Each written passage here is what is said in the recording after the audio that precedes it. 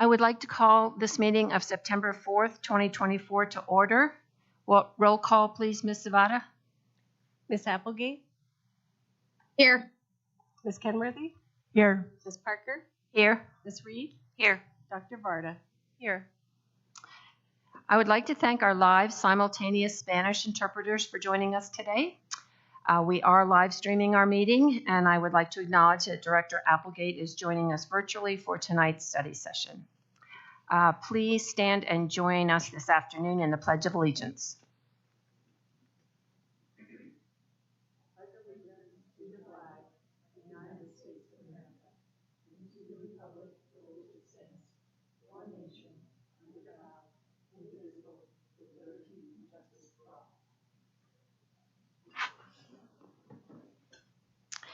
Is there a motion to approve today's meeting agenda?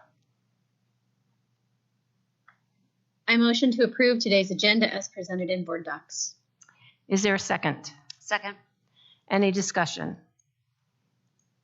It's been moved and seconded to approve the agenda for today's meeting of September 4th, 2024 as presented. Roll call, please, Ms. Zavada. Ms. Applegate? Yes. Ms. Kenworthy? Yes. Ms. Parker? Yes. Ms. Reed? Yes. Dr. Varda? Yes. The agenda is approved. I would like to take this opportunity to set the stage for tonight's meeting. Tonight we will be discussing updates to several topics aligned to our Board Ends and Jeffco Thrives 2025 goals.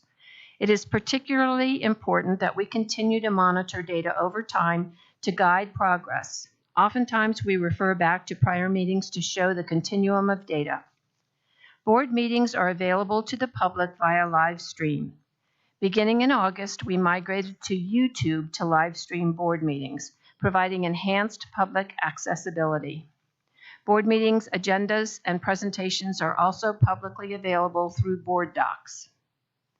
On June 22nd, 2024, the board held a study session that included the following topics: the district's Enterprise Resource Planning, or ERP, replacement project, the charter school renewal process the board will undertake this fall, the Jefferson area food pilot efforts to offer healthier, culturally aligned food options, an informational update on the progress of the Arvada Aquatic Center construction, and a presentation from Superintendent Dorland on the strategic direction of the district for the 2024-25 school year.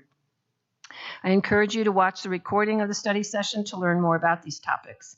And you can also visit our board page on Jeffco Public Schools website.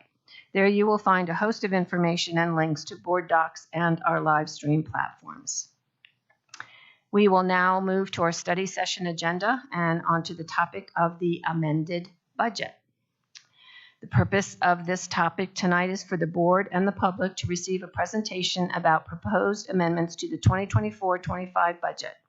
As a reminder to the board and our listening public, this presentation will explain an accounting change that the district is making effective for the 2024-25 school year in response to guidance received from the Colorado Department of Education and in support of greater transparency and clarity in district financial reports.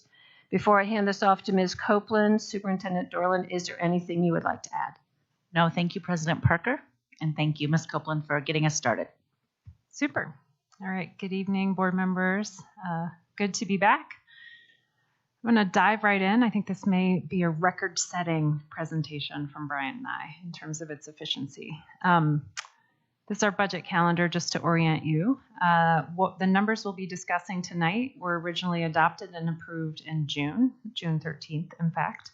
And here we are in September, and we do note each time we present this that an amended budget may be necessary. In this case, it is due to the accounting change. And I just, one other quick note, January would be the next time you would consider anything in regards to current year budget. And we do typically bring forward a revised budget that reflects new information that we have about a whole host of things. Okay, so fund consolidation. We previewed some of this when we presented the budget back in May, but all of our financials are organized into funds: governmental funds, proprietary funds. The proprietary funds run a little bit like businesses. The governmental funds run like government. except we're all government. Tonight's change relates to 3 of our detail level funds. So in green, you see a stack of funds. The first one we're going to talk about is transportation, technology services, and then universal pre-K. Universal pre-K is one part of the early childhood fund. So when we talk about this consolidation work, we're taking financial reports and data from the totality of transportation and technology, and about 2/3 of early childhood's activity will all be consolidated into the general fund. And again, this is not a change to our planned activity. It's just a reclassification of costs. And presenting this information and then having you adopt it in the resolution is a really important step, because it is the official authorization for us to then spend the money from the right places and then report from all those places all year long. So that's why we're doing this. Why the fund consolidation? President Parker alluded to the fact that we think this will actually be more transparent. Brian's going to explain that in more detail. CDE is requiring us to put the universal pre-K activity in the general fund because it's now primarily government funded. In the past, it was funded primarily through tuition, and that's what earned it a kind of business-like designation. And CDE also notes that the use of separate transportation and technology funds can be recommended when a district has special purpose mill levies for those unique uses. We do not have special purpose mill levies for those unique uses and don't see that necessarily on the short-term horizon. So again, we think folks will understand how we're spending money better if we just bring that into the general fund. And with that, I'm going to hand it off to Mr. Sammons. Awesome. Thank you, Ms. Copeland. Okay, so as Brendan just mentioned previously, fund consolidation is an accounting shift and results in no change to plans or approved budgets for schools or departments. One of the main goals of the fund consolidation is to provide more transparent and simplified financials. To achieve this goal, the core business work needs to be reflected above the line in the general fund. Below is an example of technology budget fund consolidation and the movement of expenses above the line. On the table on the bottom left, as we've been looking at it, you can see the IT budget and the general fund pre-consolidation, where we have $22 million of the budget in a service account and $14 million in below the line in the transfer to the IT fund. With the fund consolidation, the total $35 million will now be fully represented above the line in the salary benefit account, service accounts, material and supplies, and capital outlay accounts. As you can see, the total budget expenditures in the examples did not change. But please note that the details may not sum in total because of rounding throughout the rest of the slides. We put a little note in there. It was a little small, but I wanted to make sure that we had that in here because the rounding of these numbers is quite large. So it's just simplified. We had to, and they might not add up with the entire way. Awesome. Okay, so due to the fund consolidation, revenue in the general fund is budgeted to increase $26 million. This is not a net increase to total revenue for the district. The $26 million general fund budgeted increase is comprised of moving the transportation categorical from the state CDE of $5 million, $14 million for UPK state revenue, $7 million in UPK tuition, $3 million for fees and billing services, and a decrease of $3 million to the general fund from indirect revenue from the UPK program and the IT fund.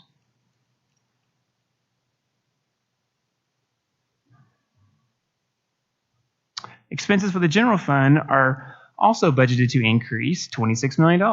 Similar to the revenue, this is not a net increase to expenses for the district. The $26 million general fund expense increase is due to a $69 million net increase to budgeted expenditures with the movement of the Transportation Department of $34 million, Technology Services $35 million, the UPK program of $22 million, and a decrease of the $22 million of the elimination of the IT service account budgeted expense. This was represented and included in the example slide on slide 4. Example on slide 4. Also included in the $26 million net increase is a decrease to the other financial sources, or sometimes we refer to them as the transfers. This is a $3 million child care fund transfer, $14 million IT fund transfer, and a $26 million transportation fund transfer, which were all eliminated due to fund consolidation. With the general fund revenue budgeted to increase $26 million, the general fund expenses also to increase $26 million, there will be no impact to the budgeted net change and use of fund balance. Okay, I'm going to turn it back over to Brenda to wrap up this presentation. Great. And so Brian gives it to me on the slide where it starts to get a little more muddled. It made a lot of sense. But when it comes to the two resolutions you will consider on the 12th, you will have an appropriation, sometimes referred to as the budget and appropriation, and also the authorization to use fund balance. What we've summarized here is some of the actual differences in numbers. That first one, the total general fund appropriation will increase by $26 million. The child care fund appropriation we appropriate at each fund will decrease $24 million. We talked about that. Transportation and technology will still be listed. That's actually an accounting requirement. We will continue to report them as $0 activities, even when we complete this year's audit. That's part of a GASB standard that was recently passed. We love it. Those will both be reduced to zero. So whatever appropriation existed in those funds previously will now be shown specifically as a zero. Authorization to use fund balance. So the general fund authorization to use fund balance, I know Brian just told you, it's not changing. It's changing by like $1,000, which is not very much, but it is, we're very precise in the way that we budget, and there is like a tiny little difference there. So I just want to make sure you know that $1,000 will show up as a difference. And then the child care fund will be about $789,000 in the authorization to use fund balance based on the movement out of UPK. So, and with that, so we've just previewed those two resolutions. That'll be part of the September 12th regular meeting, and we're happy to discuss any questions or concerns you might have. Great. Anything else? No. Thank you for that nice, brief presentation. Board members, are there any questions? Well, I will have one question. On the last slide that you just went over, the SAE, 789,000. It looked to me back on slide 3, we're moving UPK but leaving SAE. So did we not already appropriate the SAE dollars previously, or what is this new, not new, but reference to 786,000 here? Yeah, totally. Can you answer that? I'm also going to pull up the resolution because I think what we're doing is 789 is the new number. That is just use of fund balance due only to activities for SAE, whereas what you originally passed would have been a slightly different number because it would have reflected what happens for both SAE and ECE. But let me just pull up the new resolution to make sure I'm answering your question the right way. Hold on. Just read it.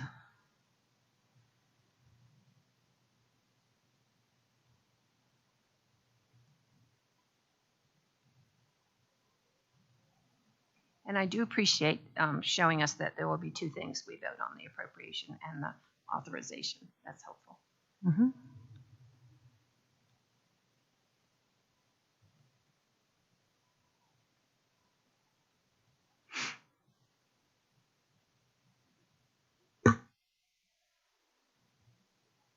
Okay, yeah. The authorization to use fund balance for the child care fund, the new authorization is 789. And so the only number I'm now missing is what was the former authorization. Do you know what it was? 0.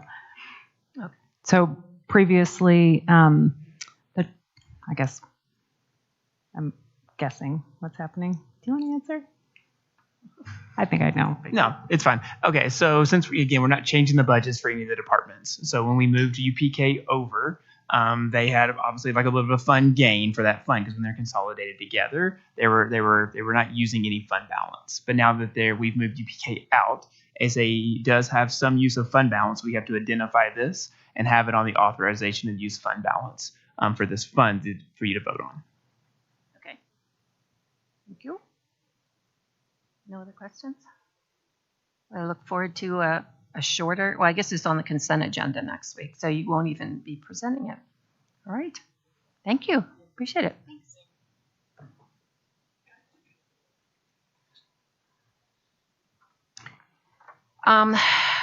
The next presentation we have is for the county commissioner. Leslie Dalcumper is going to talk to us about the initiative they have proposed for the ballot. She is not here yet, so I think we'll take a brief pause now while we wait for her.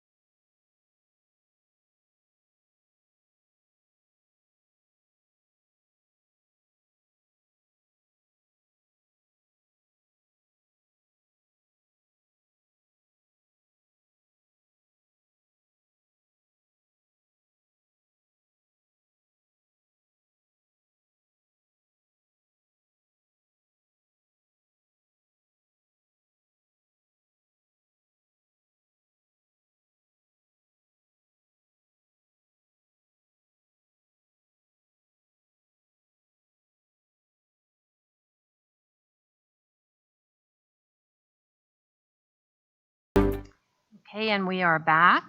The purpose of our next topic tonight is for the board to hear from the county regarding an adopted ballot measure for the 2024 election.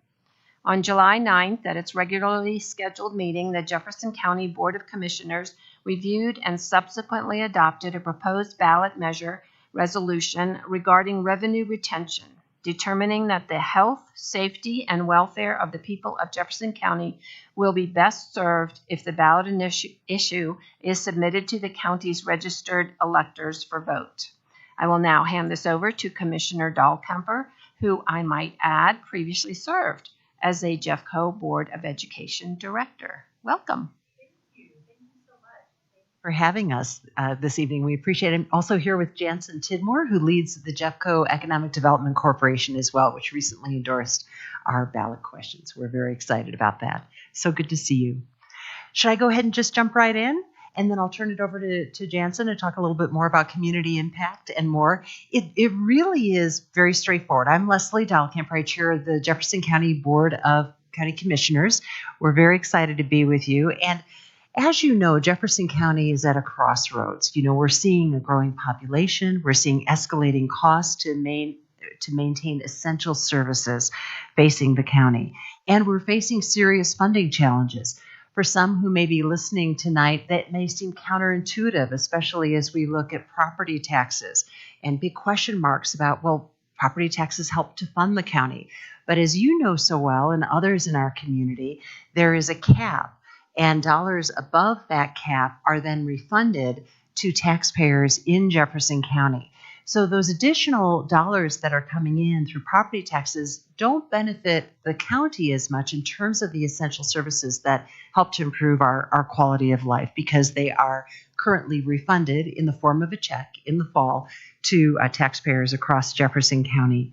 The ballot question is really very straightforward, and it asks voters if Jefferson County shall be authorized to collect, retain, and spend the full revenues from authorized revenue sources beginning in fiscal year 2024 without increasing the tax rate or the mill levy rate. And I think that's important to underscore as part of this work. The funds would be used in two areas: transportation and infrastructure. So that includes fixing potholes, fixing roads, and aging bridges as well. The second category is public safety, and that will focus on crime prevention, wildfire and flood mitigation. Jefferson County does rank #1 in the state of Colorado for wildfire risk, and also mental health and substance use disorders as well. Again, it's not a tax increase, but it would allow the county, if approved by voters, to keep those dollars and reinvest them in those vital county services. Currently, the county returns a portion of funds over the mandated cap to taxpayers in the refund check I mentioned earlier, and I want to underscore that because Jefferson County is one of only 2 counties currently that does this. Many counties like El Paso County, Douglas County have removed the cap with the approval of voters. So those are the areas in which the dollars would go. The measure, I should also point out, does not affect your state refund that you receive. It would only be your county refund. And on average, that refund has been about $22 every year. The median amount last year was $100, and we are expecting to refund $30.6 million this year if this measure is not approved by voters. We are also looking at budget cuts. We've been steeped in we have specified. I think that's really important to make sure, again, the dollars are going where we said they would go. That's a little bit about the ballot initiative, and I'll turn it over to Jansen for some additional comments, if that's okay, or if you have any questions. Yeah, thank you. Happy to be here. So the Jeffco EDC board did take a look at this ballot initiative and did take a position of support, because when we're looking at our employers out there, the ones that are hiring our kids and that we're working to train and build up, 2 things are critically important to them, and that's public safety and that's infrastructure. And this right here directly goes to shore up some of those shortfalls that we've had over the past few years. A couple things that I've had coming in front of us when this conversation comes up is about Tabor. As you all know, I moved here about 4 or 5 years ago. When they were talking to me about Tabor and debrucing and all these terms, I was like, I missed that chapter in college. What is it? What is all this? And, I think it's always important to say that This is not taking away anyone's Tabor rights. That's not what this does. What this does is say there's a cap as part of this, and you all as voters have an opportunity to vote and say we'd like to remove that cap. And we've all seen our property taxes go up. We've all seen that happen. And what we really love about this ballot initiative is that it's not adding any new taxes. What it's saying is, yes, you have had an increase, and that increase can go to offset some of these challenges we have. It can go to infrastructure, it can go to public safety. And let me be clear, we talk about public safety, it's not just our sheriff's department, it's fire mitigation as well. These can go to these things that are very important to each and every one of us. And what we're really talking about is that check that we all got back. And look, we're very appreciative of that. I think mine last year was about $108. And I think as you all kind of look at that and say, would I give that $108 for better public safety, and would I give that for some better roads and better opportunities for our county? And again, let me emphasize from the business community standpoint, we know that they've had fees, they've had taxes coming from a state, federal, and local level. This doesn't do that. It doesn't put that additional burden. It's taking what's out there currently and allowing us to maximize those dollars. And for that reason, our board said, yes, we think this is a good measure. We think this is something that we should support. And we think that we'd like to encourage every single resident to make sure you run those numbers and look at those services that are being provided and say, is this worth that check for me? And we hope they say yes, that it is. Thank you. I'll just add that as a proud member of the EDC board, I was part of that decision. And I think you may recall a weekly update a couple of weeks ago where I shared that the EDC board had made this decision, and appreciate that I was able to be part of that. So I want to make sure the board is reminded of that as well. Thank you. Board, are there any questions or comments? Director Reed? I just want to say I drive Alameda every single morning all the way into Denver. And when you cross Sheridan, the potholes are terrifying. And in the summer, we're in a mini, and they're like mini swallowing potholes. And I really appreciate everything west of Sheridan in terms of the condition of the roads. And so I really would hate to see us have to start cutting corners and making everyone's commute miserable the entire way. So I think this is a great idea. And I also think that the additional public safety would be of tremendous help to our students. Not only their own needs, but the needs of their families, because we know that when families are struggling with addiction, the kids suffer for that. And if kids are in fire zone and lose their homes, which we had happen, wasn't as many Jeffco kids, but there were certainly Jeffco kids, and kids are kids. I mean, at that point, it doesn't really matter whose kids they are. And so I think these are critical areas, and I definitely am in support as well. Thank you. Director Kenworthy? Yeah, thanks for sharing some of your time with us this evening and coming to talk with us about this. I really appreciate the spirit of collaboration and transparency. One of my questions is going to be about, just for clarification, we mentioned we're all facing cuts that are going to have to be made. Passing this doesn't necessarily, it's not a trade-off of 100%, like we're not going to make any budget cuts. Is that accurate?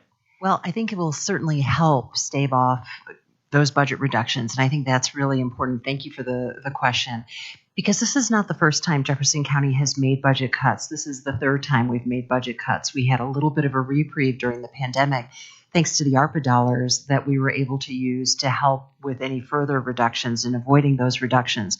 But to date, we've made more than $25 million in budget reductions across the county.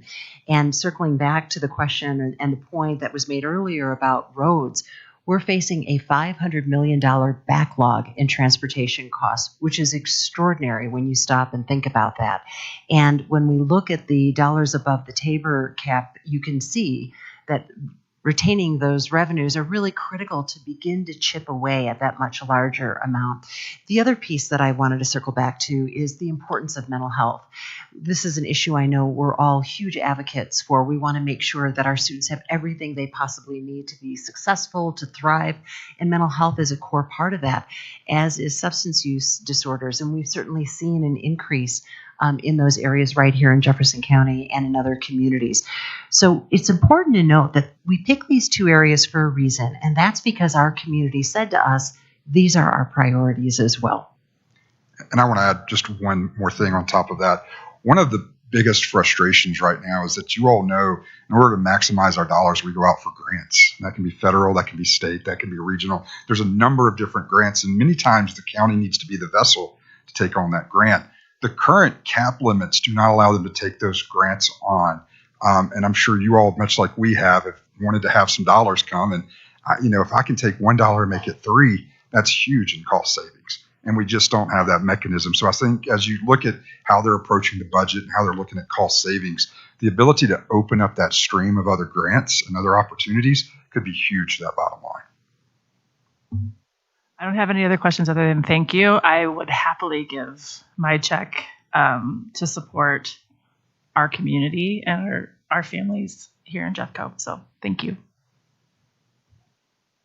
Any other directors?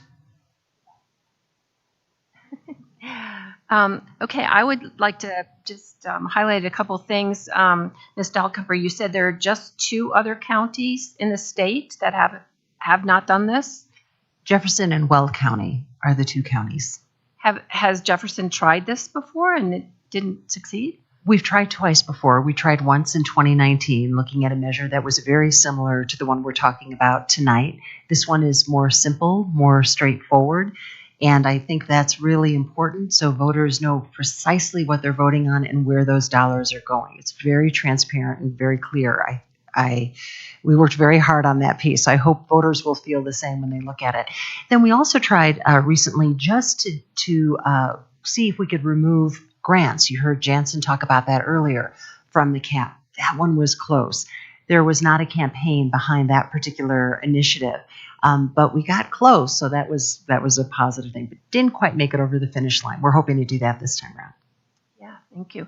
And also, I like your point, Mr. Tidmore, that this is Tabor in action. I mean, this is not anti-Tabor. This is what Tabor was designed to do, put it in front of the voters and let them vote on it. So I hope that message will get out there. And speaking of that, I'm wondering, too, is there going to be a short title of this initiative? We hear a whole bunch. There are always a lot of initiatives on our ballots. And sometimes there's a nice short title that kind of tells you what it is. Do we have such a thing in this case? That's a good question. I believe that we do. I was just looking at the sample ballot language, and I think it specifically references revenue retention measure. But you can see how short just the language itself is, and it very clearly spells out where the dollars go and how we'll ensure that we're accountable for spending those dollars in the right places. If I may add one other point, I know our hearts weigh heavy with the shooting, the news that we heard earlier today. And one of the areas that we appreciate so deeply is our partnership with the school district, with your principals and schools, especially when it comes to our school resource officers. And our sheriff's department, your board of county commissioners, makes that a top priority as part of our budget discussions. We'd like to even look at opportunities with you to see if there are more school resource officers that we could look at if there is that need in Jefferson County. And so that is also one area that the county covers specific to the work that we see in our K-12 schools as well. Just one quick footnote on that. In terms of school Mary? Safety. Yes, Director Applegate. President Parker, excuse me. I'm so sorry. There's no eloquent way to ask. Hello, everyone. Commissioner, thank you so much for coming. One quick question. You mentioned in previous iterations of this, there hadn't been much of a campaign around it. What is the county planning to do to get the word out to our constituents around this and the reasons for it? You bet. There are several strategies that we'll use. We had a pretty robust campaign in 2019, but one of the things that we know about running a countywide campaign is that it takes a lot of grassroots support, takes a lot of support from trusted, credible leaders throughout our community. It also takes funding to make sure that we can reach the many voters across Jefferson County, and just a lot of boots on the ground in terms of knocking doors, making the case to voters, answering questions that come up as well. We have a campaign that has come together. We have a campaign consultant that we're working with who's done some tremendous work in other counties and has also worked on statewide initiatives as well. But more than anything, having your support would mean so much to us in terms of potentially endorsing this initiative, and we would appreciate that greatly as we move forward. Thank you. Well, I will say that I personally am also happy to give my refund to the safety and support of our community. Can I get a kind of show or a sense of the board here? We have a meeting next Thursday where we could have the opportunity. We could put a resolution to support this effort on our agenda and vote on it next Thursday. Can I see kind of a thumbs up if everybody's on board for that? Alrighty, then we will revisit it on Thursday, and thank you so much for coming, taking your time to present it to us. Thank y'all so much. We appreciate it. I will answer one thing. Yes on 1ajeffco.com. Yes on 1ajeffco.com. That is our new website. We just launched it last week, and I also want to add my gratitude. Thank you so much for the time. Great questions, and if there's any additional information any of you needs, just please let us know. We're happy to get it to you. Thanks again. Thank you. All right, we are moving right along here. The next agenda item, the board will study 2 monitoring reports on student data. The purpose of the first being for the board to receive and discuss a monitoring report on Board End 1.1, which reads, every student will demonstrate significant and appropriate academic growth using a body of evidence that includes classroom and standardizes summative assessments. This agenda item provides the board an opportunity to revisit the topic for discussion, and that will also segue into our later agenda item, Board End 2.3, which reads, district employees will use data, student data, both formal and informal, to drive decision making. As a reminder to the board and our listening public, the full monitoring reports are available for review in board docs. Previous reports and discussion on this topic can be viewed in our board docs as well and live stream archives. Before I turn this over to Dr. LeBlanc Esparza, is there anything you'd like to add, Superintendent Dorland? Thank you, President Parker. I'm pleased to present this draft monitoring report for the board's End 1.1. We often say we believe this is one of the most important monitoring reports that we deliver to you, as it really does summarize the strengths and challenges that our student achievement is showing.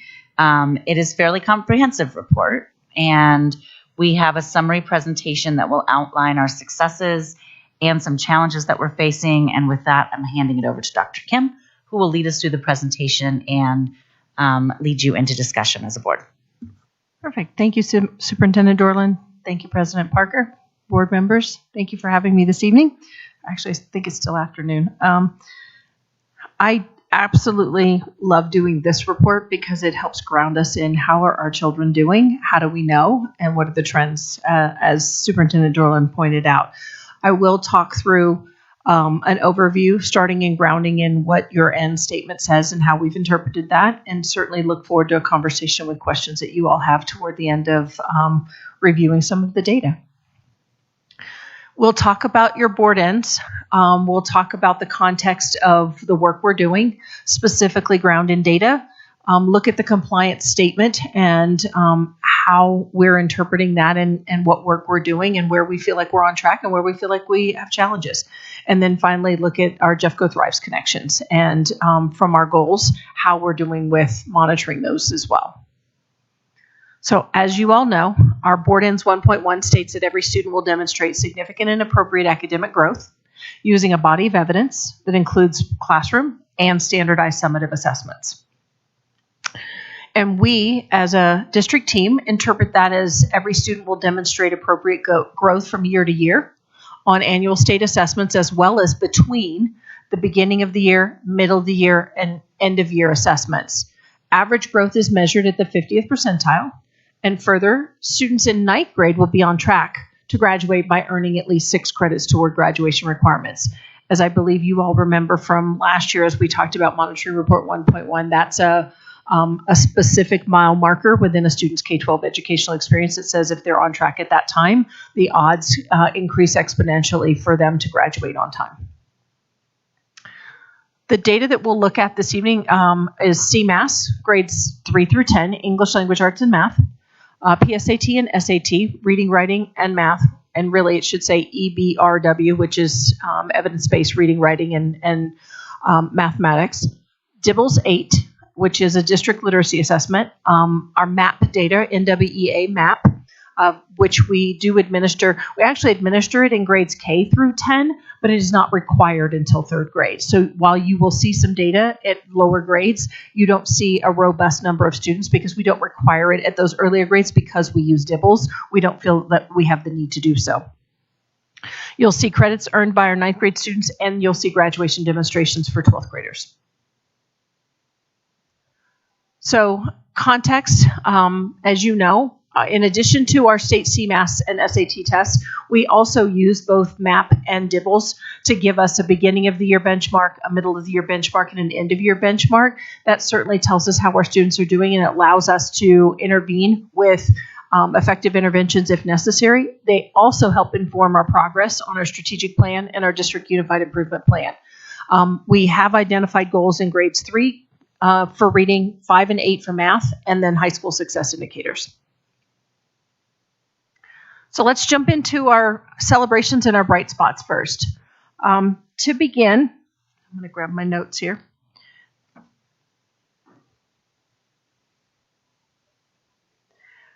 I'll start with, I'm going to back up one slide and say, I want to point out for those folks who are following along, on pages 3 through 7 in Monitoring Report 1.1, we have identified both positive influences as well as challenges that influence our data and specific large-scale categories that we'll talk a little bit about when we look at the data. I didn't want to forget that piece. As we look at our celebrations and our bright spots, one of the things I'll point out is 3rd grade reading. 3rd grade reading, we saw a 3-point gain from 2023 in the number of students who are meeting or exceeding state standard in reading, and that was our spring assessment. We also saw that is a 5-point gain from 2019. So we are now exceeding pre-pandemic performance. Grades 5 and 8 CMAS in math, our meets and exceeds numbers are up 1% in 5th grade and 3% in 8th grade. And we saw strong academic growth, which I'll point out a little bit more specificity in reading, grades 4, 5, 10, and 11. And in secondary mathematics, including 8th grade CMAS math at the 56th percentile, which was our highest growth percentile in math on CMAS. And the reason why that is significant is that that's one of the grade levels that has been utilizing our high quality instructional curricular materials for the longest period of time with students and staff. I'll also point out our growth data. This one's the fun one for me because, as you know, growth data really tells us how are we doing, how are our students doing, how are they making progress over time. Whereas meeting and exceeding tells us, are they meeting the standard? Different students approach that benchmark at different places, depending on what their experience has been throughout their life in terms of their development of their literacy skills. Our growth data really tells us how much progress did they make during the year that we had. So I'll point out that we have 45 schools that performed between the 55th and 64th percentile. We have 9 schools that performed between the 65th and 69th percentile in growth, and 4 schools at or above the 70th percentile in growth.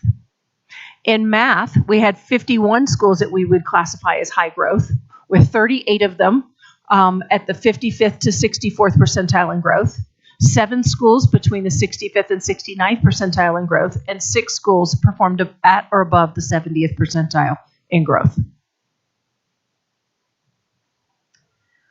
When we look at some similar data for our MAP assessment, again, we use beginning of the year, middle of the year, and end of year, and we look at growth. 73 schools showed growth at the 55th percentile or higher from their winter or middle of the year to spring, end of year reading on MAP. And within that, 24 schools had growth at the 65th percentile or higher, and 5 schools at the 70th percentile or higher. So as I break that down by grade level and look at the data, you can see we implemented high quality curricular materials in English language arts at the elementary level over the last 3 years. And we've invested significantly in professional learning for our teachers in those same grade levels. And you can see how that has impacted growth data. Where we are getting ready to pilot some secondary English language arts curricular content as well, we see our growth data would indicate that that is absolutely a smart investment for us to make to work alongside our educators in English language arts classrooms, especially at our middle level, to help increase the growth data that we're seeing.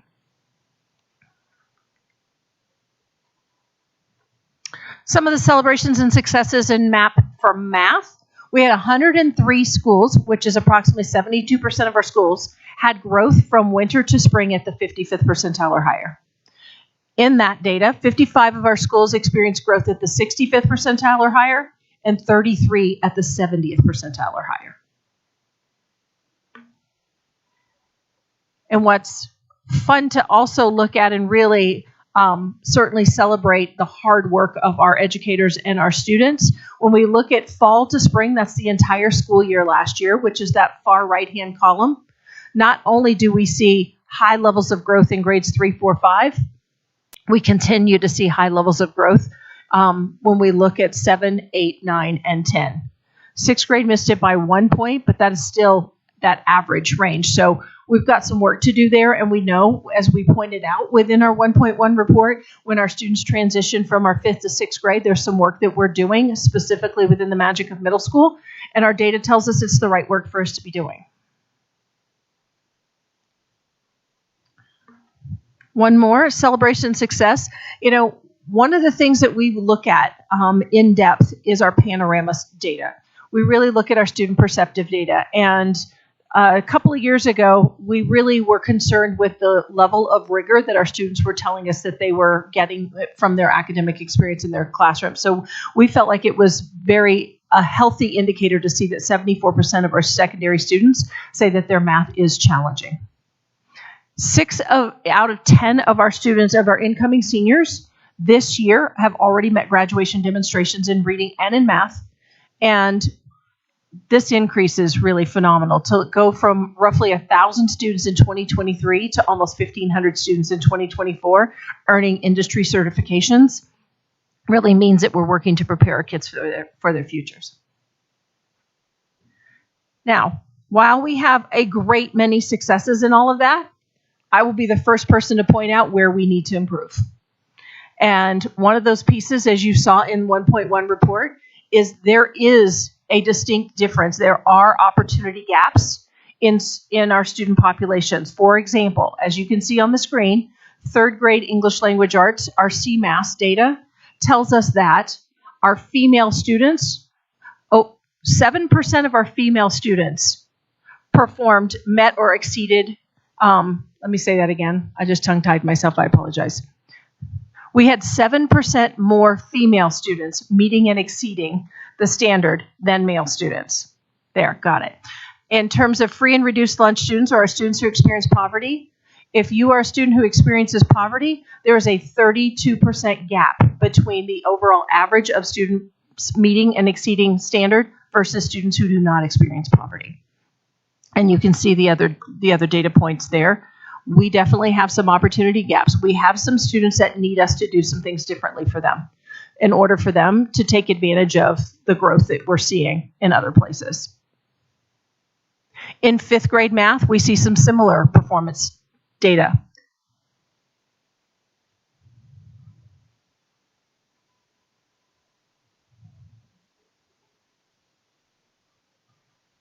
And in 8th grade, I'll point out that our students who speak a language other than English as their home language, really, there's a 41% gap there for those students. We really have to lean in. And in fact, our team has begun to really look at that work and dissect it and figure out what do we need to do differently so that our students who are developing skills in multiple languages have the opportunity to grow at the same rate as their peers.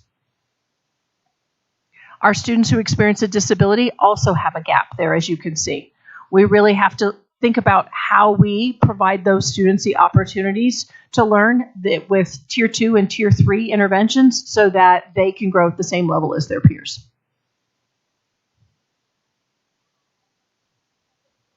So as we begun to look into the data, where I would tell you we are on track, when we think about all of our learning walks that we did during last school year, I'll point out that the superintendent, myself, chief of schools, chief of student success, chief academic officer, worked alongside our community superintendents in each one of our articulation areas to go in and spend time in a school in every articulation area looking at mathematics instruction mostly, some literacy, but mostly mathematics instruction, really trying to norm on what does it mean to see a teacher internalizing a lesson? What does it mean to see them providing academic monitoring? How is it that we're giving students the opportunity to do the cognitive lift, to really break that sweat and wrestle with their content? And as we did that, it gave us an opportunity after we observed in 3 or 4 classrooms to sit in a group and have our own PLC, so to speak, and talk about what did we see? What does great instruction look like? How do we provide that feedback? Where do we find those examples of awesomeness that does exist throughout our district? And how do we help others see it when they need to grow themselves? And so that work is going to continue in the 24-25 school year. And in fact, it's expanding.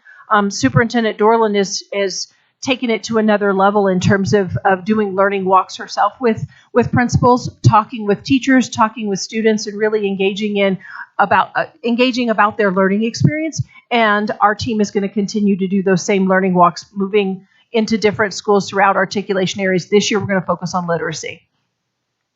Investments in quality research and standards-based curriculum. As you know, our pandemic relief funds, or ESSER funds, gave us the opportunity to accelerate our pace in investing in high-quality curricular materials in K-12 mathematics and in elementary literacy. This year, we plan on continuing that work through secondary literacy. We've got some science that's also in the works. And so we continue to invest in quality curriculum because we know that our teachers having those quality materials really makes a difference in their ability to make sure that they're meeting standard and making sure students are developing the skills that they need. In just a little bit, Jill Ibeck and I will talk to you about data literacy and talk specifically with Monitoring Report 2.3.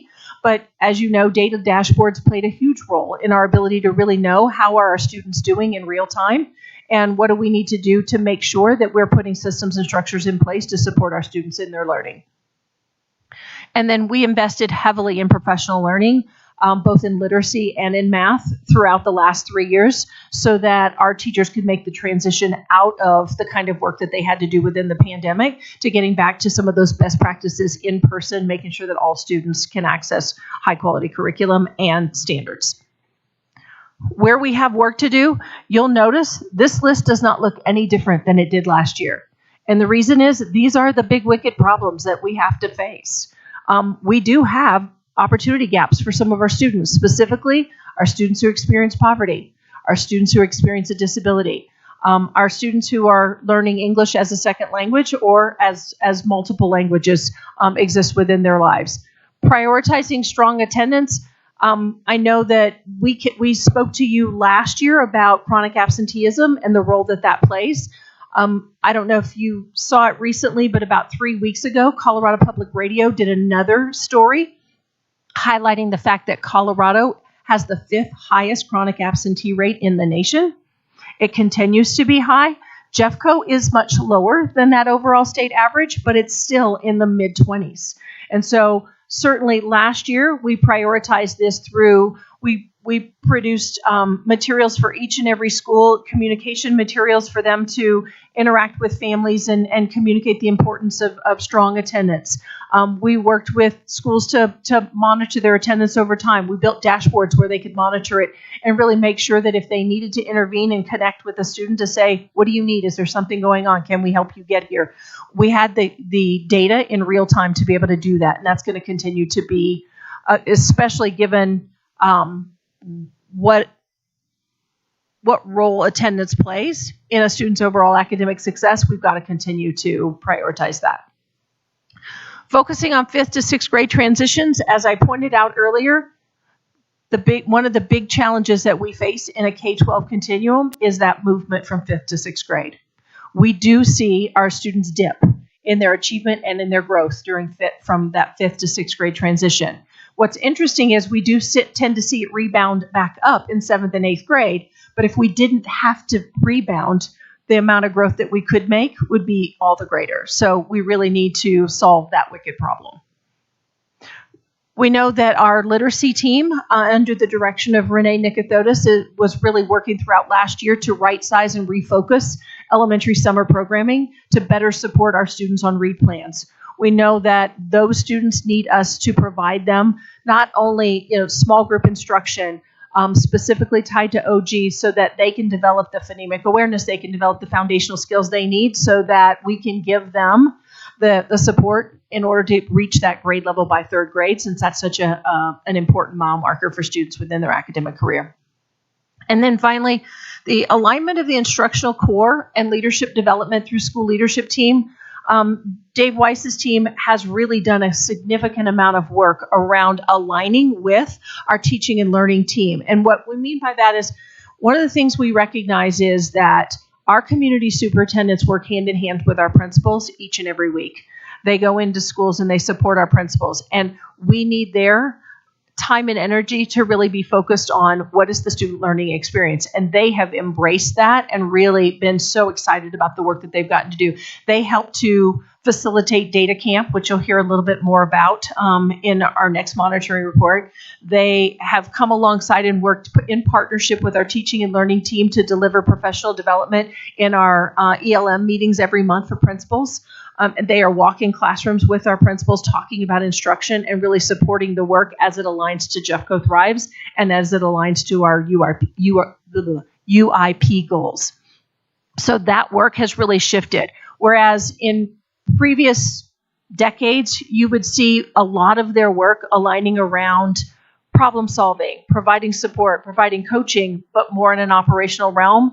These folks have really taken on and will continue to grow in the areas of being those instructional leaders of each of their articulation areas alongside and supporting principals so that we can focus on getting better outcomes for our students and increasing that student growth so that we have more and more students meeting and exceeding expectations over time. Hey, Kim, can I just jump in there really quick? Absolutely. I do want to just highlight this as a big shift and want to recognize both Dave Weiss and Renee Nicothodis. We don't necessarily have all the right answers around some of the challenges that Dr. Kim just shared with you, but I will say the work that Dave is leading with his team to orient the principal supervisors, our community superintendents, in an instructional way when they spend time in buildings is huge. And then the work that we're doing around the high quality curriculum and resources in a building is also huge. And when I say it's huge, it means there aren't school districts across the nation who have closed gaps and made the gains that we're trying to make without aligning their community superintendent type positions to what support looks like for teachers in a classroom and or implemented high quality curriculum. Those are two big efforts that we have to continue to make strides with.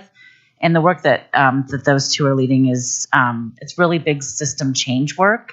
I think we see some evidence that we're finding some success, but we've got to stick with it, and we're not seeing the huge gains that we'd like to see at this time. But the work continues, and I appreciate all the effort that those two leaders have put in. Yeah, I think as we talked about the last time we met, while we continue to work at iterations and really look at data and how it drives some of our decision making and some of the work that we do to support kids. At the same time, the implementation of curriculum takes time. the implementation of curriculum aligned with professional learning so that teachers really develop their confidence and the skills in order to use it and use it well takes time. That's a hard thing. And we definitely have evidence that shows we're moving in the right direction with that work. And we would love to see it continue to accelerate with some of the strategic ways that we've invested our time. So I'll stop there, take a breath, and ask if anybody has any questions or would like to make any comments at this time. Director Reed.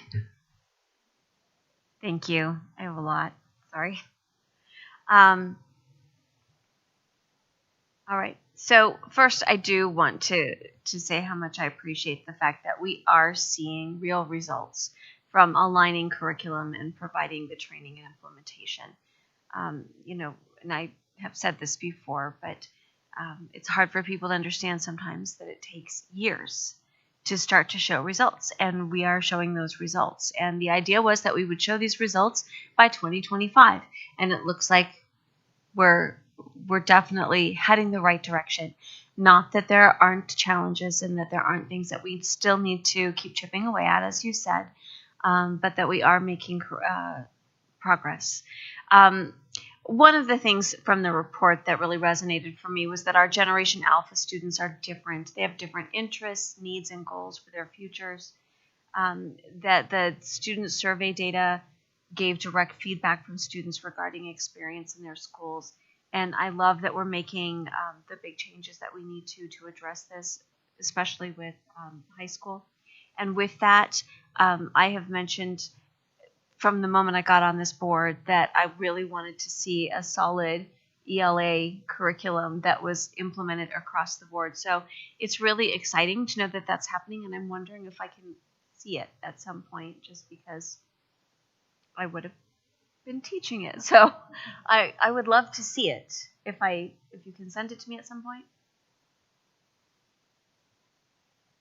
Are you talking about the specific secondary ELA materials that we're piloting this year? Yeah, that would be great. Like even an overview of sort of what it all looks like. I realize Sure. It's, you know, a massive amount of material, and I don't need to see all of that, but just, you know, to get sort of an overview of, you know, what are the main touch points, and I would really like to see that. We have 2 different programs that we're piloting in, I think, 9 of our middle schools right now.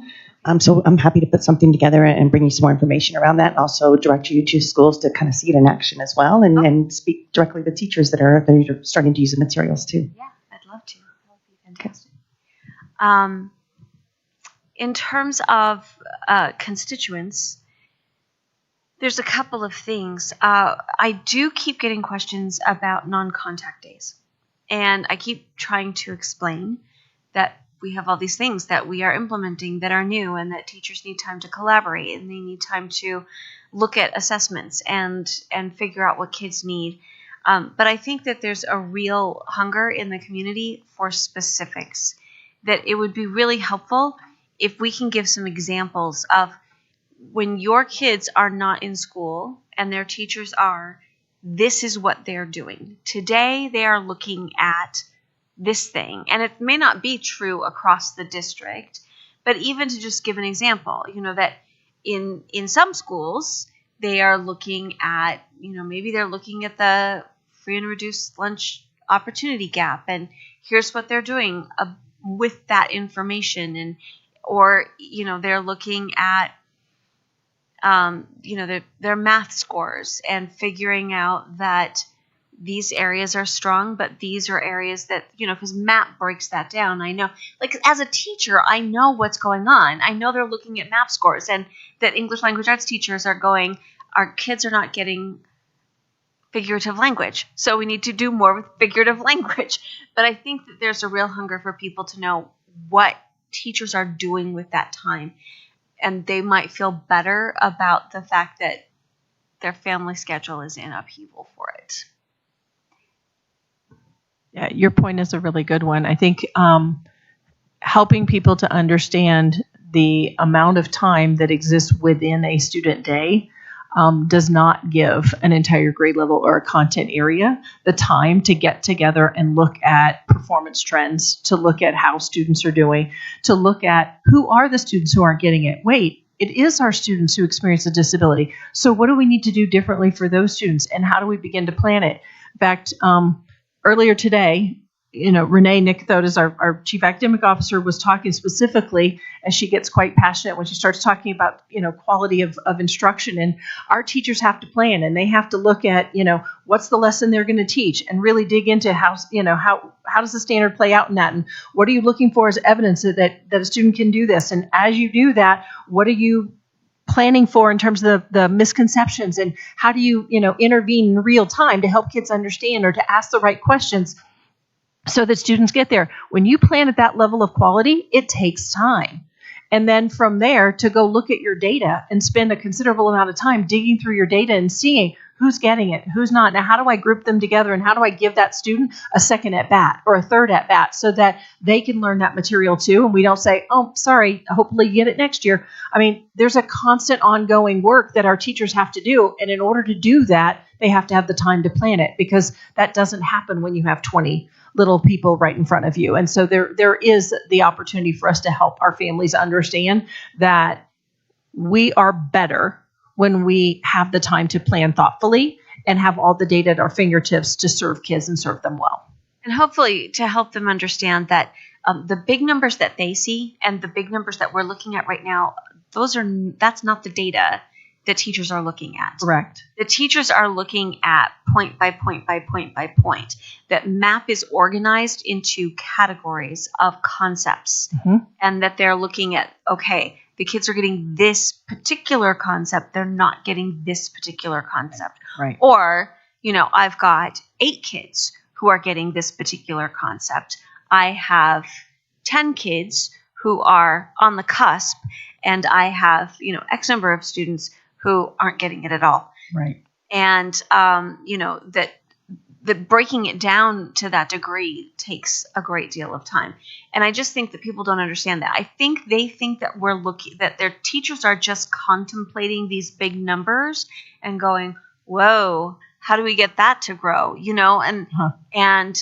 So I just think that some of that information might be helpful. Even if we provided for anyone who was interested a breakdown of math results for a single child on a single test.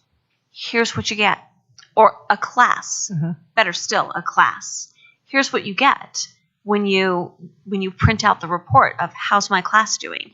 And now I'm going to take this information, and I've got to take some time, and I need to go talk to this other teacher whose kids are nailing these concepts. And maybe my kids are nailing this other one. And we can work together, and we can make that happen. And we cannot do that while there are children in the room in front of us. Right. So I think that some of those things would be helpful. And as I said, I think people would be a little less grumpy about what it does. Because it legitimately is a hardship. And we do understand that.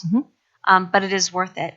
The other thing that I want to talk about in terms of constituents, this is becoming a theme as I visit schools.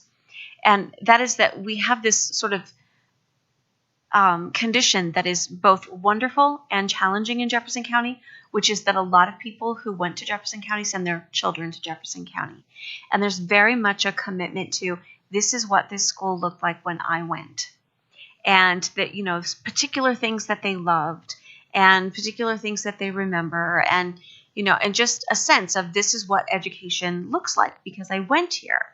And even for an option school, there can be a sense of, this is what I expect because this is what's always been done. But as I said, the section that really resonated for me is how much the world is changing for our students. And so bringing community members along with those changes, some of those are in things like how we do the teaching that we do. Why is it so different? Because that's the other thing I think can help people understand why it takes so much time to plan, because we are teaching differently. The fact that we are teaching differently is what's driving the growth. So this is good. We want people to do it, but I don't think people always make that connection. They're just like, I don't get it. This, everybody talks about how low the scores are, and it's because you're not teaching it the way I learned it.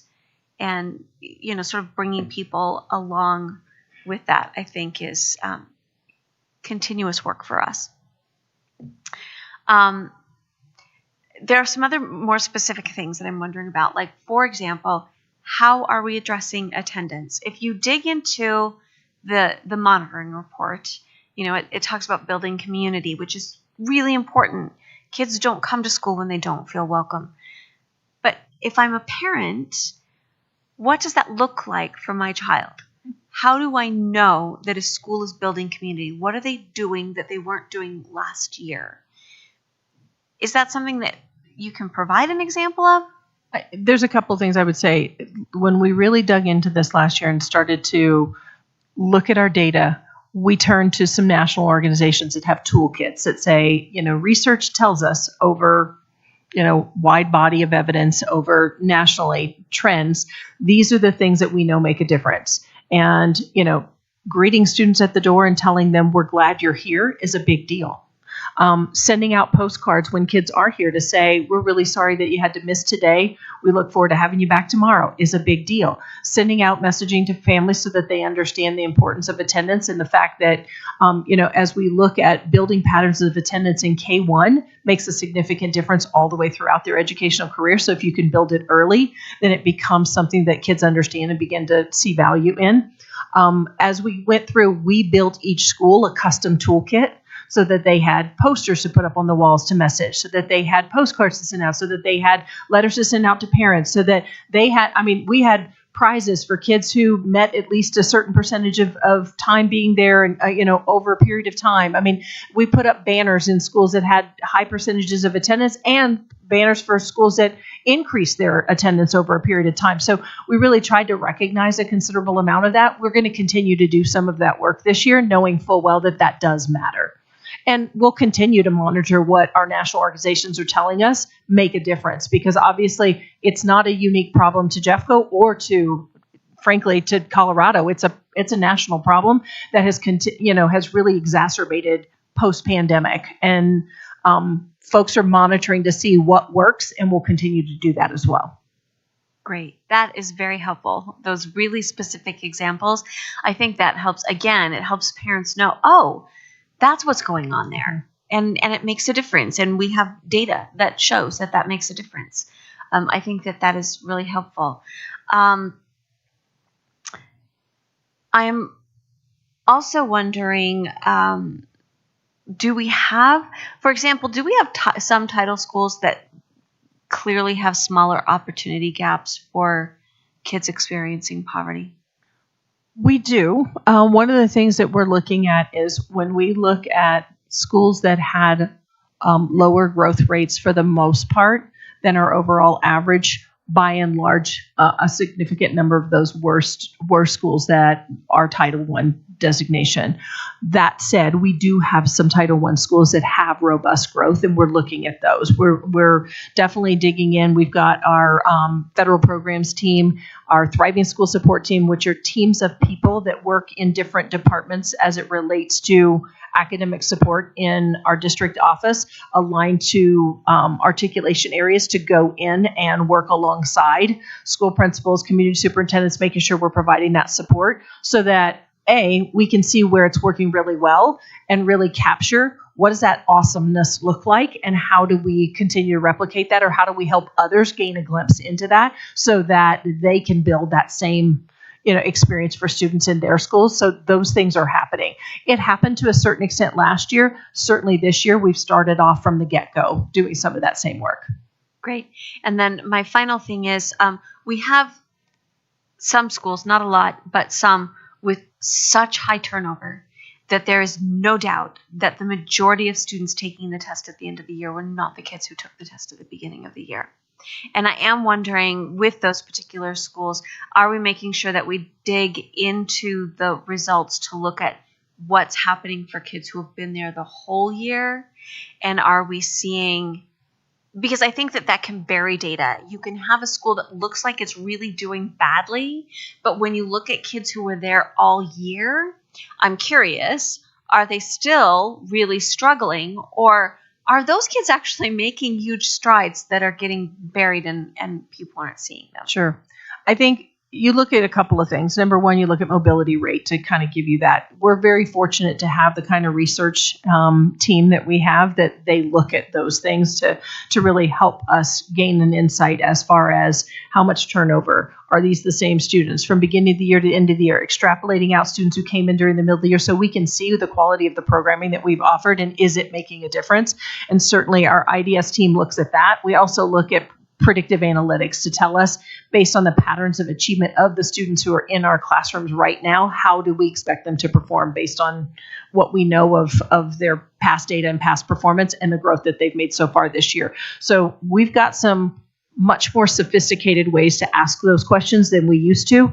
And we have a pretty talented team that help us put that together so that we know whether or not that revolving door is impacting the numbers that we're looking at, or whether we can say with certainty, we know that the work that we're doing is moving in the right direction. Mm-hmm.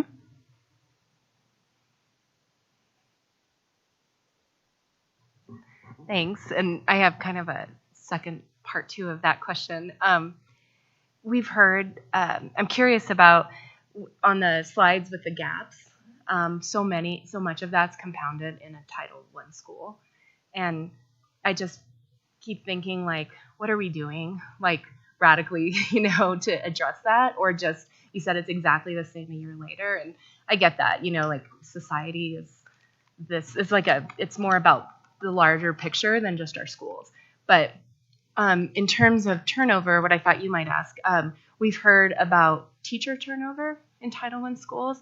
And I'm just wondering, like, I have two questions. And so this is the first one. What are we thinking about in terms of helping keep teachers there? Because that much turnover amongst kids and then the staff there has to be impacting, these kinds of outcomes. And I don't know if you have the answer for that, but, like, I just feel like we can't ignore this and we have to do something as a board. It should be a priority, I think, for us to think about how we retain our top teachers in our Title I schools. Well, I'll start with an answer that is not in any way, shape, or form meant to be flippant. But if I had the answer, I wouldn't be sitting here. Ultimately, there's many, many schools throughout the country that are wrestling with that same challenge. So, ultimately, our work that we're doing to invest in our educators is incredibly important. And we know that when that turnover happens, not only is it disruptive, but it's, we're making key investments in people so that they can continue to build their skill set and feel really confident in the work that they're doing and feel efficacious, right?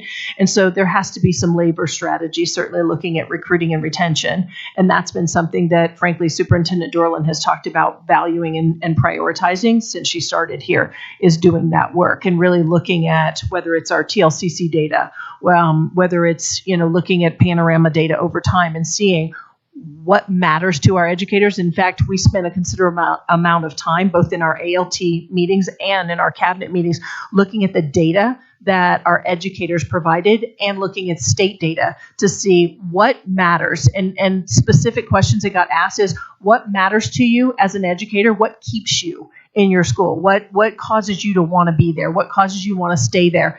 And part of that, looking at that and making sure that we're prioritizing those things so that teachers feel like we're hearing that voice, and we are trying to set up systems and structures so that teachers want to stay working in environments that they can make a difference in.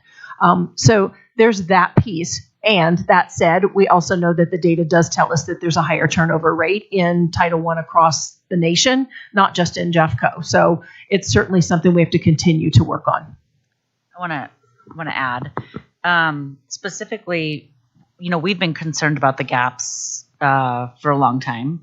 We're not the only district that has them, but that still doesn't make it okay. We also know that there are districts that have geographically much greater concentrations of poverty than we do. We have some concentrations of poverty, but we have students who qualify for free and reduced lunch across every school in our district. So we have poverty. Students who are experiencing poverty in every building.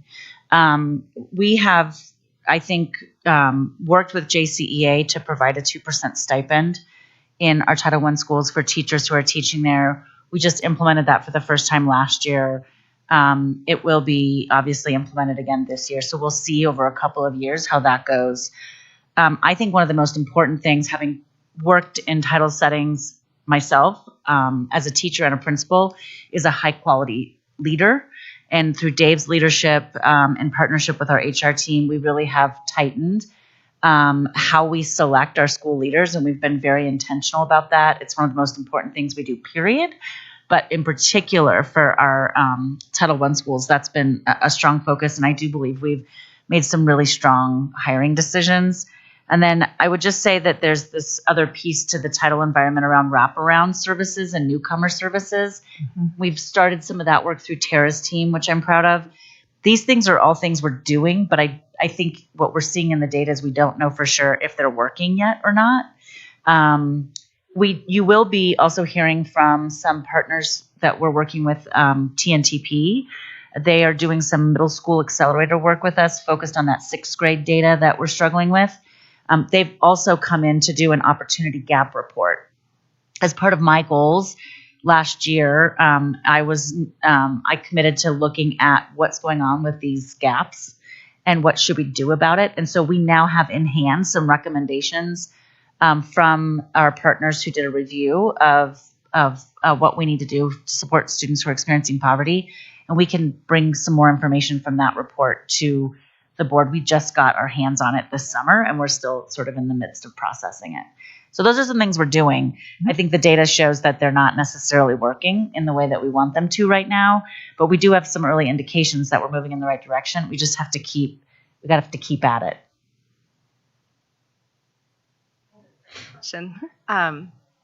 It also, I'm curious, I've been curious about our center programs. I think we've asked a few times about like getting more information on that, but it seems like some of our center programs are in Title I schools. I'm just thinking of the areas that I know, and I'm wondering how that might be impacting this when it requires, the center programs require, attention from the principals, all kinds of different resources, and like, I don't know, it seems like at some point I've heard there was an intentional strategy to put some of the centers in Title I schools. I think it was to help increase enrollment.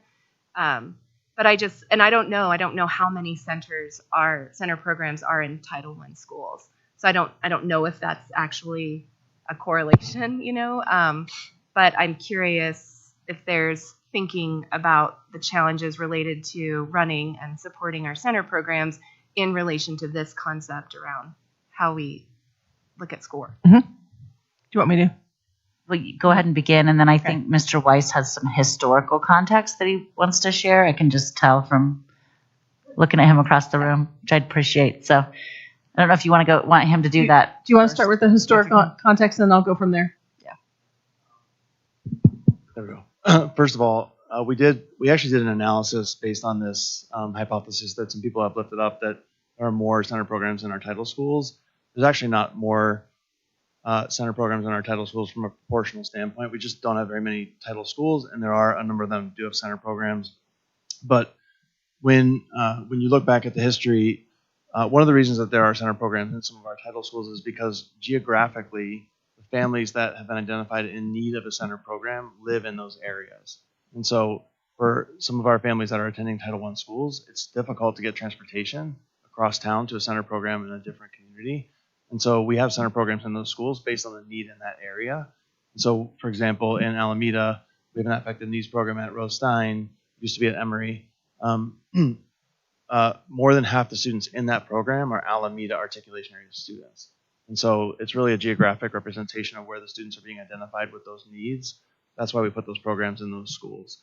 And so it's not, I think there have been some assertions that we were potentially doing this in some way to, increase enrollment. That was never a discussion. It was truly about student need based on the IEP indicators that students have in those areas. And so there are center programs throughout the district, as you know, but there's not a higher concentration necessarily in our title schools. But we only have 34 title schools, 37 title schools now. And so it could potentially appear that way, but it's really not a true representation of the diversity of the district that we have. So I just think it's important to note that we really did try to place those programs where we were seeing the identification of students with those needs. You know how many of those 37 have center programs? Not right in front of me, but I can get back to you with that. So how are we helping these situations? Good question. I think that part of the feedback that we got last year, certainly as we served our students, our teachers said we need help in terms of skill set development. We need de-escalation strategies. We need help, building community, help us do a better job so that we feel like we can make every student feel like they're a valued part of each and every classroom community, and we can serve kids well. And so to start with, Matt Palero's team offered 3 full days of professional learning at the beginning of this year in response to request and ask that teachers and paraeducators asked for. And in fact, it started out, day 1 was just the teachers in the center-based programs. Day 2, we brought in the paraeducators that support them. And then in day 3, all of a sudden it almost doubled in size because as teachers talked and said, this is really good training. I don't care. I want to come. And they made room for more and more teachers to come. And we got overwhelmingly positive feedback that the de-escalation strategies, the opportunity to engage with students and help them stay focused on their learning really made a significant difference for our educators.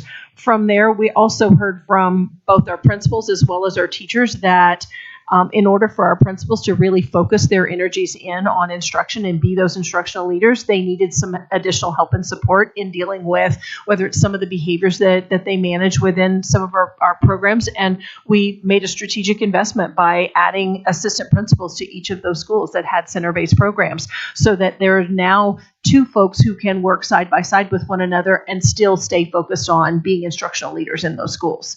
So we've done a number of different things to try to make sure that those schools are set up for success. Would you add anything else, Superintendent Dorland? We do have on a list that the board at the retreat expressed interest as a group to learn more about our center programs. We are also just wrapping up a student success evaluation that Matt is leading. And so we'll have the results of that. And it would be just really good timing to do, I think, not only the review and study that the board has requested around center programs, but also just some other student success components that have come out of that review. So we have that on a list, and we're going to work with Mary to figure out when she wants to work it into the board's agenda.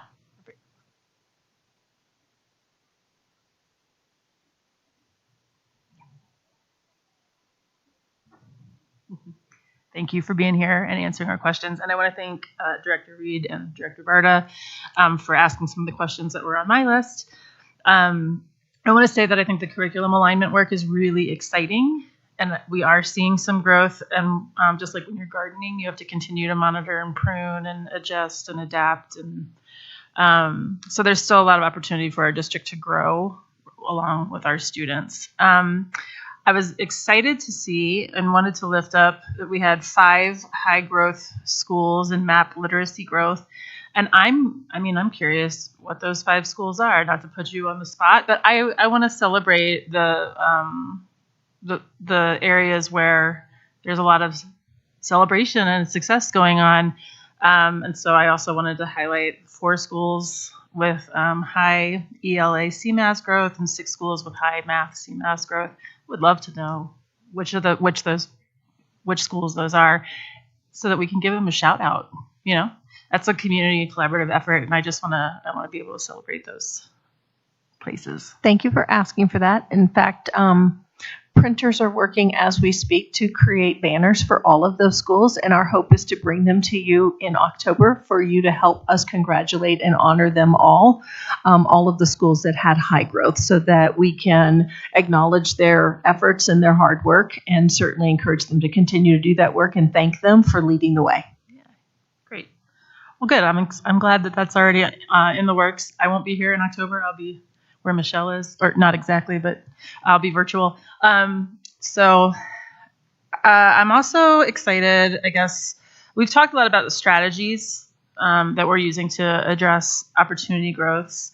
And I wanted to lift up there. I think that there are other strategies that have been in place for a while that sometimes get overlooked, but they're still operating, and we just don't bring them into the conversation. At the Back to School Dash, I had the opportunity to learn more about HIPPY, the HIPPY program with early education, and I think that's a phenomenal support for early reading supports for families before those kids are even in a preschool classroom. I mean, it's really, really early childhood, like as soon as they're here, you know.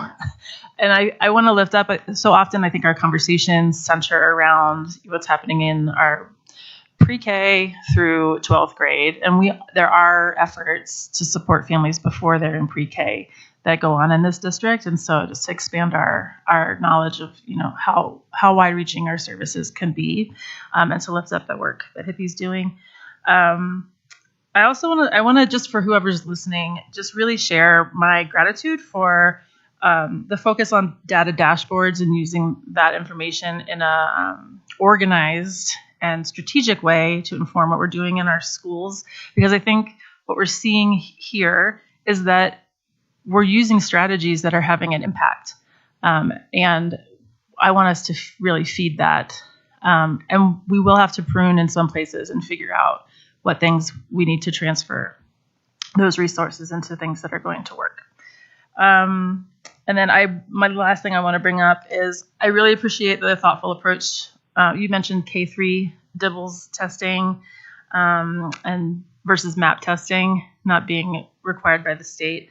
And I just want to say, I think high stakes testing for young kids is so stressful for staff, for families. And I appreciate the thoughtfulness about trying to minimize the impact for our younger kids. Sometimes I wonder how we can, or what could be possible to minimize those impacts for all of our students. And I know that's a larger conversation, but I'm glad that you brought it up and that you mentioned that. Otherwise, I guess my last question, it is actually a question for you. What exciting ideas are on the horizon to address opportunity gaps in Jeffco schools? Things that we don't have operational yet, but people are excited about them. I know we've listed a whole bunch of things that we are working on or have already implemented, but I'm wondering if there's anything exciting kind of on the horizon. Well, I would argue that sometimes doing the logical really, really well is exciting. When I think about investing in our educators and giving them high quality professional learning opportunities, that excites me because it helps them build their skills, which in turn makes them very confident in the work that they're doing so that they can serve our kids well. That said, I would tell you that, you know, as Director Reed pointed out, you know, we look at our students and where they're going to go and the world that they're going to navigate. And I think the work that we're doing around the magic of middle school and the work that we're doing around High School Reimagined to really look at how can we give students agency and ownership within their learning and teach them to break that cognitive sweat and be really proud of it when they do, and have them have the opportunity to engage in how do I demonstrate my learning, I think is really exciting work that throughout our district, folks have expressed excitement and enthusiasm toward doing that work. And so I'm really excited in how people have embraced that, and the next phase of really engaging with our community, with our business leaders, with our municipal partners, with all of the folks within Jefferson County to say, you know, let's work hand in hand to make sure that this generation of students is not only well prepared, but is going to be the most phenomenal workforce you've ever seen because of the work that we do together. So that excites me. Great, thank you. Director Applegate. Thank you. Thank you, Dr. Kim. One of the questions I get from constituents a lot is this focus on scores themselves and not growth. And so I wonder if you would take a second and just explain why the growth itself is so important when we're looking at these scores. Because a lot of what I'm hearing is, yeah, but our scores. But this type of growth, it's making kids excited, teachers are excited, principals are excited. And so I would just wonder if you'd take a second and explain why it's so critical. Thank you. I had that conversation with a reporter today, actually, because they were asking about growth versus achievement. I'll start with saying, achievement is important. We want all our kids to reach standard. And we recognize that standards are set for a reason because they are a level of skill that we want kids to have. We want kids to be able to do certain things and to have certain competencies. And we're working to get every student there. But recognizing that not every student starts at the same place when they walk through our door, and not every student experiences learning in the same way, means that different students start at different points. And so as we look at their learning experience over time, over a year period of time, we're going to compare them to their age-mate peers and other students who perform like them to say, are they making growth to continue to get better, get stronger, get, more and more competent in those skills over time?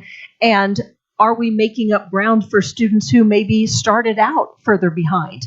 And are we helping them reach that standard at some point, which may take a little longer for some kids than others? And some kids may walk through our door already having that capability. And it's still very important that we give them the value of education and help them grow too. So growth tells us how students are doing. And it tells us, are they continuing to get better and stronger in their skill development and in their competencies over time, regardless of where they started. And so it's a really good dipstick measure that says, if they're making growth at least the 50th percentile, we know that we're on track. If we get growth that's higher than that, then we know the odds are that they're growing at a faster rate than their age-mate peers, therefore making up some ground if they started further behind. And so the growth data tells us the quality of their educational experience over that year period of time that we are serving them. Is that helpful? Thank you. It is very helpful. The other thing, and I appreciate a lot of my questions have been asked, so I appreciate my fellow directors in person covering a lot of the important details there.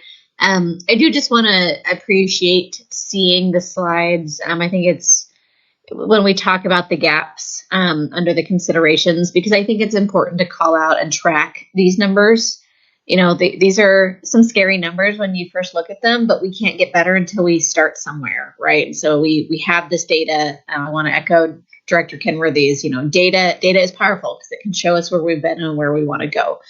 And so I appreciate us being able to see this and put numbers to it.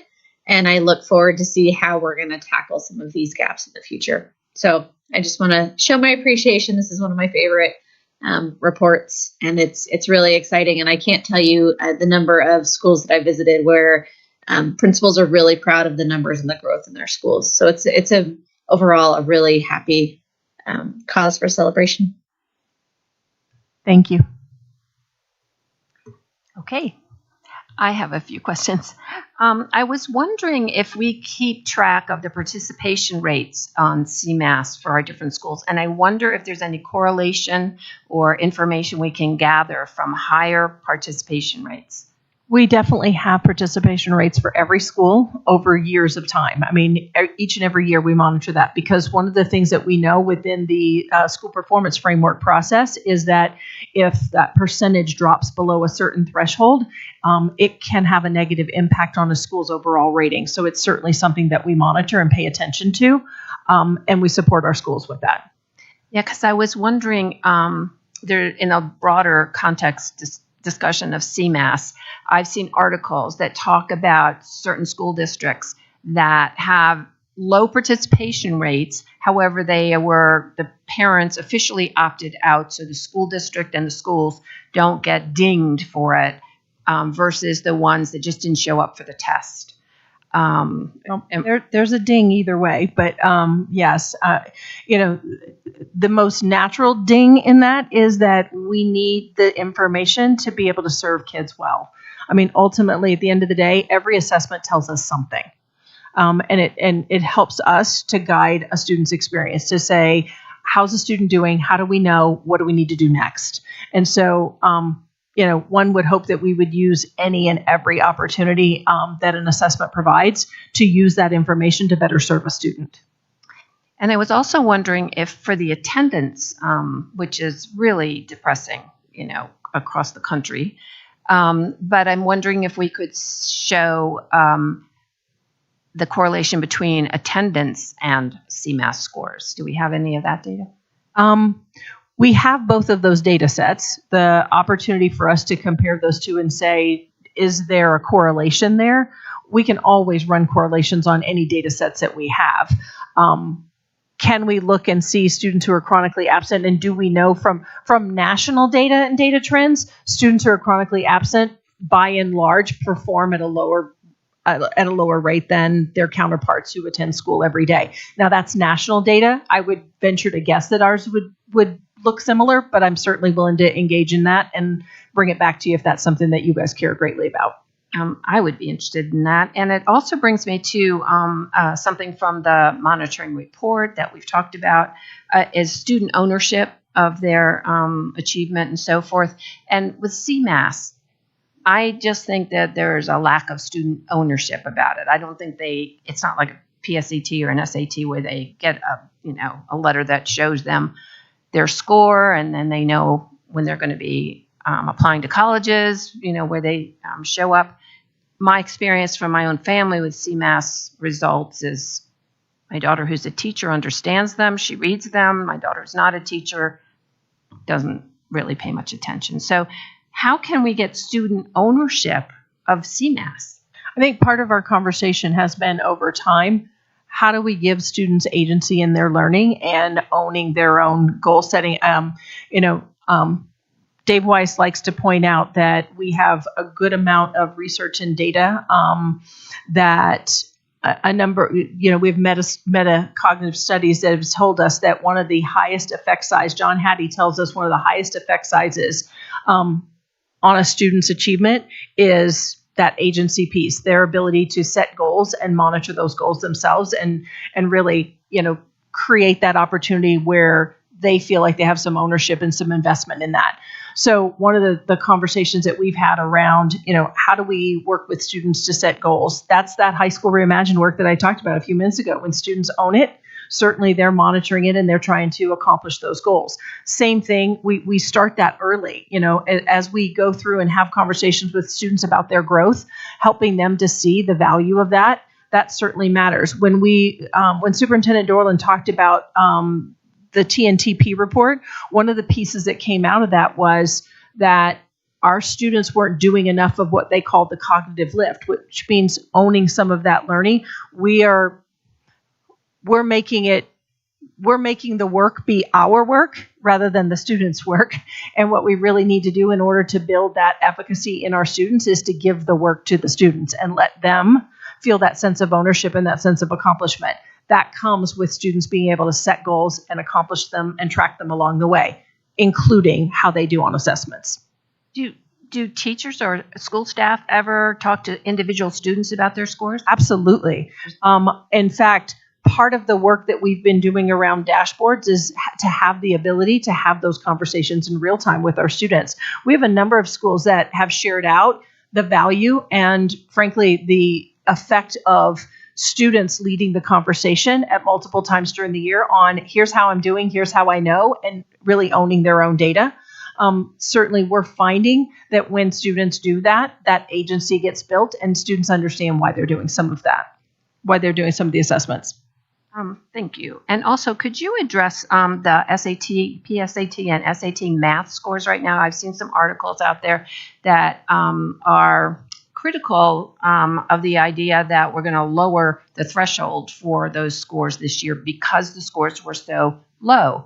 And that implies that that's all we're going to do. The lower the scores go, the lower we'll move the threshold. Can you explain what happened this year? Sure. Thank you for asking that question. So from the 22-23 school year to the 23-24 school year, College Board made a transition from the traditional pencil paper assessment that students took for years and years and years to a online responsive assessment. Now, their goal in that was to make it more efficient so that it wasn't as long. It responded in terms of how kids answered. It would respond and move around in terms of content to get right at what do kids know and get their scores. The challenge is that those two assessments are not normed against each other at all.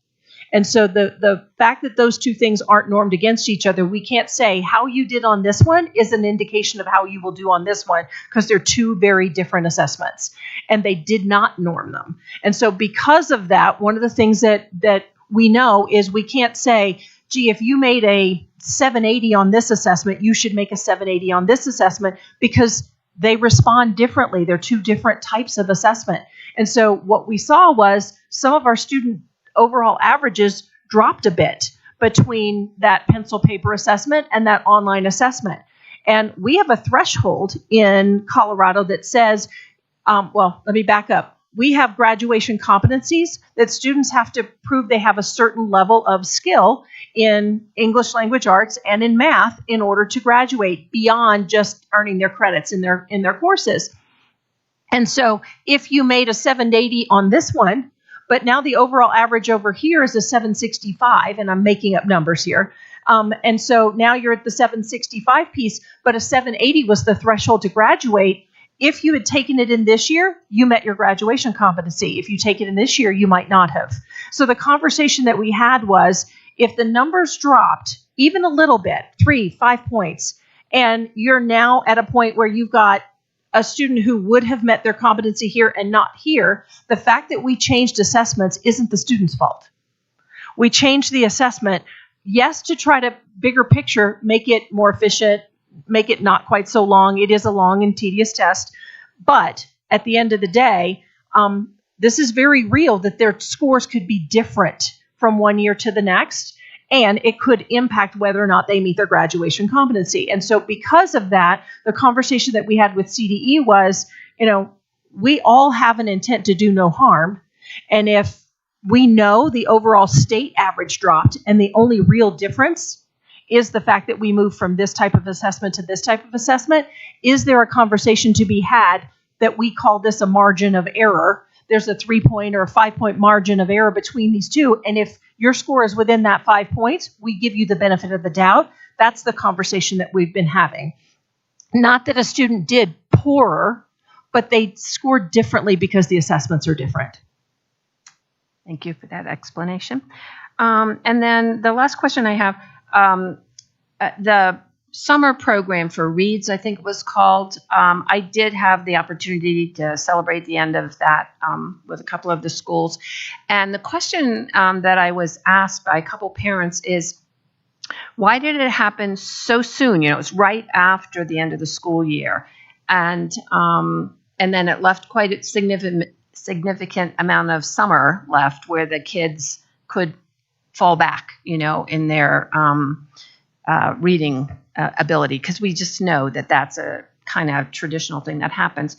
Could we put that at a different time of the year? Like, it would be more helpful if it was just before the start of a school year instead of just at the end of the school year? I'll ask Ms. Nicothodis to chime in here, because I know that's her team that puts it together. Part of what I would want to ask the question is, do we have patterns of data that tell us that if we wait a certain period of time, we get less kids coming to the table? And if we just keep going, we have more student participation? I don't know the answer to that. She probably would have a better answer than I would. I don't know that we have any data that really shows us. I don't know that we've leaned into it to ask that question necessarily, although we did have 2 different periods, and then we also for summer school this year, and then we also had a home reading program as well. I know we had a lot of participation in that home reading program, so that was really interesting to see the response to that. So I think we'll continue to provide more opportunities for students to access tutoring and extra supports over the summer remotely for the use of our technology. But I don't know that we had a session that was 4 weeks long at the beginning, and then we had another concurrent session 4 weeks later. I don't know that we had dramatically different attendance between those two. Okay, thank you. Thank you. This is, I think, the meat of our responsibility as a school district to fulfill monitoring report 1.1. So thank you for the presentation. Thank you. And I guess you might be sticking around. I'll just hang out here. I'm comfortable now. So we are now turning to the second of the 2 monitoring reports for discussion tonight. This agenda item provides the board an opportunity to revisit the topic Board Ends 2.3 for discussion, and that ends reads like this. District employees will use student data, both formal and informal, to drive decision-making. And as previously mentioned, the full monitoring report is available in board docs. Before I turn this over, Superintendent Dorland, is there anything you'd like to add? Thank you, President Parker. As the board end states, that district employees will use student data, both formal and informal, to drive decision-making.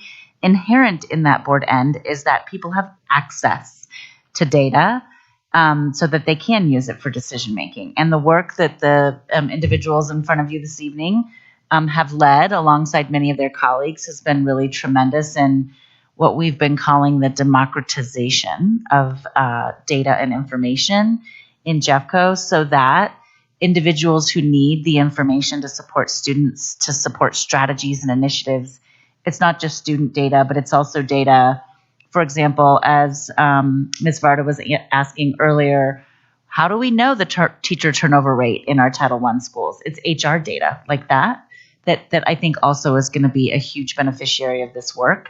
So thank you for the work that you guys have done to support this big effort. I know it's an ongoing project, and we're happy to share with you some of our successes and challenges this evening. Dr. Kim?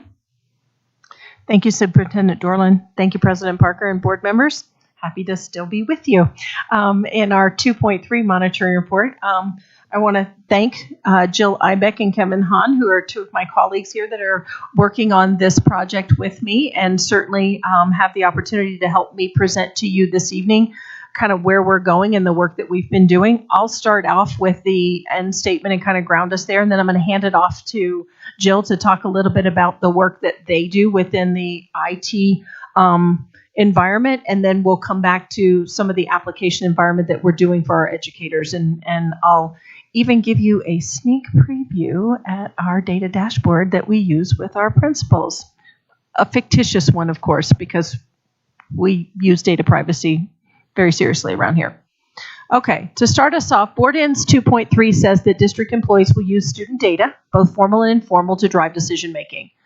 And our interpretation is that they will have access to appropriate data that allows them to make everyday decisions to meet the individual needs of students, identify school-wide or district-wide trends, address challenges, and scale best practice in support of a culture of instructional excellence and the extraordinary student experience.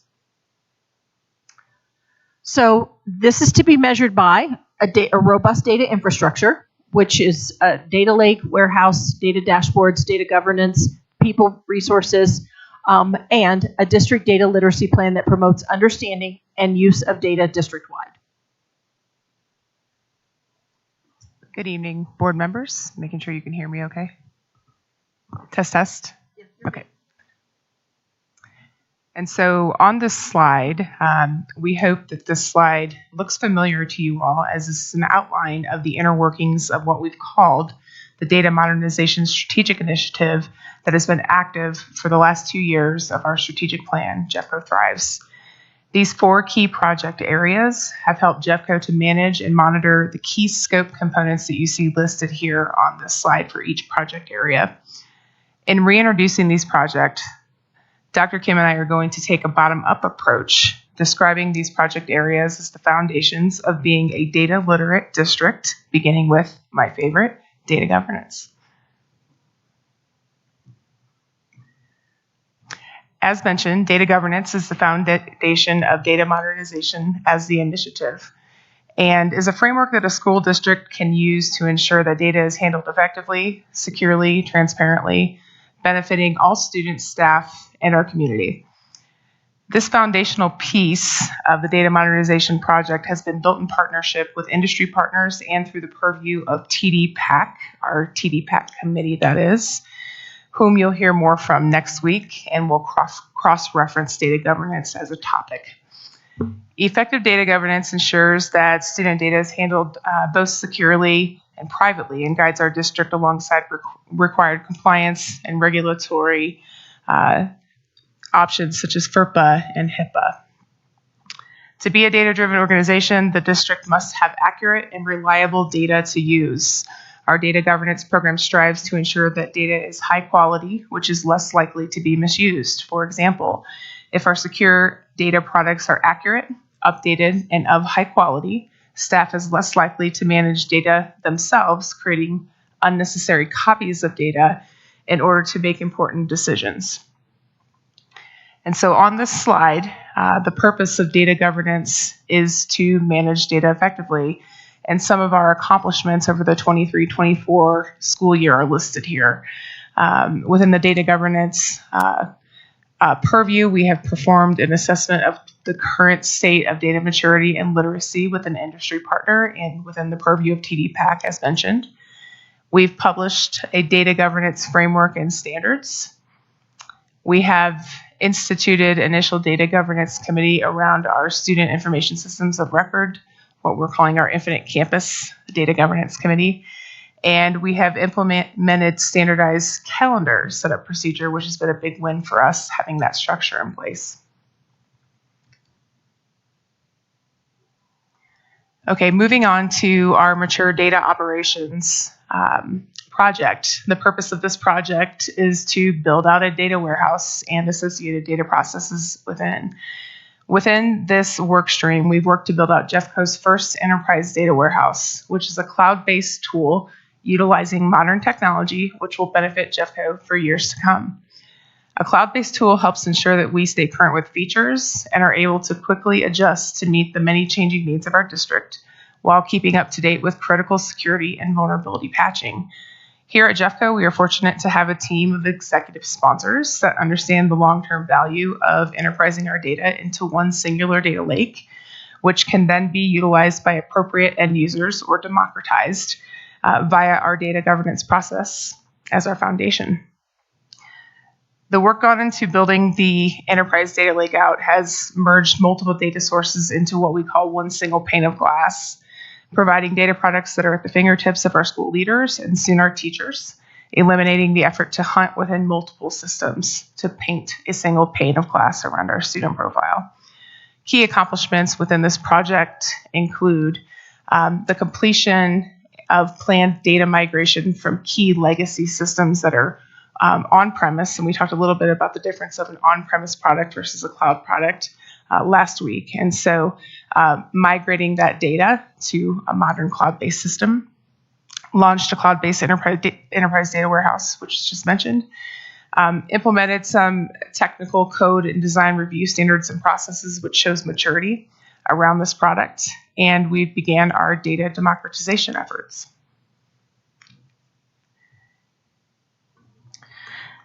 Then as we take a look at the data products that the team has created over the last about year and a half, our purpose was to deliver high quality priority dashboards. And as I think Jill and I have shared with you in the past, we have worked with leaders throughout our district and teachers throughout our district, either through piloting and or through focus groups to get their input on what do they need our data systems to do for them so that they can make decisions and monitor data in ways that are effective for them. This team, led by Kevin, delivered 15 enterprise dashboards over the last year, including a progress monitoring dashboard that is used by all of our leaders throughout our district.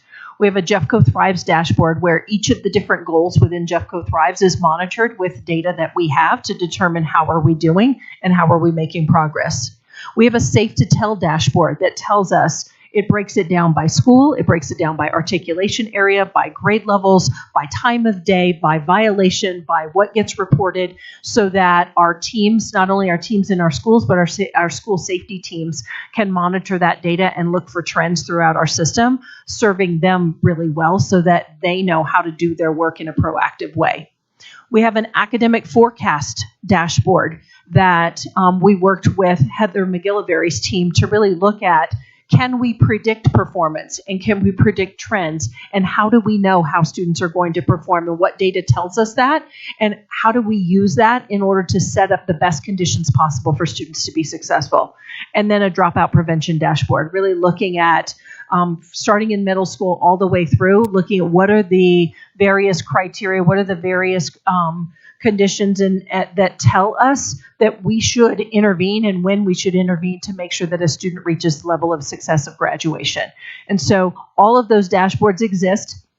And I would be remiss if I didn't point out that we've done such a great job with this that, as we talked about today, Kevin's team has a 4-page list of requested dashboards to be developed in Jeffco based on all data systems that we have throughout the district that would help support decision making and work that we're doing. So this has not only been received well, but it now has created an even greater demand for having data at your fingertips in real time so that we know the work that we're doing is the right work and we can make the right decisions at the right time to serve our students and our staff well.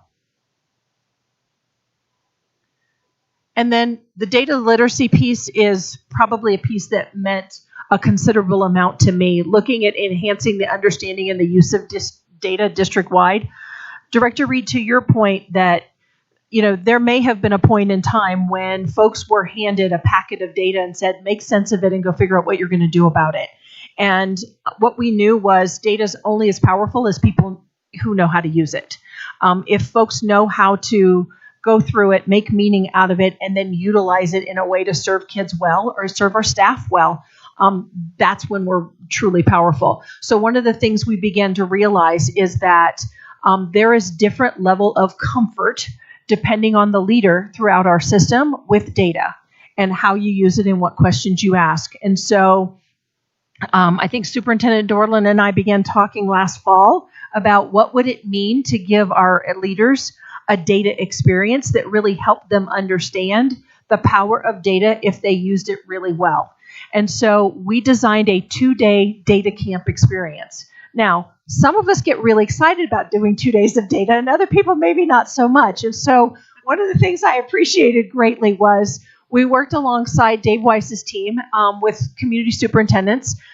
We held data camp for all community superintendents first, and then took their feedback about the experience, what worked, what didn't work, what made the most sense to you, what was valuable.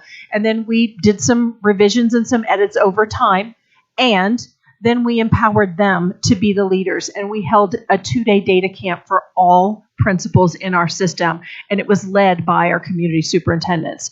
And so while data's fun for some of us, and maybe not so much for others, they made it a whole lot of fun. And I mean that very realistically. I'm not being facetious in any way. We had literally tents and campfires set up in rooms, and we had the theme of s'mores that they brought in for it. They really made it fun for everybody, and it really made it comfortable for folks who maybe get a little nervous about data. Folks engaged in really high quality conversations around what is the data telling me, how do I know, and how do I use this to really serve my staff well and to serve my students well. So from there, we've also planned out and will be conducting data camp for all assistant principals and all instructional coaches over the next couple of months as well. Our IDS team, or Dr. Eaton's team, helped us to develop a graphic that really explains all of the data competencies that a leader needs, so that we're real clear around how do you look at data, how do you use data, how do you inform data. And really, we got feedback throughout the process, the iterative process, to develop the data competencies that every leader needs in order to do their work well. And then from there, we built that into what does data competency look like for teachers? And then we had teachers that worked with us throughout last school year to pilot a teacher data dashboard, looking at the data that our teachers needed and getting feedback from them. Teachers used it in 26 different schools, I believe, and that will be rolled out later this fall, early winter, late fall, right about the time they get ready to use it for middle of the year data. Our teachers will have access to their own dashboard based on the feedback that we got from our educators as far as what it needed to look like. And then as we do our leadership walks, part of the conversation that we have each and every time is tell us your data story, especially now that we really have level set, or we have calibrated on what it means to use data and what it means to really analyze your data. The conversations that we're having in our leadership walks have taken on a whole nother level as far as looking at individual students, looking at groups of students, looking at performance trends and patterns, looking at grade levels, looking at what teachers are using. And the conversations have gone to a much deeper level to make sure that we're doing the right work, and we're monitoring to make sure that the work that we are doing is having an impact on our students. So now the fun part.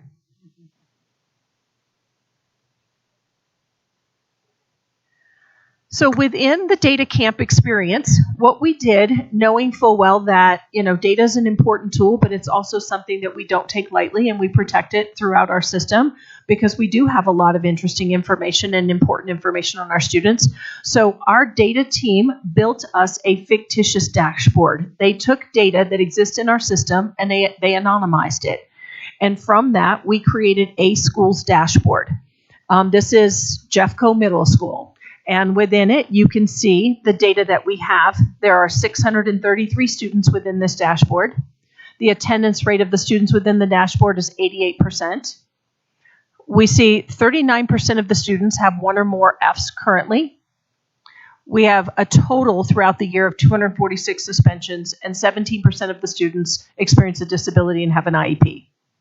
Now you can see, as a leader, I can monitor attendance each and every month and see how it changes over time.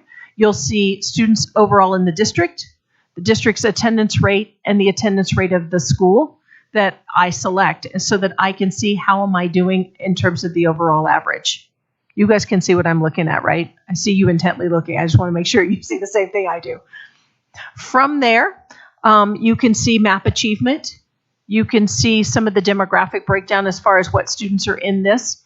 Here are, again, fictitious teachers in the system in this particular school, the courses that they teach, how many students they have, and then the data on those students, attendance, grades, ALPs, so students who are identified as gifted and talented, how many ELL students, students who experience a disability, what percent that is. So I can look at that, and if I click on a particular teacher, like Anthony Smith, it will immediately show me Anthony Smith's data, not just the whole school's data.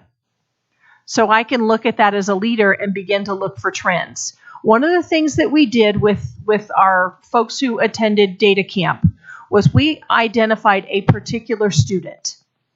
And we asked all of our leaders to really dig into that student's data. So I'm going to pick a student down here at the bottom. And just, let's say, Michael Cannon.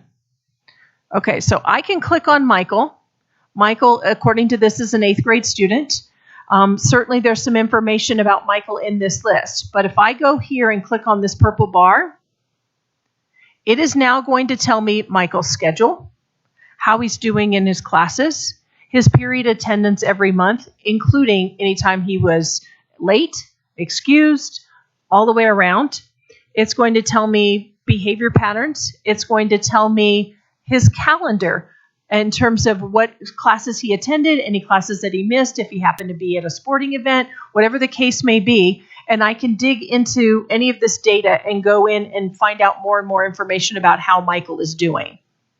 Now, obviously, I only have access to this information. If I'm a leader of the school, I have access to all of the information of all the students in my school. If I'm a teacher, I'm going to have access to my students to be able to look at that. But one of the things we asked is we asked our leaders to really dig into that particular student and look at patterns and what do you see?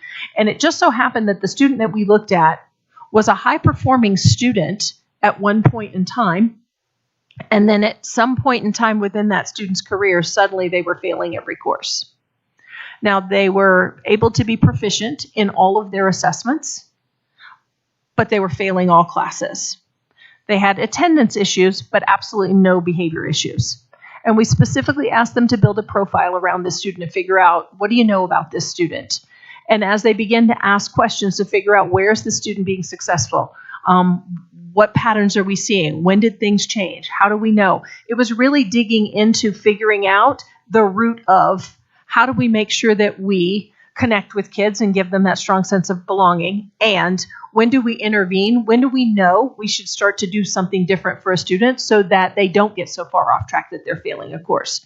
From there, we asked them to find 5 or 6 other students that had some similar characteristics as that student.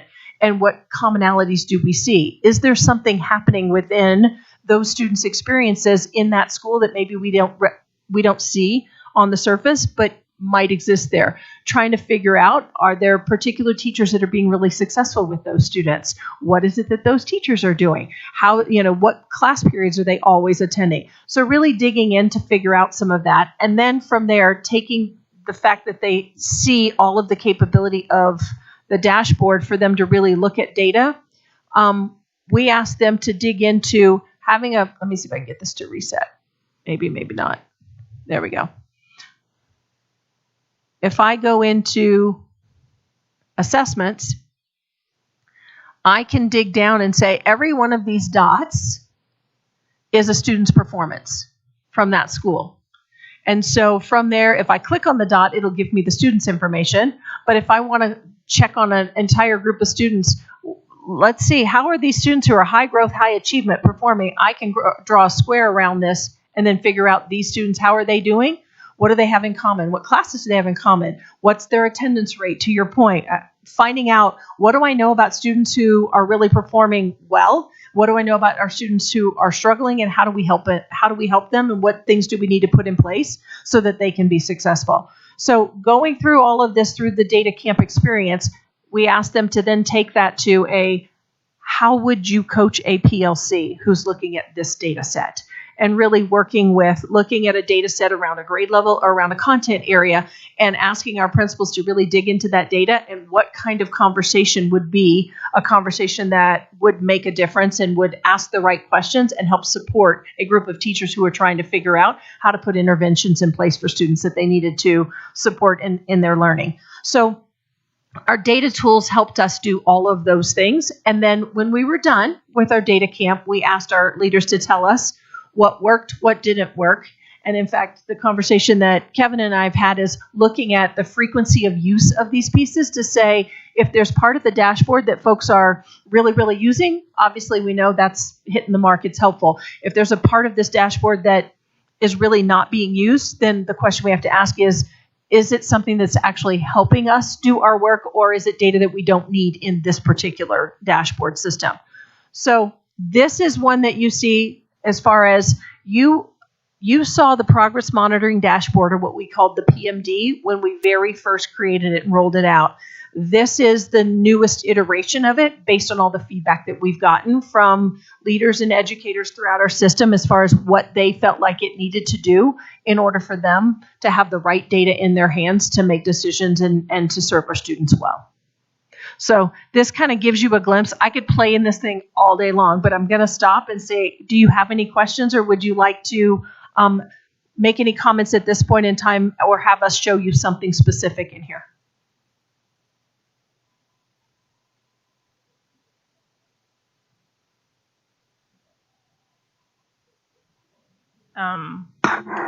You mentioned teachers can have access to the students that are their students. Just wondering about if there are small learning communities where there's groups of students, but they don't always have they're all together a lot, but they don't always have the same teachers. They might move around. And a teacher, I don't know. I'm thinking more about behavior and SEL kind of stuff, interactions that teachers might be seeing between classes, or where they want to be able to check on a student even if that student's not on a roster for any of their classes. Does that mean that they just need to go to the administration and have the admin maybe look at it? A couple of things will come out of that. Number one, that's, to me, one of the critical reasons why our administrators need to be part of PLCs and having conversations, because they do have access to the bigger picture of their whole school. We also are having conversations with our counselors around when do we involve our counselors in data camps so that they have access to these tools as well. Instructional coaches certainly as well. If we had a group of teachers that work together, say in like a middle school structure, where we have an English language arts and math, a science, and a social studies teacher, and then maybe a particular elective teacher that's a part of their team, and they all need access to the same kids, can we give that to them? Certainly we can. We have the ability to do that. We're just going to be really thoughtful about how we do it, and we're going to make sure that folks have information that they need, but not information that they don't. Thank you.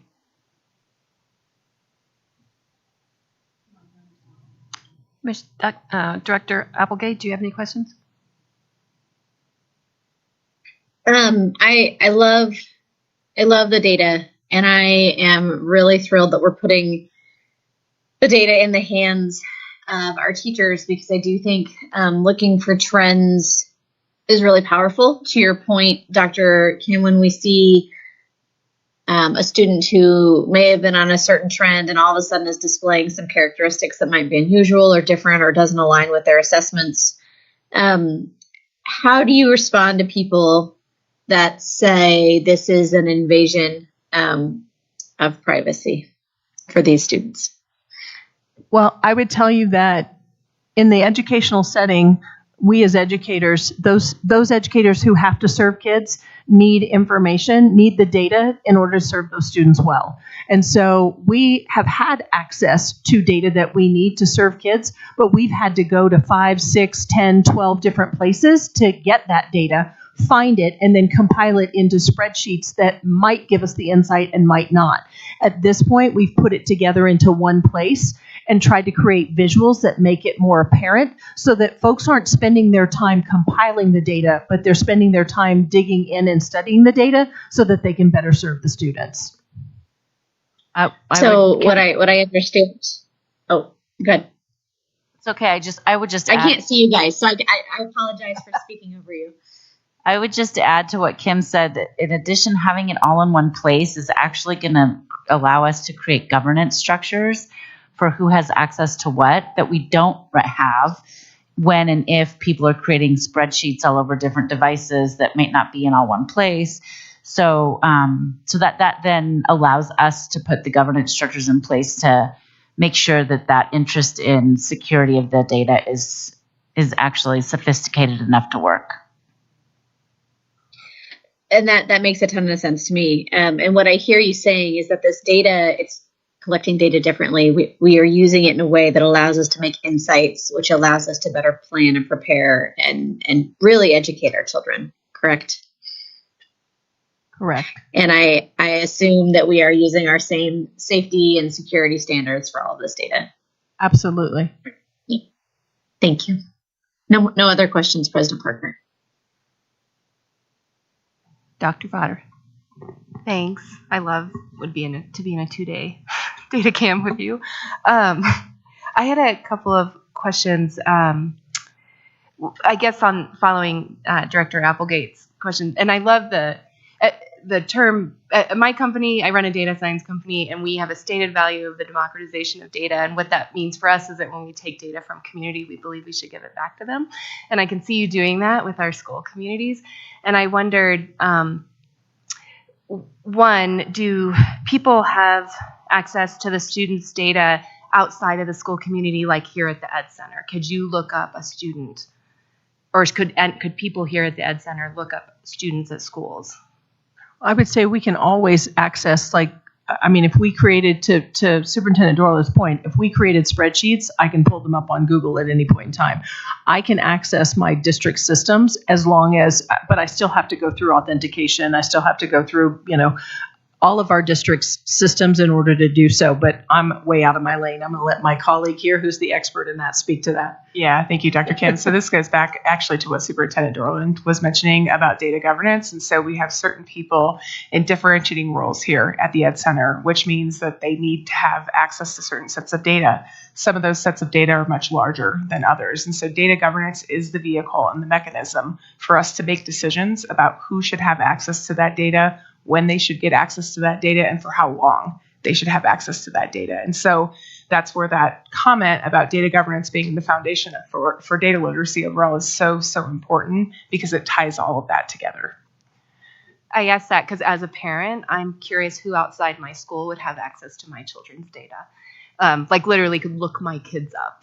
And on that note, I wonder, as a parent, I would like to look up my kids and have this level of data. And that's around democratization of data. That's what I kind of mean. If you take data from children and parents and kids, and when do the parents get access to their kids' dashboards? I'm just curious because it seems like it would be something parents might be interested in. Tongue in cheek, I would say that's page 5 of the list of dashboards. No, and also we have student insights certainly that still serve us, that you as a parent can access the data that we have, whether it's achievement, grades, et cetera. You can certainly log into Infinite Campus, but having something like this, I have no doubt that at some point that will be part of the conversation.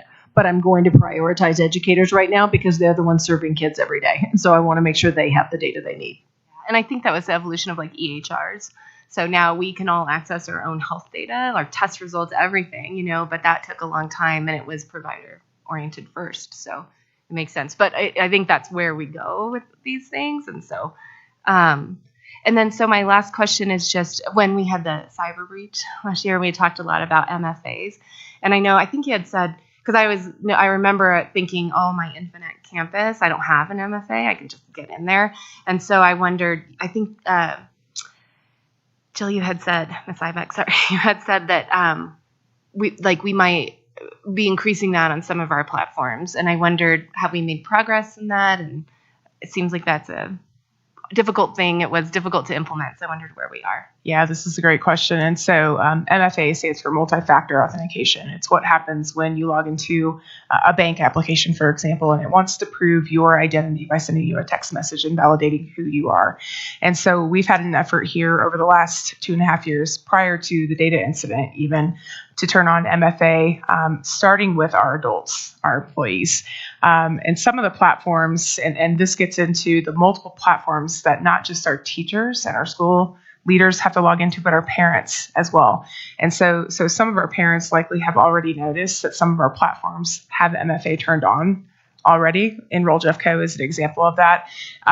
So that's rolling out. Some of that we have control over, some of that we don't, depending on the cloud provider.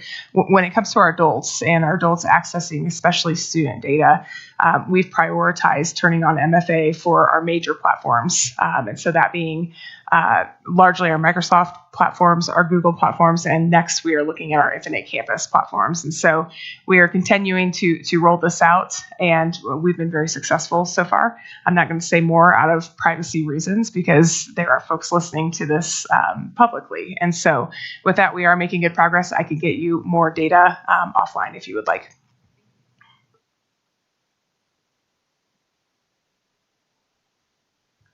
I have another question. When I was reading through the report, I noticed that progress monitoring data points for that dashboard, there are 16 points, but only 15 of them are checked as being available for sorting. And so I'm wondering, and the one that's not checked is SEL information, and I'm wondering if there's a specific reason that information is not available, or if it would be additionally protected and not included in that dashboard. Part of it depends on the characterization of the data. If it's just specific information that wouldn't need to be sorted in one way, shape, or form, we just have it, then we don't need to sort it. But if it's one of those things where we would be sorting because it gave us patterns of performance or patterns of observable behaviors and things like that, we have the capability. Honestly, I will show you this. This should give you some idea. These are all the filters that exist on our dashboarding system. I can sort, as you said, with 15 different ways, depending on what I need to look at. And anytime we have figured out that we've got a data source that we need to be able to sort it, to be able to figure out what's going on, the team is unbelievably responsive to say, okay, let me help you figure that out. And we do. So I would say right now, those are the things that we figured out a reason why we needed to be able to sort them. As more data goes into different dashboards, we'll have to have more and more conversations around that. I'll add one thing. Related to data governance and student data privacy, we, in addition to putting in rules and regulations within the system for who has access to what level of data and how much detail, which is ongoing and a really important part of the work, and TDPAC is involved in that. So when they come to speak to the board, your committee feel free to ask them questions about their involvement in that. I would also say that we're pairing that not only with structural rules and regulations around how people access, but also training. So I am in the middle of my vector training. I'm saying that publicly because I'm going to get it finished by the deadline. But one of our vector trainings is on security and technology security as well as data security. So I just want to highlight that I think there is a combination of what we need to do, which is both systemic and then also training for our employees so that they understand the importance of all of the privacy pieces that they're responsible for as a public educator. Thank you. I also just want to share gratitude for the appendix and the definitions, because this data world it's a whole language, right, that people have to become proficient in, and I really appreciated it. So thanks. Mine is really short and sweet since I was so long the last time. And that is that I had asked you at the very last minute last night to provide more specifics. And so I just wanted to thank you very much for taking us through all the different ways that this can be used and talking about how a school leader might use that particular information. I found that very helpful, and I hope that anybody that might be watching this would also have found that that helpful. So thank you very much for doing that. Thank you. I also want to thank you for the presentation. And I just want to say that I've had the opportunity to participate, thank you, in a lot of activities and meetings with other board members from other districts throughout Colorado. And the data dashboard is one thing that everybody wants to have and not everybody has. And I think it's wonderful that we have this level of information. I'm very excited when I can tell them we've got wonderful dashboards. I have a question. When it was designed, were all the elements in there homegrown, or did we use templates from other districts or around the country? I would say there are a number of us in the group that worked on this that have differing experiences from either different industries or different education entities that have used dashboards that had visuals in mind. I would tell you that there were times that whiteboarding was involved with us drawing out. I wanted to look like this, and I wanted to look like this, and could it do this? And luckily, we have an amazing team of IT professionals that, how's this? What does this look like? Do you like this? I can also make it do that. And honestly, it was iterative over time. But part of it is there are a number of pieces out there, tools out there for them to use. And we have professionals that are incredibly talented at using those. And they were able to put different things together and then were willing to come back to us and say, does this do what you were looking for? Tell me more, and continue to refine it. Thank you. And then another question I have is, prior to a dashboard being available, what kind of access did especially middle school and high school staff have to IEPs? And I'm saying this from my own experience with my daughter who had an IEP. In elementary school, it's very easy. The classroom teacher works very closely with a special ed, and they have their, meetings. And I always felt that the classroom teacher knew my student, knew my daughter, and knew all the provisions in there. But once she got to middle school and got to high school, it was hit or miss. So does this help the kids that are on IEPs? Is there more access to their... What this does is there is a symbol that indicates that the student does have an IEP, so that when you click on it, you know to go to the system where the IEPs are managed. And get the information that you need as a teacher in terms of the modifications that need to be made or the accommodations that need to be made for that student. Do we include the IEP in here? No, we do not. But we do have the flag that says this student does have one, and therefore you need to go to our system that we manage all of our IEPs through.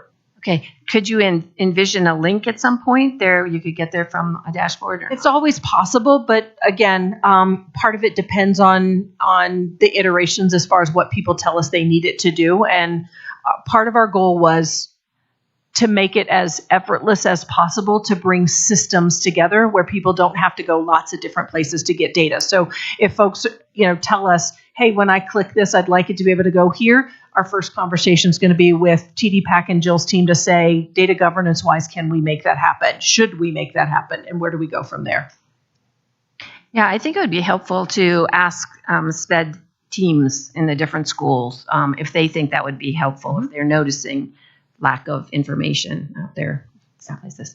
Anyway, this was wonderful. Thank you so much. Really appreciate all the work and happy that Jeffco has these wonderful tools available. Thank you, guys. Appreciate you. At this point, I think I'll take a very brief break before our next presenters come up. So we'll take a 5.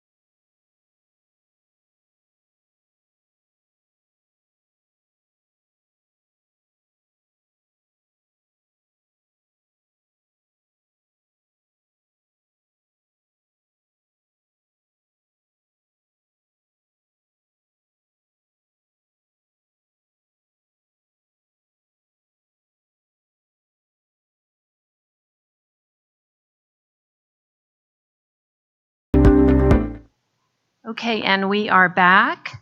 The purpose of our next agenda item for study this evening is for the board to receive a presentation on the Middle School Accelerator project and the magic of middle school. For the board and our listening public, beginning in the fall of the 2023-24 school year, independent academic consultants, TNTP, began work in conjunction with district staff to analyze the middle school experience, specifically the challenges that the district sees in the 5th to 6th grade transition year, with the goal of accelerating student outcomes aligned with priorities identified in Jeffco Thrives 2025. Tonight, district staff are joined by our partners from TNTP to share their findings and plans to scale acceleration efforts across all middle schools in the district this school year. Before I turn this over to Ms. Nicothodes, is there anything you'd like to add, Superintendent Dorland? I want to thank both Renee and Dave, as well as Emily, for being here representing the district in this work. And I'd like to thank Sarah and Susan for their partnership in this journey.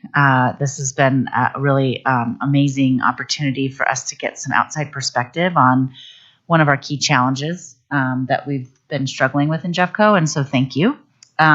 I also want to preview for board members that there will be on your consent agenda review later on this evening when I walk through it with you, a contract to continue this work into this year. And I'll explain more about that later. But just know that this is a preview for you all to understand the work prior to a contract approval next week on your consent agenda. So excited for you to have the opportunity to study the good work that we're doing with this partnership. And with that, I am handing it over to Ms. Nicothodes. Good evening, Superintendent Dorland, members of the board. I'm so happy to have this time with you tonight to really talk about what's turned into a very valuable, I would say enriching partnership opportunity between Jeffco Public Schools and the New Teacher Project, or TNTP.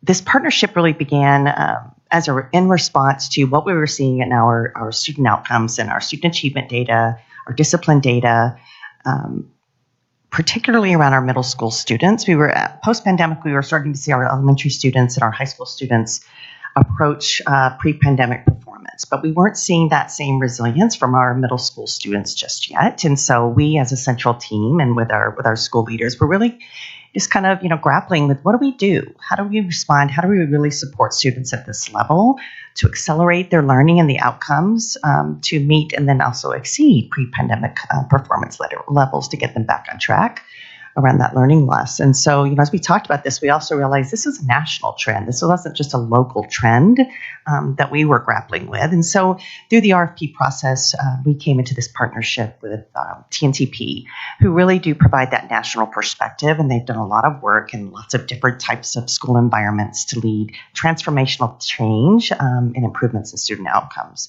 And so we have embarked upon this project, which we are calling our Middle School Accelerator project, because the intent of this project is to really look at actually 6 of our middle schools that we identified as focus schools for this work. So we can really kind of, I've adopted from language from our partner, Sarah, who I get to talk to here in a few minutes, Mine for Awesomeness, really identify what are some great things that are happening in these schools that are working for our students. How do we scale those things out to other classrooms and to other schools, and also explore opportunities to improve the student experience and the outcomes that we were getting at this level through the partnership with them. So I think it's turned out to be a really valuable opportunity for all of us to think about the 6 schools that they are working with, and then how do we then scale that out. And the 6 schools they're working with, just as focus schools, represent really the range of different types of school environments we have in Jeffco. We have North Arvada Middle School in the project. We have Carmody Middle School, Creighton Middle School, Wayne Carl Middle School, there's 6.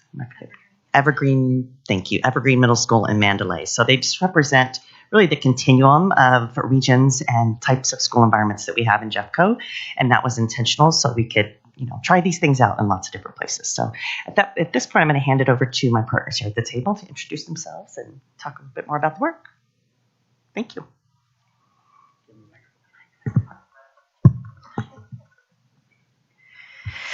Good evening. Thanks, Superintendent Dorland, members of the board. Really excited to be here tonight. We're going to introduce ourselves in a moment, but just really want to give you a sense of what we're going to be talking about this evening. So we're going to talk about who we are as an organization, what we do, Susan and I are going to share our perspective locally and what we do here in Colorado, and then really orient you to the work that we did last year. We worked across multiple projects, so we're going to share some of that so you get a sense of the overarching work that we're doing with Jeffco Public Schools, and then really zoom in on the middle school accelerator work, which we're excited about. So my name is Sarah Lynch. I'm a partner with TNTP. My job in our relationship with Jeffco is to ensure that all of our work that TNTP is doing to support the district is coherent, and we are not contributing to incoherence across the system. You're going to hear us talk a lot about consistency, coherence, and belonging. It matters a lot to us. And so my job is to drive the teams and ensure that we're doing right by what we say we're going to do. I also work directly with Renee and Dave. I'm supporting community superintendents, and then on the ground with Susan in our middle schools and in the turnaround schools that we're supporting. I also live locally. I'm a Golden resident. I'm a Jeffco resident. For the purposes of tonight, it's probably important that you know that I managed middle schools. I was a middle school principal. I was a 7th grade English teacher and was in the classroom for about 10 years. I've taught and run schools all over the country, and I've been in Colorado for the past 6 years. Hello, everyone. Pleasure to meet you. My name is Susan Morris Ovuwarrier, and I'm a leadership coach with TNTP. As a leadership coach, I'm really side by side with the school leaders and providing that external set of eyes, that validation, that mining for awesomeness, and helping leaders really recognize the strong practices already in place and how we can kind of codify and help scale those to additional schools. And then also to help prioritize any potential next steps and areas of focus, because everyone always wants to do better every second of every day on behalf of our students. And sometimes we can just get lost in our own kind of thought webs there. And so I provide that kind of side by side in the school support. I am also a Jeffco resident and a Jeffco parent. And so live locally here in the district and have a legacy of family history in Jeffco. So it was really, really exciting for me to have the chance to work on this contract. My grandparents worked in the district, were teachers, and my grandmother was a librarian. My dad and my aunt went to Jeffco schools throughout, and I was obviously kind of born and raised in Denver, very passionate about education in Colorado. I also worked as a middle school teacher, have a background as a secondary math teacher, and then assistant principal and principal of a middle school. So middle schoolers are very close to my heart. I'd like to say that I always did 7th grade about 14 times because I just always ended up working with 7th graders. They're so special, and it sometimes by choice, sometimes by virtue of the circumstance, but they're my absolute favorite. Good evening, everyone. My name is Emily Johnson. I am the proud principal of Carmody Middle School. I was a science teacher in the middle school level for over 10 years, most of that time at Carmody, instructional coach, assistant principal, and now principal. I'm very grateful to be here tonight to share the awesomeness that I personally have experienced, but also the students in our community have experienced just within this partnership. And I'm mostly proud of being a Jeffco parent because this work is the right work. So thanks for having me tonight. Thank you. Dave White, Chief of Schools. I'm going to turn it over to TNTP to share their work. So if you're not familiar with us, we wanted to share the work that we do nationally. So we currently are partnered with 6,000 districts across the country. We are in 39 states. I'm really excited because our work in Colorado is actually the fastest growing state that we have nationally. We do a lot of work across the state with DPS, APS, Adams 14, Cherry Creek, and then we're in some rural districts as well. I get to spend time down in Cripple Creek, and I'm really learning about the rural communities here in Colorado. The benefit of that is that when we are trying to solve local problems or working with district personnel on vexing issues that they're trying to find positive solutions for, we have 658 folks at TNTP that we can call upon who are experts across the board in education, from working with state level folks all the way down to classroom instruction. So if we don't have the answer, we can absolutely find someone who can help us bring the right answer. And Jeffco's actually gotten to experience several of our national folks who came into leadership launch this year and shared some of our research. And Jeffco was the first district to see that nationwide. So we're really excited about that. So what we do, and what's most specific to the work we're doing here is around academic consulting. So we're really supporting academic strategy and the implementation of Jeffco Thrives. It's a really high quality strategic plan, and the right levers are being pulled by the district. And so what we're helping Renee and Dave think about is how do you manage change around some of these fundamental processes that are really important for kids district-wide. We're also supporting around ensuring coherence with leadership development so that principals and community superintendents are really understanding how do you execute on the ground in schools to ensure that they one, know what it looks like to do really well and feel supported by the district to do that well. We're also supporting school leaders in 9 schools across the district. And so this actually is an image to actually share some of the different work that we're doing. Like I said, we're doing strategic plan implementation with the work with Renee. We're supporting coherence across the academic and schools team and really ensuring that there's conversations happening and everyone's kind of moving in the same direction on a limited number of focus areas. That makes change feel really doable for a system and a lot less scary when you're focused on the same things and going really deep on those things. We're supporting community superintendents on campuses to make sure they feel like they have what they need to be managers of instructional leaders. We are working with 3 turnaround schools through an EASY grant-supported contract. And we did a research project for Jeffco, really looking at the experience of students who are experiencing poverty in the district and provided 1- and 3-year action plan suggestions on how to start closing some of the major gaps that those students are experiencing. And so on our work on campuses, what we're trying to do is find proof points, mining for awesomeness, on what's really working well, and then scaling that across the 6 schools that we're working directly with at the middle school level, and then in multiple opportunities sharing that district-wide with all middle school principals and school leaders, and then in a leadership launch capacity to all school leaders pre-K-12. And so I'm going to turn it over to Susan to talk about the middle school accelerator work. Thank you. So the purpose of the Middle School Accelerator is to jumpstart student outcomes. We really talked about kind of part of the rationale for partnering with us in the work was around this 5th to 6th grade transition, but then also just the broader middle school experience. And so we want to focus on the key instructional leadership practices and did that in the 6 schools that were named previously. And then ultimately always want to be able to scale what we're learning from those schools to benefit all middle schools in the district. And so we'll talk a little bit about the process and support that we provided the 6 schools, and then what the scaling and continued work and partnership this year can look like. So we had kind of 4 big areas within this middle school accelerator work.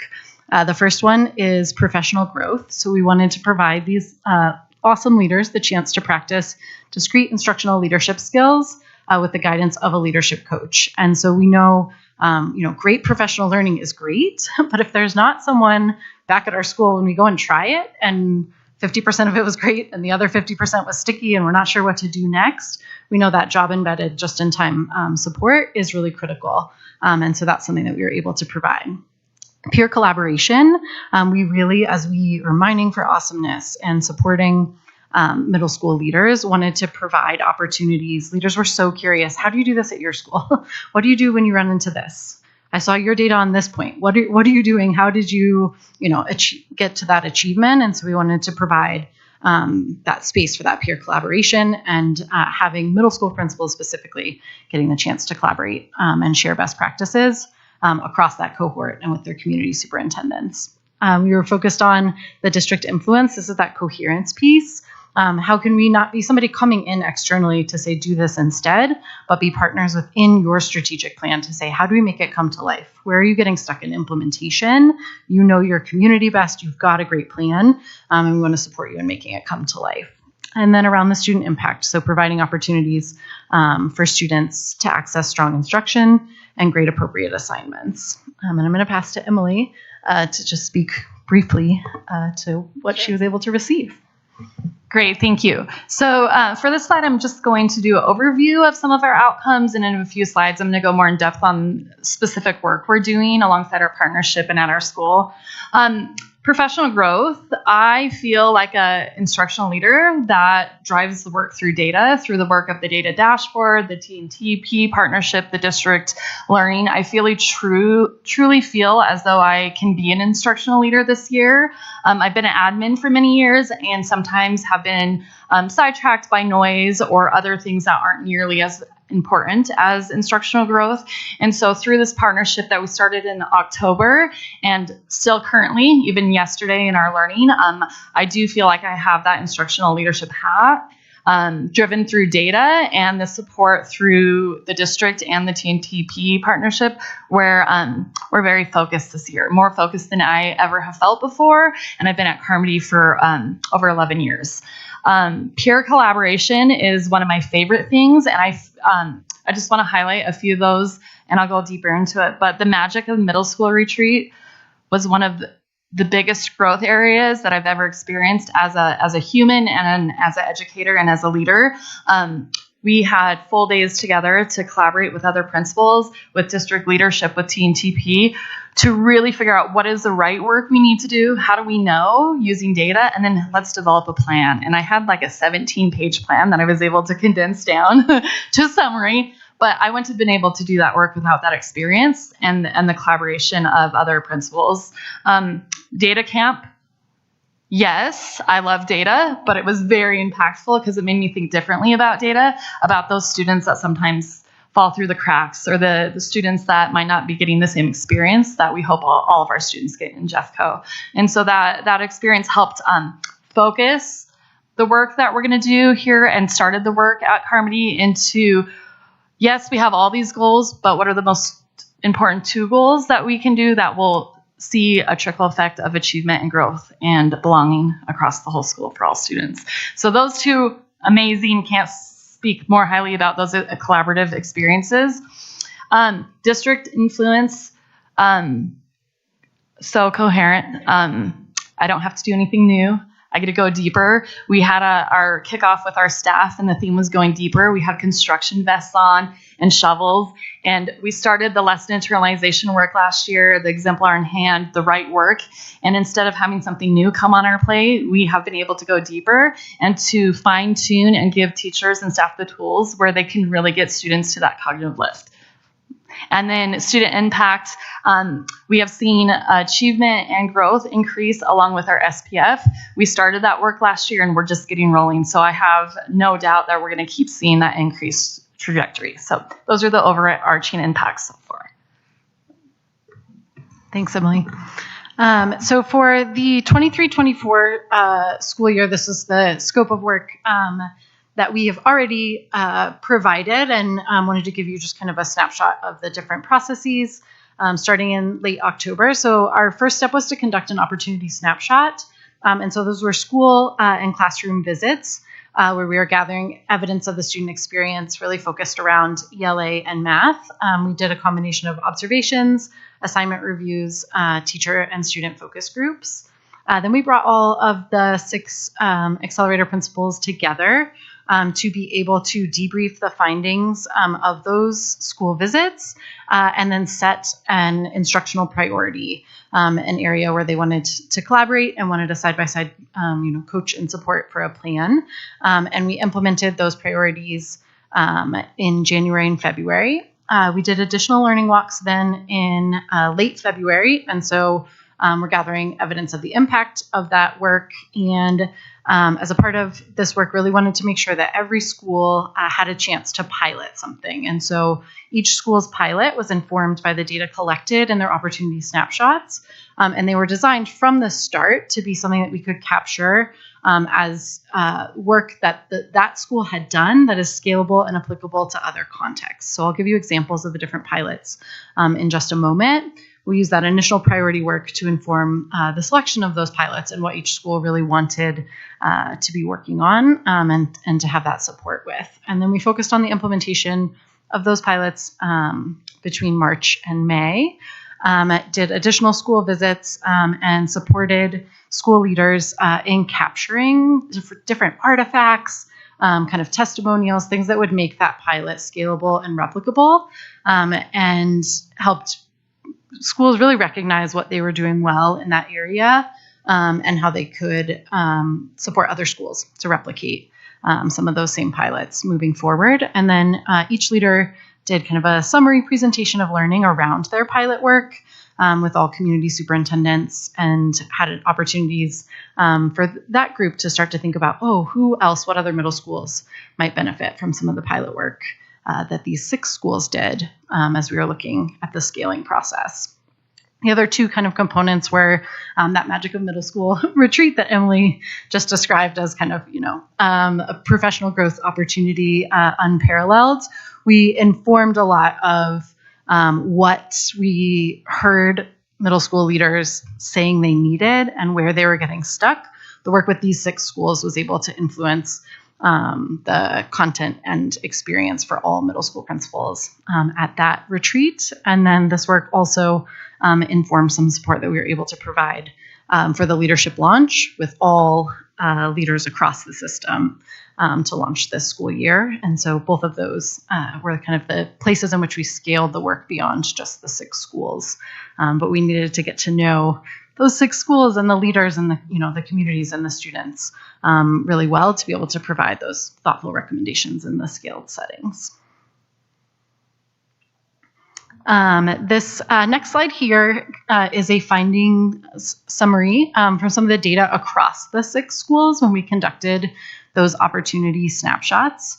And so the big headline here is what we found across these 6 schools was that most of the classrooms we visited had strong cultures and had grade level content, but students were not consistently accessing grade level tasks associated with that content. And there were lots of missed opportunities for students to own the thinking in the lesson and kind of do that cognitive sweat. And so our findings really matched up with the Jeffco Thrives 2025 plan. And we saw in that grade level content and strong culture, great evidence of the work that Renee and the team and that the whole cabinet has been doing around that strategic plan implementation. And we found we had, just-in-time support to be able to come in with this partnership and start to support those high-quality instructional practices and this opportunity for student ownership. There's a theme this year around students doing the cognitive sweat in a lesson. And so those are areas that we're really excited and feel well-equipped to be able to provide support. Renee, was there anything else you wanted to say about that? I guess one thing, it's like she read my mind. I didn't want to interrupt you, but we were talking about curriculum implementation earlier, and they are also supporting curriculum implementation in the 6 schools and helping us understand what's helpful to those schools as they implement. So again, we can help other schools as they bring on new materials, and so that's another value add that's just been tremendous. Great. So wanted to next provide you all with some of the sample pilot goals and just descriptions of the different work that came out of year 1 of the partnership. And so each of these school pilots came with, and we provided a playbook to be able to scale learnings. And so from each pilot, we, again, kind of put together a summary of, why did the school pick this pilot? What data did they use to make that decision? What support did they receive? What systems or processes or artifacts have they built that other schools could easily replicate so that we're not all kind of reinventing the wheel or starting over from square one if other schools wanted to tackle similar challenges. So we had schools strategically plan for the strong start. So coming out of that Magic of Middle School retreat, there was this planning for the school year process. And one school went super in depth with their plan from that process and helped codify how they're making their plan really come to life. And so that was a really exciting pilot in terms of preparing strategically for the next school year. We had schools working on increasing student academic ownership in mathematics and the improvement of instructional practices and the delivery of instruction using IM. And really using learning labs as the vehicle to support teacher efficacy and student growth with learning in mathematics. We had a school work on managing department turnover and the onboarding of new math teachers. So they really wanted to improve staff retention through thoughtful onboarding and provide ongoing support, as well as increase instructional practices and also supporting that increase in student ownership, and wanted to think about how they were onboarding and supporting new math teachers to know that was a goal to start the year, and providing the support that teachers needed to feel really confident and capable to do that really well.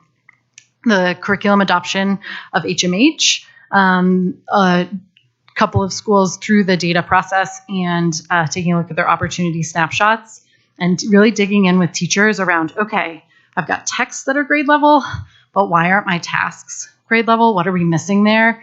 And the deeper we got into some of that work with teachers, we had teachers saying, like, is there a high quality instructional material that we could be pulling from so that we're not trying to source and create all of these tasks? And it feels like, you know, we see the difference that this has made in math. Can we have that too? And so we had schools really eager to take advantage of the district opportunities to implement curriculum. And that was a place we were able to plug in and provide support. Emily's going to share a little bit more about that in just a moment. And then we also had a pilot around instructional leadership and how to increase the frequency of classroom visits and teacher support. And so getting into classrooms to provide feedback on student engagement, student follow through with tasks, and teacher evidence of internalization and planning. And so we were working with an admin team that just felt like they were constantly getting pulled in a million different directions and not able to kind of coherently help move the whole school forward with a, you know, an instructional priority or different supports that teachers were asking for. And so we helped them with walkthrough processes to really make that bite-sized, attainable, and sustainable. And that was something that we were really able to bring to the leadership launch this year and help scale to many more schools, which leaders have been really excited about. So I wanted to offer Emily an opportunity to share a little bit more about the opportunity at Carmody as well. Thank you. The really amazing part is, as I look at all those, I'm like, check, that falls into our plan, check. So although our main focus was the adoption of HMH, I can, without say that we're checking off those other boxes as we do this work together. And so I'm going to talk a little bit about the work we've done together as a partnership in 3 parts. Part 1 really started in October and through March before the Magic of Middle School retreat, where we did a lot of walkthroughs together. And it was very important work. It was eye-opening work. It was work that I think was needing to be done for years. And although in the moment it was like, oh, what is that telling us? But I'm super grateful for those walkthroughs because it gave us the data we needed to make some big decisions to help our students and help our teachers. One of the big takeaways with our walkthrough data is our teachers, especially our language arts teachers, are working extremely hard, hours and hours outside their workday, to find things to teach, to find resources, to find a text, and so that their energy was spent that way versus the art of teaching and getting students to think and have that cognitive sweat. And so I could feel that stress in them. I could feel the stress, and that's not what our data should be. We're working really hard. And through our partnership and the data and the work alongside Renee and Dave, I was ecstatic to get a curriculum at Carmody. But a curriculum doesn't solve all problems unless it's super thoughtful and well planned out. And so as we got that green light to bring on HMH, we've done a ton of work to get where we're at today. Right away, right after we started that as our number 1 goal, in April, we got the district TOSA's language arts specialist to our school. And we said, what is this all about? Let's preview it. We don't want to go into the summer not knowing what this curriculum is about. We spent a whole day doing that. Then TNTP partnered with my leadership team, and we sat down for a good couple hours and said, what are the tights? What do we need to have to ensure that this curriculum is just not an extra thing on the table, but not used appropriately or effectively? And so we went through and said, here's some tights. We need to stick to the curriculum. We need to make sure we're collecting the data. We need to make sure we're responding to the data. What can be a little more loose is the art of teaching, right? Maybe you're doing an up task for this reading and I'm doing a card sort, but it's the same curriculum and same content. After we did that, we moved into having our language arts team do a planning lab. We're a learning lab school, and that's something I super pride myself and our teachers on. And so we spent a whole day planning for HMH implementation and What units are we going to do? How do we know they're the right units? What standards go across 3 grade levels? Let's build our scope and sequence, because this is all new. None of this is built. And if we just started in August and said, let's do it, it would not be impactful or effective. And I felt the energy of our teachers leave that excited, energized, weight lifted off. I now have a curriculum. Now I can think about the art of teaching and that deep thinking and that rigor. That was way back last year, right? Then before school started, we had 2 full days with the TOSAs, with Jeffco, to sit down with our staff again, our language arts staff, and say, here we go. What do we need? Let's look at the online platform. We have our first unit. Do we have our lesson internalizations done? Do we have our exemplars done? And so we had that proactively done. And I can, I'm so grateful to say we've been in classrooms. We have 78 data points so far in the first 3 weeks of school, and 100% of language arts classes are using HMH. So now our focus is more on supporting our teachers of, this is a new curriculum. We're figuring this out as we go. You don't have to be perfect. We're going to do this, and we're going to do this together. And so that is aside to the other goal in all of our classes came from the work, the partnership work, to have exemplars in hand every single day with active monitoring and active feedback every day. So it doesn't matter if they're in a language arts class or a math class. Students are getting feedback. They know what to do with that feedback. So when they leave that class, we don't have to do that reteaching. It's a really proactive approach. And so that's our instructional goal alongside our work with HMH. And so it's kind of been a lot of steps along the way. Some support that allowed that is the leadership launch gave my leadership team tools of how do we make sure our goals are held accountable for, our teachers have the right supports in place. And so through the leadership launch, we were able to develop walkthrough tools. So instructional walkthrough and cultural walkthrough, where every week we do those walkthroughs, we collect data, we share the data with the staff, and then we figure out what tools do our teachers need to effectively implement HMH and have exemplars in hand with feedback. So we're on the right track, and a lot of that work that we started in October is coming full force, and very excited about it. Do you need more testimonial than that?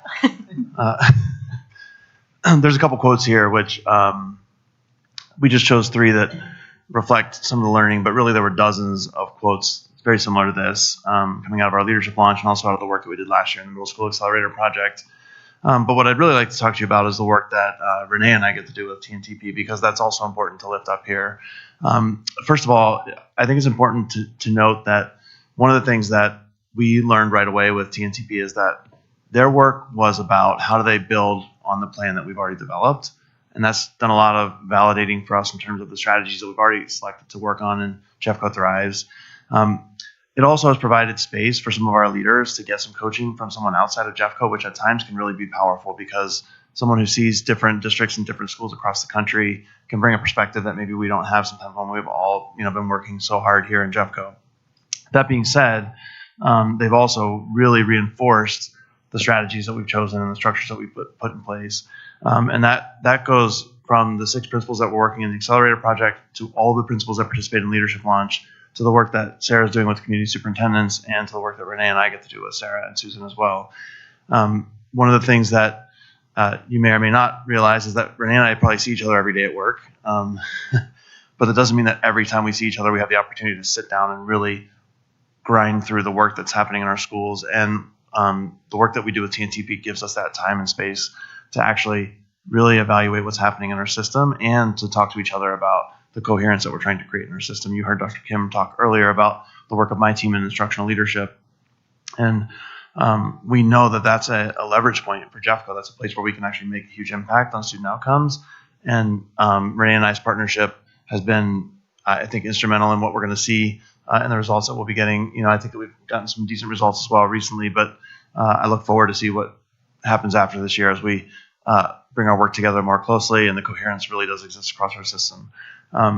So these quotes here, I think you'll hear our school leaders often when they spend time with Sarah and Susan, what they are able to do is get a little more narrow in their focus, and it allows them to actually have action steps after every time that they meet with them that they can actually do something with. And from week to week or month to month, it's very clear that there's opportunities. I mean, you heard Emily say 78 data points already in 3 weeks of school, which is amazing, by the way. Congratulations. That's wonderful. And that comes out of the action steps that she created with Susan and Sarah working together for her school. And so I want the board to know that this partnership has been really important for Jeffco, and really supportive and instructive in our work.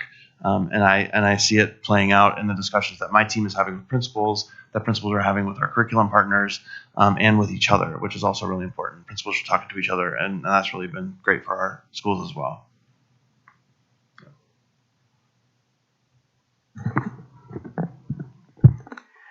So I want to talk briefly about the work that's coming that we're hoping to do and continue to do with the middle school accelerator schools and scaling of the work beyond the 6 middle schools that we're supporting. So you'll notice on this slide, it looks a lot like year 1, and that's very purposeful. I think Renee said it best, when the goal is not to bring something new. Our goal is to support the district in executing on a really high quality strategic plan. Where the levers that are identified in the strategic plan are the right levers. They will move student academic outcomes for the most marginalized students in Jeffco, but also for your students that need some acceleration because they're gifted and they may need something different from their teacher as well. So we're going to continue to support PLC implementation and really ensure that that space meets the vision that Renee and our team have really established is what should happen in collaborative learning spaces with adults. And teachers should really leave being better at something. And something should be different in their classrooms because of work that they've done collectively as a group and with leaders in their building and with district level leaders who are pushing into that space. What we believe that's going to look like this year, because we're already starting to see it, we see it at Carmody, is teachers really having high quality planning in hand so that they're not in their classroom thinking about what's the next question I need to ask. What is the right answer to this question? It really is focused on what does this student sitting in front of me need right now to show lesson level mastery. So we believe that that will be true not only in the 6 schools we're supporting, but across the schools here in Jeffco. We're also really excited about academic monitoring. This is a piece that Renee is pushing. Her team has really developed high quality tools.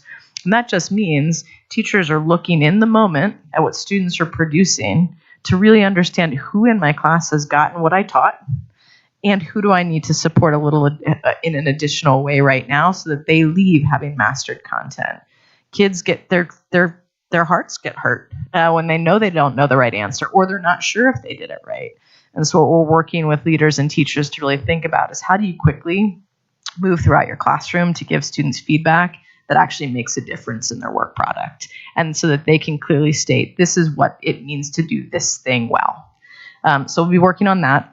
And continuing to really think through what are we learning in the 6 schools when we're putting these tools and practices into place. We're piloting a couple of tools that really go nicely with the district strategic plan, particularly for like what to look for in a classroom. So we move away from what's the adult doing in the classroom to what's happening for students because of the decisions adults are making.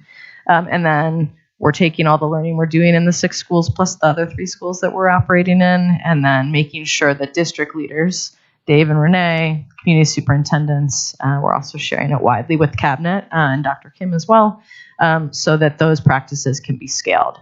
And so really modeling how do you narrate change in a way that doesn't disrupt the system, but really motivates and gets people excited about what the district has said is most important. And we believe the just right in time coaching that school leaders are going to be getting will lead to improved outcomes on those campuses, which ultimately is how we measure our success. Something should be different. The leaders should have scalable, replicable, sustainable practices in their back pockets that they can use for the rest of their career. That's our goal. Yeah. And I promise I'll give you the microphone back. I just wanted to also share. We have, obviously parents who work as employees here in Jeffco, and many of them, of course, work on my team. And I've had several approach me with stories that their students have shared at home, saying things about the monitoring work that teachers are starting to do. Like, it's so exciting in my classroom. My teacher walks around the room, tells us what he or she is looking for, and then they come and they let me know whether I got it or not, and they give me feedback if I don't. Kids are noticing, and they're excited about, they feel seen. they feel valued, and they feel supported. And so I'm just already starting to hear that throughout the system, just anecdotally, which is, I think, really powerful to know that students are noticing. It's great. I have one more thing. I think one thing that I would add to what Renee just said that's really important, in our focus groups with teachers and leaders, in the Panorama survey, what we heard is like there are a lot of behaviors post-pandemic, and I'm spending a lot of time on student behaviors. Our students have some mental health things that are coming up in our classrooms. I'm a social worker. That's how I started my career. So I'm never going to negate that those things are real. And what Renee's talking about, this academic monitoring, when students know my teacher is going to help me understand what I'm supposed to do, and they're going to tell me if I have it right. And if I don't have it right, they're going to support me in making sure I know how to do it well. You see a lot less behaviors. And so part of us addressing those concerns that we heard is like, let's focus on content.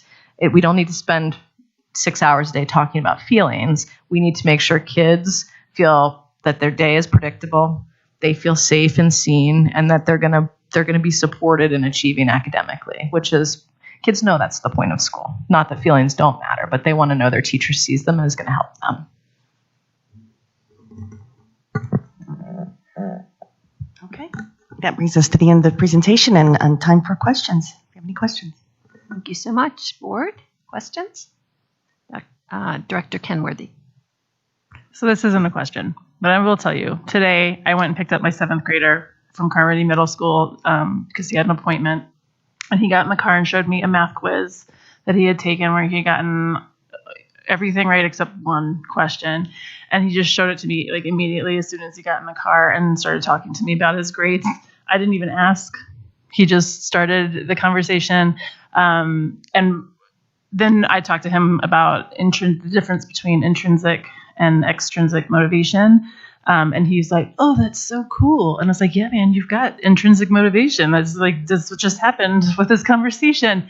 And I think it's thanks to the work that has happened here. And also I know in some other elementary schools, there's a lot of student ownership of their goals and their learning, and just what a huge impact that's had on my own student. So I just to parrot and reflect back to you from this side of the table, that I really appreciate the care and the intention and the thought that is going in here, as well as getting down into nitty gritty. How are we going to do this? What are the actual steps? What is the actual change? What's going to be different after we've spent these 4 hours together, in this moment, is just so supportive for brand new teachers and also for teachers who've been teaching for years and years. So really grateful to hear about the work, and I'm looking forward to hearing more about this probably next year. Yeah. Spring. Yeah. Anyway, I'm hearing a lot of gratitude, and this sounds like really valuable and important work. So thanks so much. Director Reed.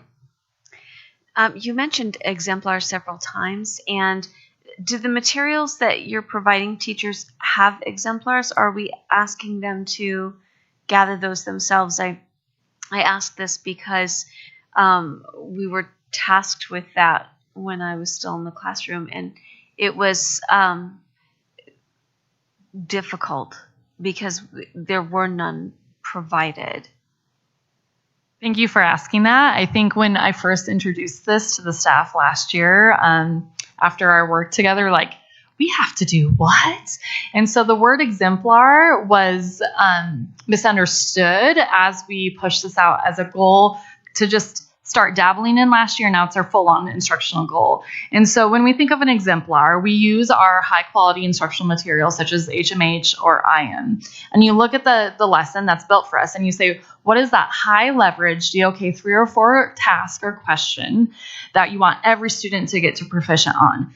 Let's have them do that independently. Let's plan out what a 4 would look like, a 3, a 2, or 1 for that task or question. Let's have some coding or some feedback ready to go.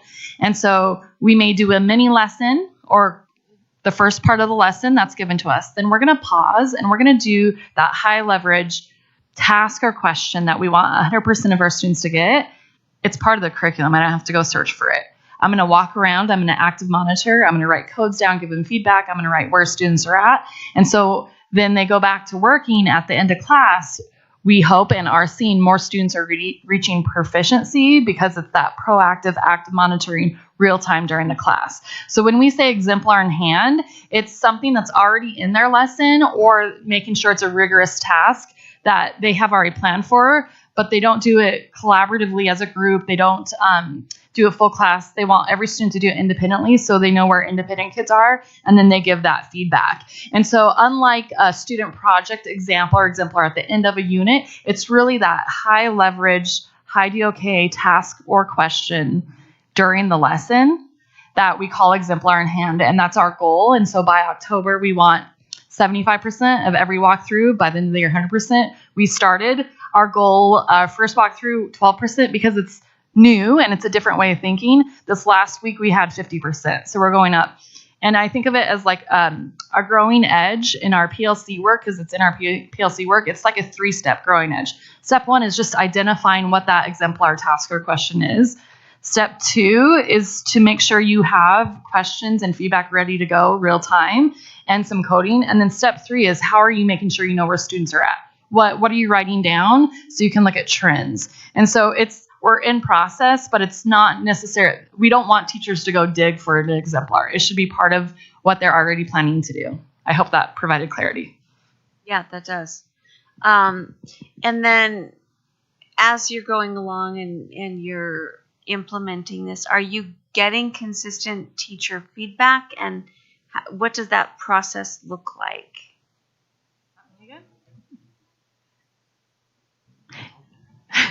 Absolutely, 100%, because they are the driving force and the foundation to make sure that we can reach our goal.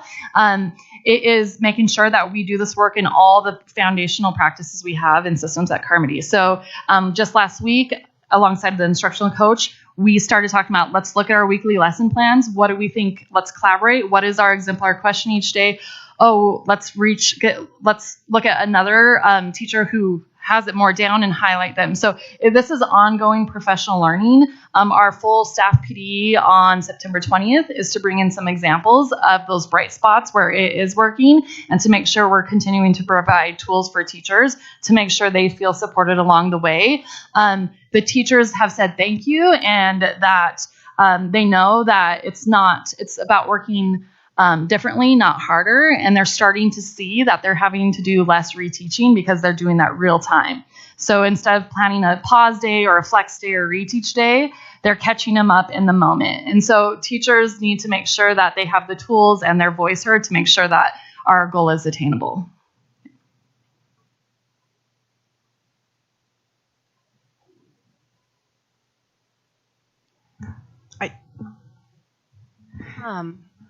Thank you. I was wondering, the process sounds very high touch. And I wonder if you could revisit the comments you made about scaling. Is this, and you mentioned that Dave and Renee might be kind of coached or trained on this, and then they can carry it on in community superintendents, but like, is that realistic? Because it sounds like you're there a lot and working one-on-one, and I don't think you all can do that day to day. So like, what's the reality of scaling this? Do you want me to take a shot at that? Yeah, sure.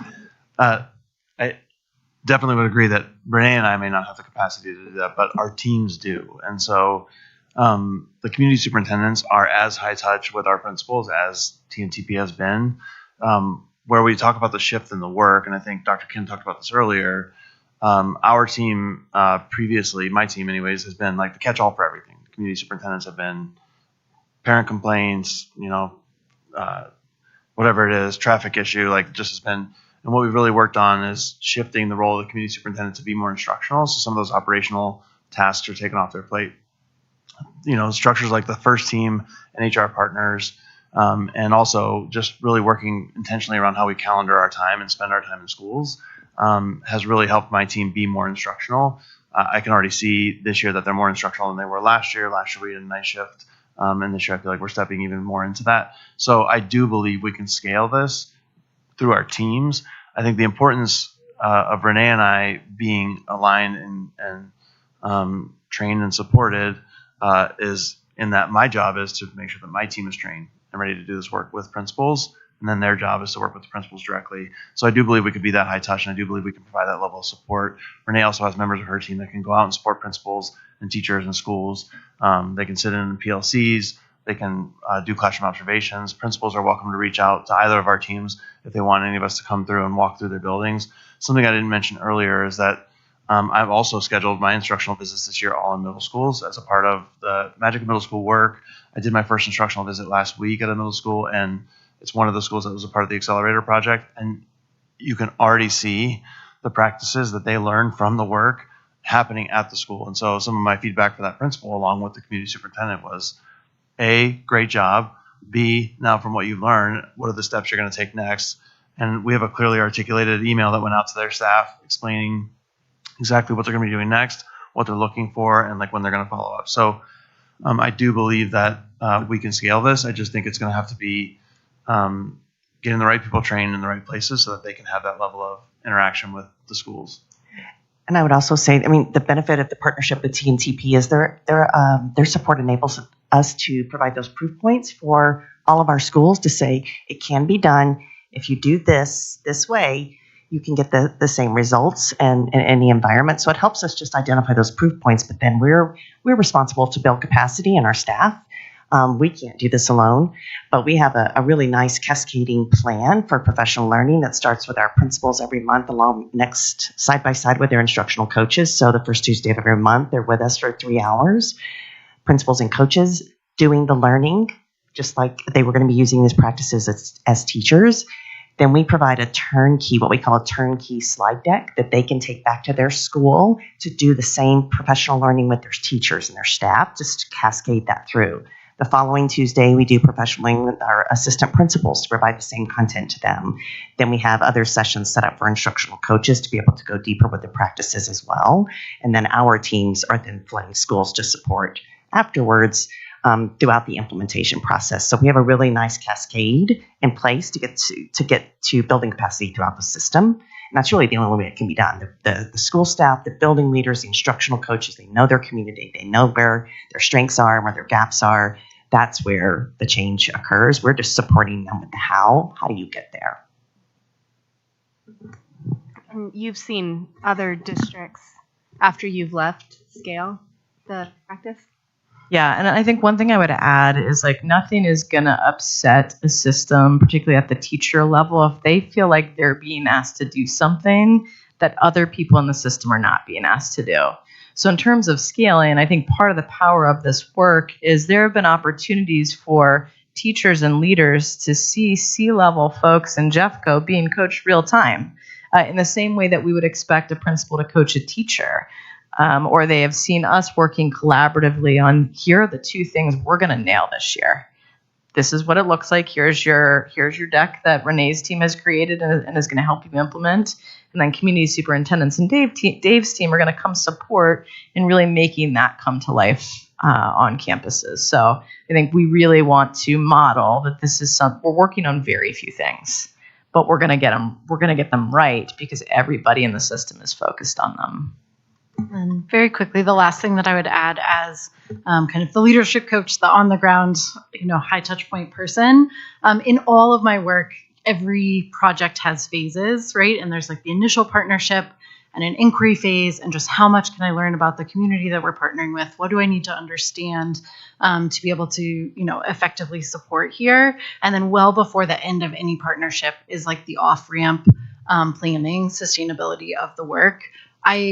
The measure of my effectiveness in my role is, will the impact outlive my presence on any one contract? And how do we make sure that the work is really coming to life, that we haven't taken on too much such that it just collapses when we're done? And so that's a critical function of my role and something that we're extremely thoughtful about in the entire process.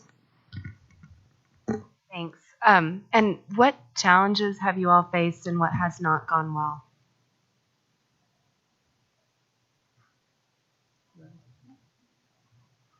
Emily, do you have? Sure. You want to start? And then I can chime in. Instead of challenge, opportunity for growth was the initial walkthroughs and the data that was collected. Carmody is a family. Staff is a family. Everyone's a family. And we have always worked hard and we've always been super collaborative. But I think the missing piece was having grade appropriate level tasks. And it was initially hard to grapple with, but in the long run, I'm so grateful for that to happen because it allowed us to have the plan that was developed and the things in place now. So the initial data was, and the first couple months, there was a lot of questions. Why are we doing this? Or are we being judged? All that. And if you ask those same teachers now, it's more appreciation, very grateful. They understand the why. And so that initial was hard. And then the other thing that I wouldn't say is a challenge, but an opportunity to continue to figure this out together is, as you know, new curriculum, it feels like you're flying the plane as you're building it a little bit. And so we all are new to this. And so we're figuring it out together. And so just prioritizing my instructional coach and admin and me on supporting language arts so they don't feel like they're not successful or feel like they're lost. Which is a natural thing to experience, but something that we're going to continue to make sure we don't put a blind eye to because we want to make sure that we are supporting them along the way. Yeah, and then I'll give it to. We had a great conversation yesterday. We had that first Tuesday of the month professional learning with leaders, and we were in the magic of middle schools. Dave and I were facilitating that session, and we started talking about how do you the practices teachers need to use to inspire students to feel like middle school is magic, right? That's what we were talking about. And then that led to an even deeper conversation to say, how do we inspire our teachers so they can inspire our students to feel like, middle school is magic? And so then we started thinking about what does that mean for us as central leaders? How do we inspire our principals and our instructional leaders in buildings to inspire their teachers, to inspire their students? There's so many levels to this that we're working on because all of it matters, right? We can't just focus on let's make it great for kids if we're not also thinking about how do we make this great for teachers, because we are asking for them to do some things differently. And we're asking them to meet us halfway and trust us that these things will make a difference for their students, even though at first it's different and it's a little harder to invest the time. And so we're having all of those conversations. So from, I guess, a focus on getting better with student outcomes, but also getting better with our own culture and how we're supporting each other to get there.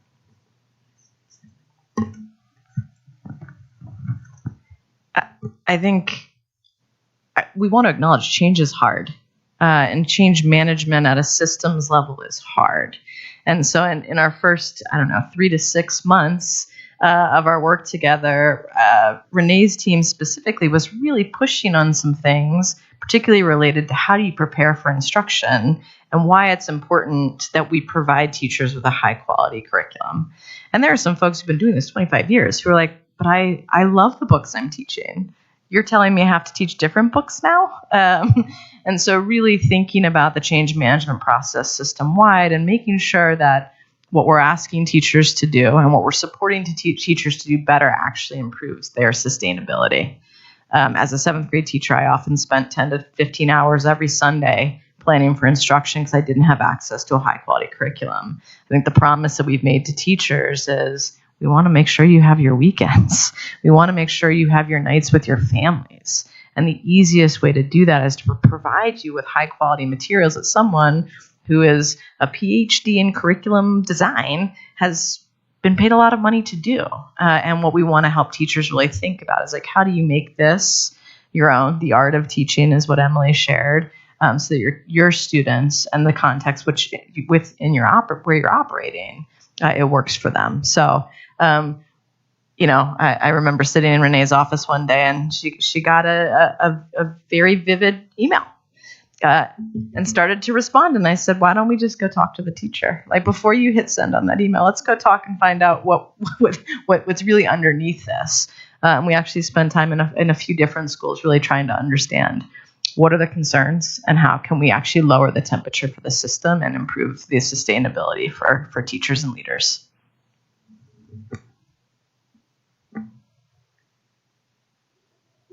Director Applegate, do you have any questions? I really appreciate the presentation and my fellow board members for asking such amazing questions. I'm really excited about this. Middle school is definitely something that we're trying to figure out the code, and this is one piece to a much bigger and very, very complicated jigsaw puzzle. I guess and I might have missed it, forgive me. I assume that we are tracking these specific schools and we're going to be following scores and we're going to be doing all the magic on the back end with data, Ms. Nicodores, to help us understand what worked and what didn't and give us some insights down the road. Cool. All right. Well, then I don't really have any additional questions, but I appreciate your efforts and all your work. And thank you for digging in and getting this started. Okay. I have a couple questions. How were the 6 middle schools chosen for the pilot, for the first phase? Well, we actually, we wanted a cross-section of Jeffco. We wanted to be representative of the district. So we had some schools that are Title I and not as high-performing. We also had some high-performing schools, like the Mountain School. Really, the idea was to choose more of a cross-section of the district. And so we looked at a map. We looked at all of our schools. We also tried to choose schools that didn't have new principals in them. And so those 6 schools kind of rose up as an opportunity because they were principals that had been there for a few years and represented really the diversity of Jeffco. And I assume there were quite a few different community soups for those 6 schools. 4 of them. And so are there plans to help the other community soups come up to speed for next? Yes, that's exactly the work that Sarah and I are doing together now. Yep. Let's see. Also on slide 16, if you can see it, it's the one that has the little bar charts of strong culture, grade level content, etc. Do we have a before and after slide like this? Do we know, is this where the school started or, I don't know. Do we have a before and after slide? We do not, but we will be happy to put one together. I think that would be really interesting to see the progress there. And do we have anything specific to address what we've seen as the 5th grade to 6th grade transition learning loss, to say what we've seen in CMAS scores? Was there any effort to address that in this program? There was some effort. I don't know how productive it necessarily ended up being at this point. We've got some other ideas that we're working on, but we did study this on some level last year. It ended up being a little bit more, some of the results that we got were more around some of the social emotional impacts of transition, some of the social societal impacts of transition. Academically speaking, we didn't get enough information. So this year we're studying that more because we do know that there is something happening from 5th to 6th grade, and we're not ignoring it. To be clear, like we know that this is the data tells us that something is shifting, and we absolutely want to do a better job. I will say our schools did an excellent job this year of embracing the learning we got around social emotional impacts, and that almost that like friend group impact, how they engage with adults, and so. We saw a lot of culture work being done in our middle schools this year, especially in that 6th grade transition. Almost all of our middle schools started 6th graders a day early just to give them an opportunity to be in the building without the 7th and 8th graders, give teachers an opportunity to engage with them. A lot of our schools embrace things like web leaders and getting more social connections for students as they started school. So we saw some positives on that front. We're still studying, I think, the academic impacts so that we can get better strategies in place, as we continue to work on this Magic Middle School project. At the retreat, the Magic Middle School retreat that we all went to in the spring, we had child psychologists from Children's Hospital come in and speak with us about what's happening developmentally in the brains of students at this age and really helping us understand the growth and development that's occurring and how it's an opportunity. So I think there were some good conversations started there as far as how do we engage students at this age differently in a way that's really aligned to where they're at developmentally to produce potentially better outcomes and do that transition.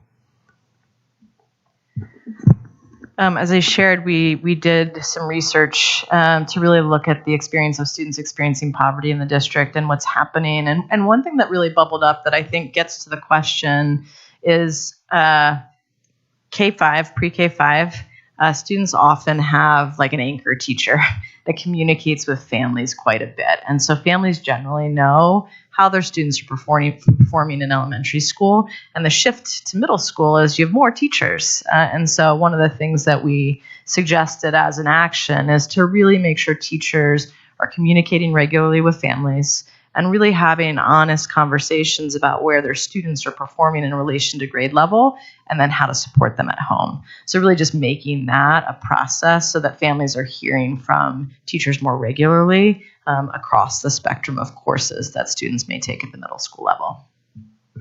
Great, thanks. And one final question for Ms. Johnson. Congratulations on the 78 data points. Not being a teacher, give me an example of a data point, and what would be a normal number of data points at this point? Well, thank you for asking, because that's one of the most proud parts of tonight is throughout all of this work together, we had our goals, we had our plan in place, but then we needed to really say, okay, so here's our goal, how are we going to attain it? And so leadership launched, we did a calendaring learning with TNTP and said, if it's not on our calendar, it's not going to happen. And although we have this plan, what are our two focus goals in our instructional goal and our cultural goal? So now we have that, but then how are we going to measure it and how are we going to hold accountability? So we, as a leadership team, my APs, my coach and I, we have a PLC for ourselves every Monday, and we plan our instructional walk and our culture walk, 2 separate walks throughout the week. And we get into as many classrooms as we can, calibrating together on a form. And then we get our awesome pie chart data and say, if our goal was exemplar in hand, where did we see it in class? What are we seeing? And then we measure that and then provide the updated data every week to our staff on Fridays. So we started day 2, and since day 2, the team of, there's 4 of us, we have been able to get, between the 4 of us, 78 data points in place. If you asked me this last year, we'd probably have 8 or 9. Just it wasn't as refined or focused in tools and stuff like that. So our goal is to continue that from the very first week to the very last week. And so we will make our goals come to life, and we'll really see that change in achievement and growth. Thank you very much. Yes, unless there are other questions. Yes, yeah, Director Kenworthy.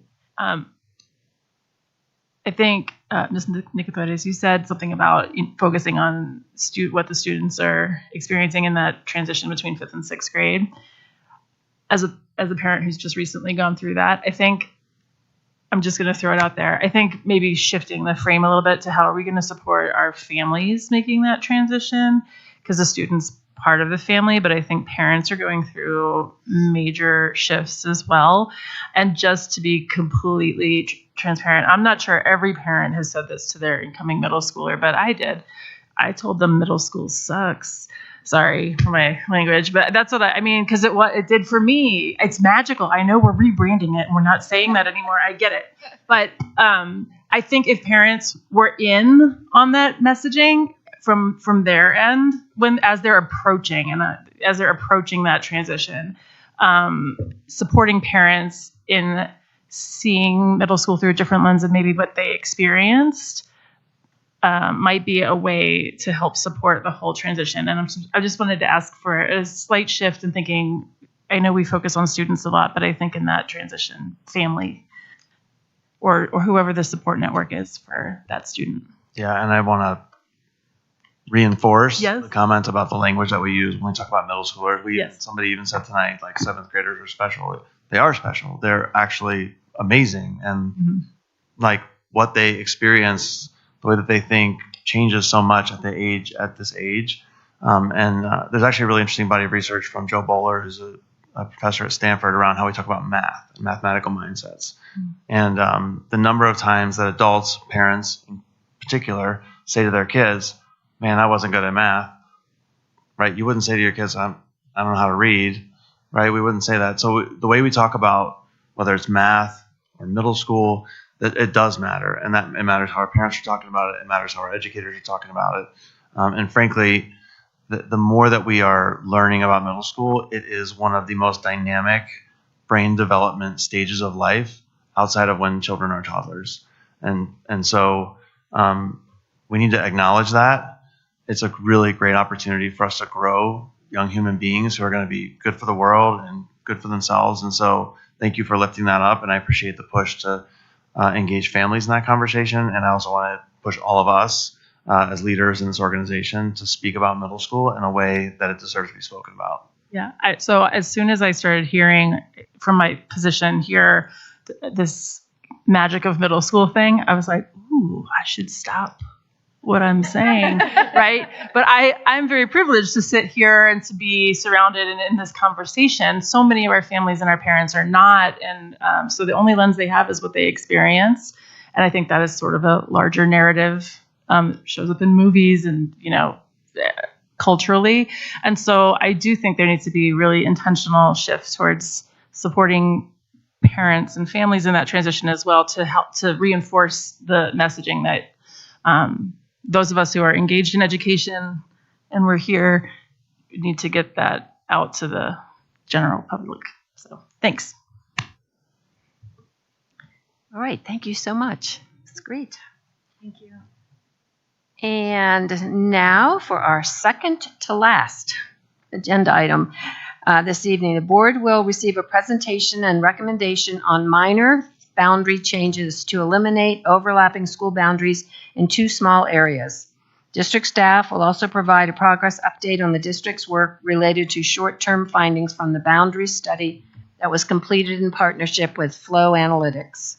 As a reminder to the board and our listening public, Flow Analytics presented its final set of conclusions and recommendations to the board at its June board meeting. Before I turn this over to Ms. Ralou, is there anything you'd like to add, Superintendent Dorland?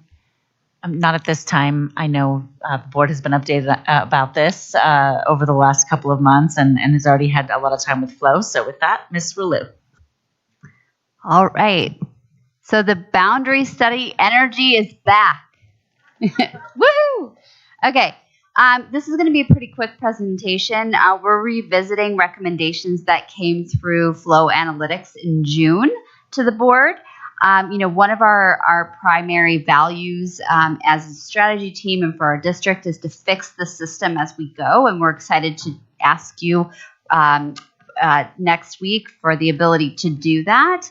I do want to thank Mr. Carr, Mr. Young, and Ms. Rosario for their work on this project. And before I hand this over to them, I just want to clarify that when we talk about option areas tonight, we are not talking about option schools. That's a very different thing. And so with that, I will turn it over to Mr. Carr. Great, thank you. So as Ms. Ralou previewed, our purpose tonight is to recommend board action on 2 very small elementary boundary adjustments. We've even been talking about this with families as just administrative changes due to their scope. And those are the option areas of the Blue Heron Westgate elementary areas and the Mitchell Fairmount option area.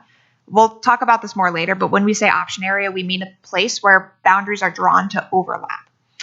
And we'll also, at the end of the presentation, provide just a very brief progress update on some of the other short-term findings that emerged from the boundary study that you reviewed on June 5th. So again, this is something you saw on June 5th. The goal of this comprehensive boundary study that was conducted by Flow Analytics was to help us get a roadmap to look at the future. And so this both elevated some things that we could focus on in the short term to fix our systems as we go, as well as longer term considerations as we continue to focus on what does it look like to have a sustainable enrollment footprint.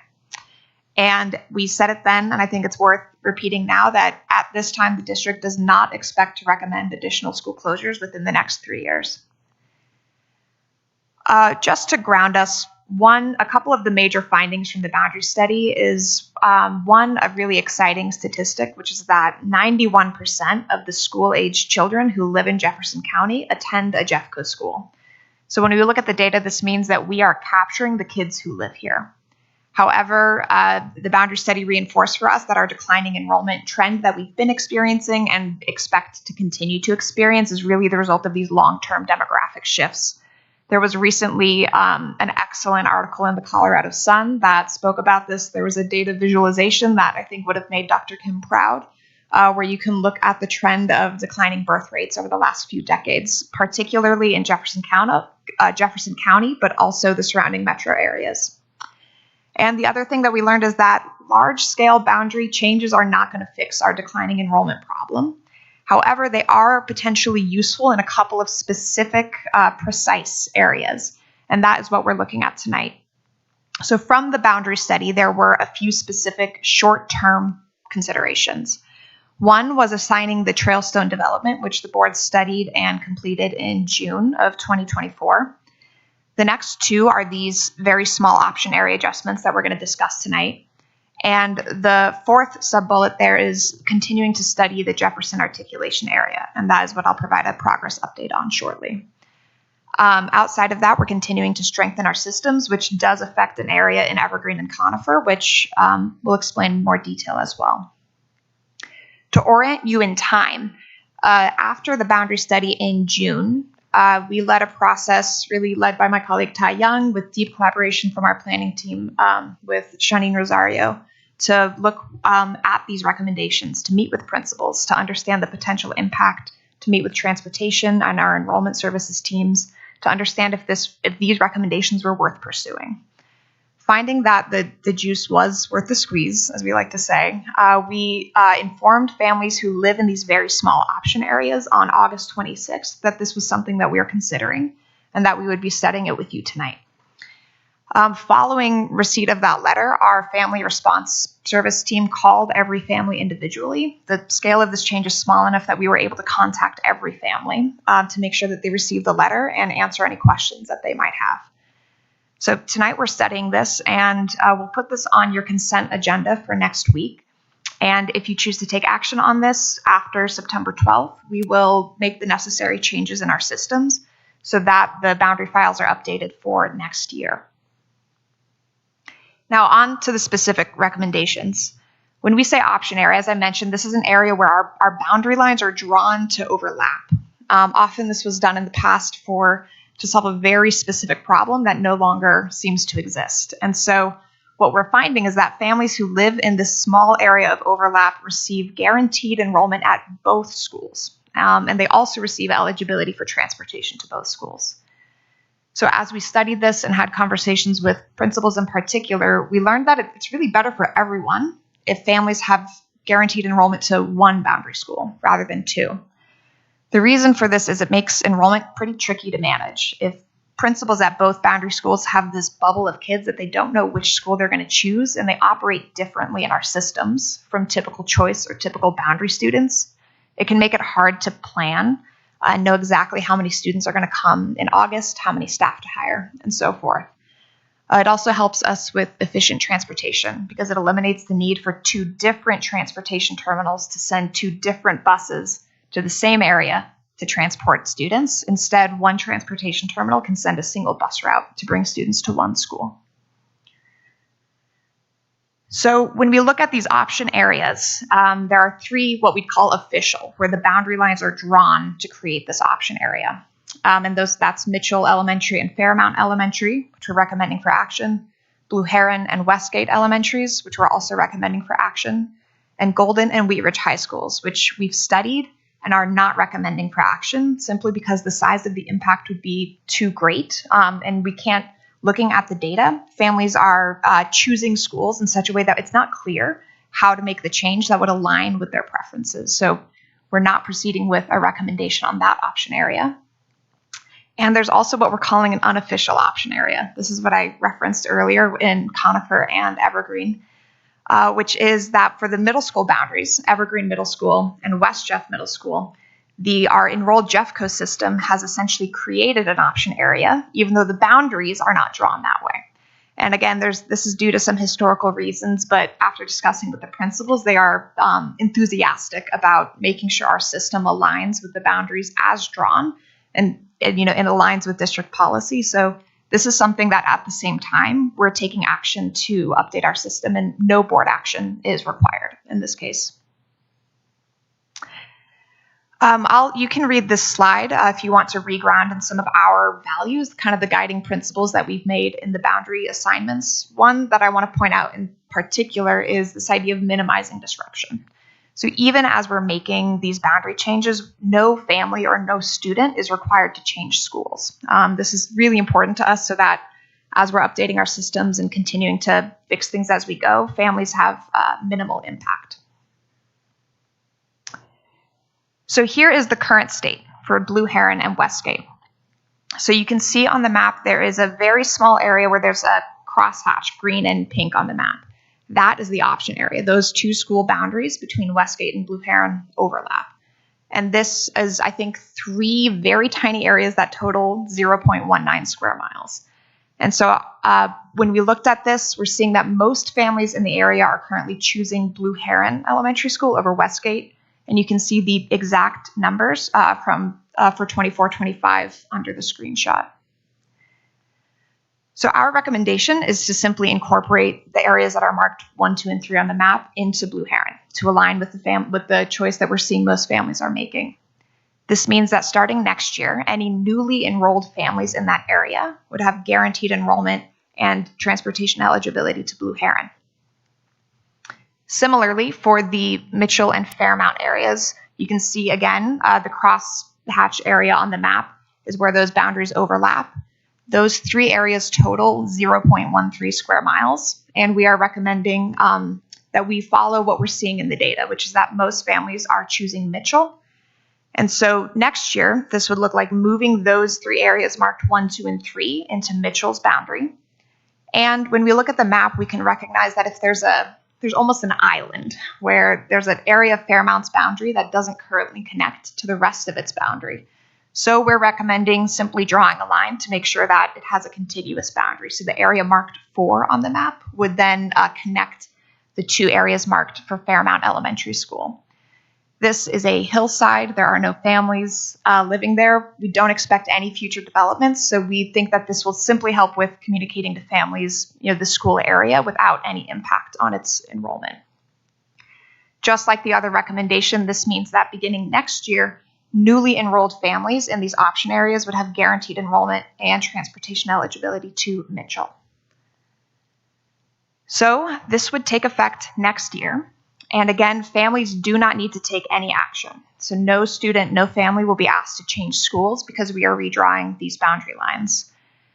It will affect transportation eligibility because we're moving the boundary line. However, our transportation terminals have worked with these schools and are committing to continue to offer transportation services to the 4 affected families. There's 3 in the Fairmount area and 1 in the Westgate area. They're going to continue to provide transportation for 2 school years so that families can have plenty of time to identify an alternate way to get to school. So again, with our timeline, we were able to study the impact. We've informed all families. The first team called all of them. I spoke to a parent as well, and it was a great call actually because she had a few questions and ended by saying this is great. So when I moved in, I wasn't clear on which one was my neighborhood school or how to get my kid there. So it seems that there's been a very minimal impact from reports we've heard from the first team. And we'll put this on your consent agenda for next week. And if that passes, we will go ahead and make the changes in our systems.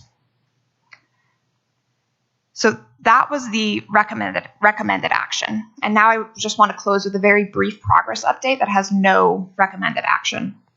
And this is related to the findings around Jefferson Junior Senior. So in the boundary study, our partners Flow Analytics found that in that articulation area, there are 2 elementary schools and then 1 junior senior. The elementary schools, Lumberg and Edgewater, currently have steady enrollment. So that was a good sign. And they're seeing that the enrollment in Jefferson Junior Senior has been declining for a long time, and our enrollment projections suggest that that will continue. So the recommendation from our partners was that we should track Jefferson Junior Senior's enrollment numbers this coming fall. And particularly if what we're seeing out of October count aligns with that long-term decline and what we're projecting for the future, then the district should begin to discuss with the community what secondary enrollment and education options could look like in the Jefferson articulation area, and for those discussions to begin in early 2025.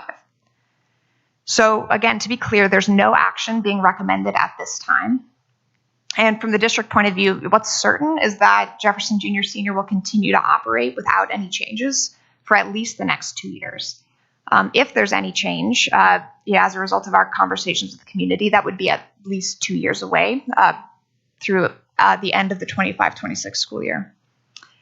And if this comes to pass, that we need to discuss with the community the secondary enrollment and education options. We would begin that in early 2025, and we would work closely with principals to communicate that to the community and design those engagements.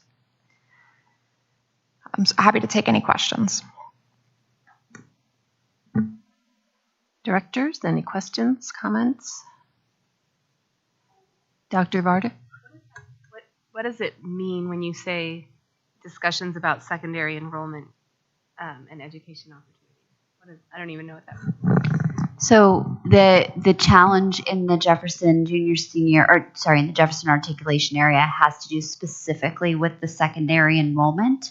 So we did close an elementary school in the Jefferson articulation area. So the conversations we would have with the community would focus on 712 or 612. Those grades. It wouldn't be a conversation that needs to be had specifically about the elementary area. Oh, sorry. Yes. What are you talking about? Okay. Yeah. Thank you for clarifying that. So ultimately, if enrollment trends are basically going the same direction, Flo has said we need to we're not going to, the enrollment is going to continue to decline. And so having a comprehensive high school option in Jefferson is not, or at Jefferson Junior Senior is not something that we're struggling to provide it now because of the number of students who are attending there, and we will continue to struggle further. So we need to start to look at how we can serve the students in that school, in that community, in a model that doesn't necessarily rely on a comprehensive high school model that is designed to serve 1,000 students, because we're not, or even like 900 students, because we're not serving that many. So we need to look at other ways in which we can serve secondary students productively and meet the community's needs. So that's what we'll be exploring. So we're looking at we would be looking at things like micro schools or other school models that are actually designed to serve a smaller population of students and have proven to do so successfully. Because our number one thing, as we've always said, is serving the students that we have in the best possible way that we can. And so we want to have that conversation with the community. Sorry, I'm having a hard time using this tonight. What's the difference between a micro school and a small school? So what do you mean, like, if we, a micro school? Yeah. So a micro school, for example, is specifically designed to, with a curriculum or a program, to serve a small number of students. So I think what we have been doing is trying to modify a comprehensive high school or secondary experience to fit a smaller number of students and staff, where a micro school, for example, is designed specifically to, like, from the ground up to serve the number of students that we say, designate. So we say, like, we think this school will have 300 kids. Like, what kind of model could we have that would serve 300 kids and do so in a way that provides them with the type of high school experience that every family wants for their child? Knowing that we're not looking at, we know from our experience, we can't just put a program in and, like, attract a bunch more kids. So how can we serve the community that would want to continue to attend there? I have one other question. When the first team calls the families, how is the feedback or reactions from the family summarized? Like, where is that data that came from those calls? How can it inform the board's decision? So the first team logged everything, all of the interactions they had with the families within campus, and we can work with them to pull that information. I think the highlight of that of their findings was more just informative. So those families really didn't understand, again, the difference between the two option areas. And this was just a more learning experience for them than really just appreciation for that clarity and that transparency for the message. I think it's an interesting approach that they could do that. Where most just messages people left. I've done a lot of phone banking. Yeah, so there was we sent out the message initially on the Monday that evening, and then the first team started making calls that next morning. Yes, yeah, and so that's what the logs were. So if they didn't pick up, and they tried again and continued to reach out. Other questions? Director Kenworthy? I'm thinking about Jefferson Junior Senior. Is one of the options to divert students to other local area high schools? So I think as we look at what the school could potentially be, there'll be a question about should it remain a boundary school or should it become a choice? Mm-hmm. And we'll look at, like we always do, the choice data and where students in that area are choosing to go if they're not going to Jefferson. So we certainly, that area is robust with comprehensive high schools.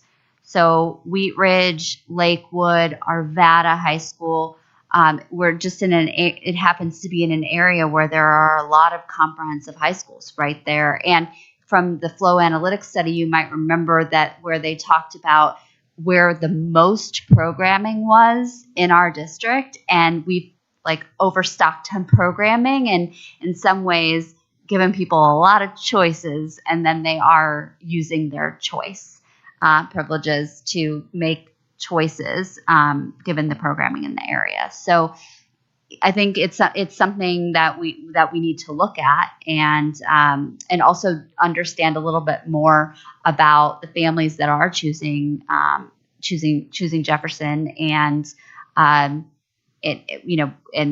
what it would look like to have the same boundary or different boundaries and no boundary. Well, we would explore all those things with the community.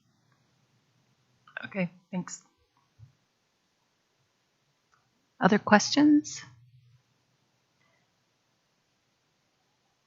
I just want to say on the Jefferson piece, in one way, it feels sort of like uncomfortable that we're talking about this, and we've been getting questions from staff.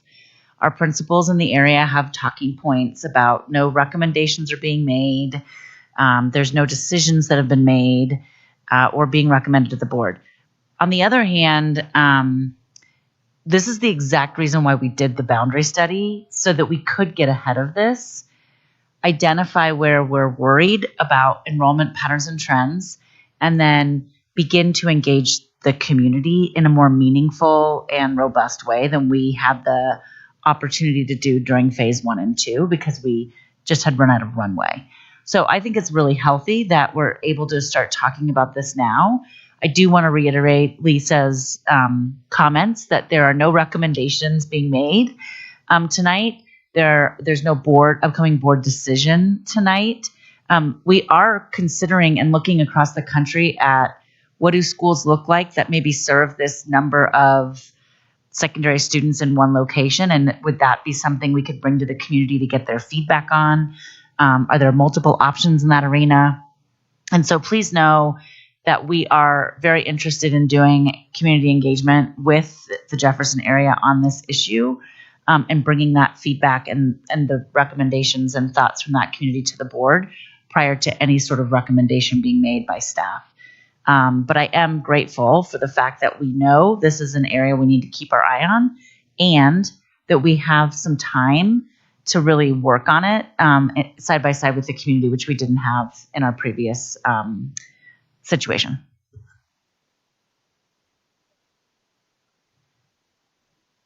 I just have a couple questions. And if you could go to slide 10, because I can talk about my questions with that slide. The areas that became option areas, this is a historical question. I don't know how much you know about it, the answer to it, but was it like a new development grew up and they just decided to give them options in that area?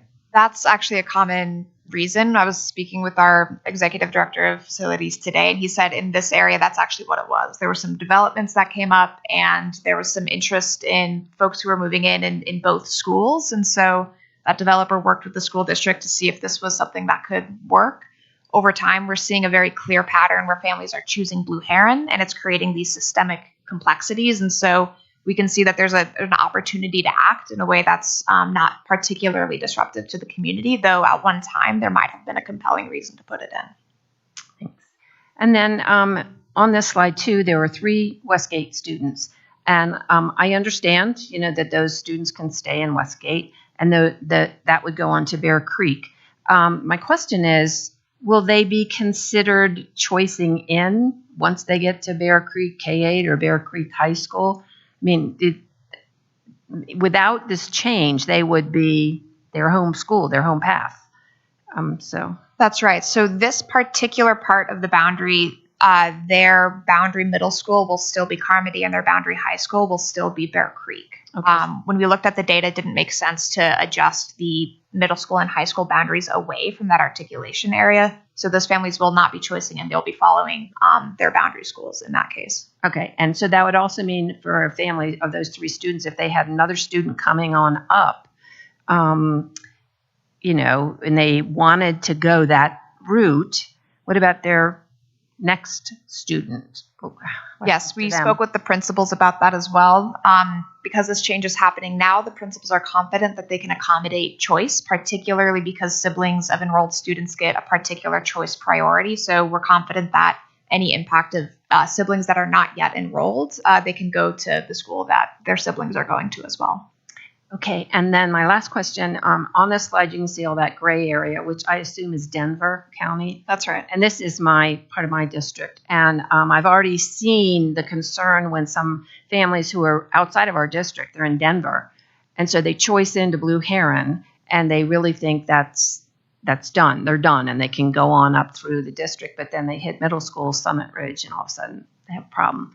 And so we're not going to cover that now. But I hope in the future when we're thinking of choicing and the families that choice in from outside of our district, we're very happy to have them, obviously.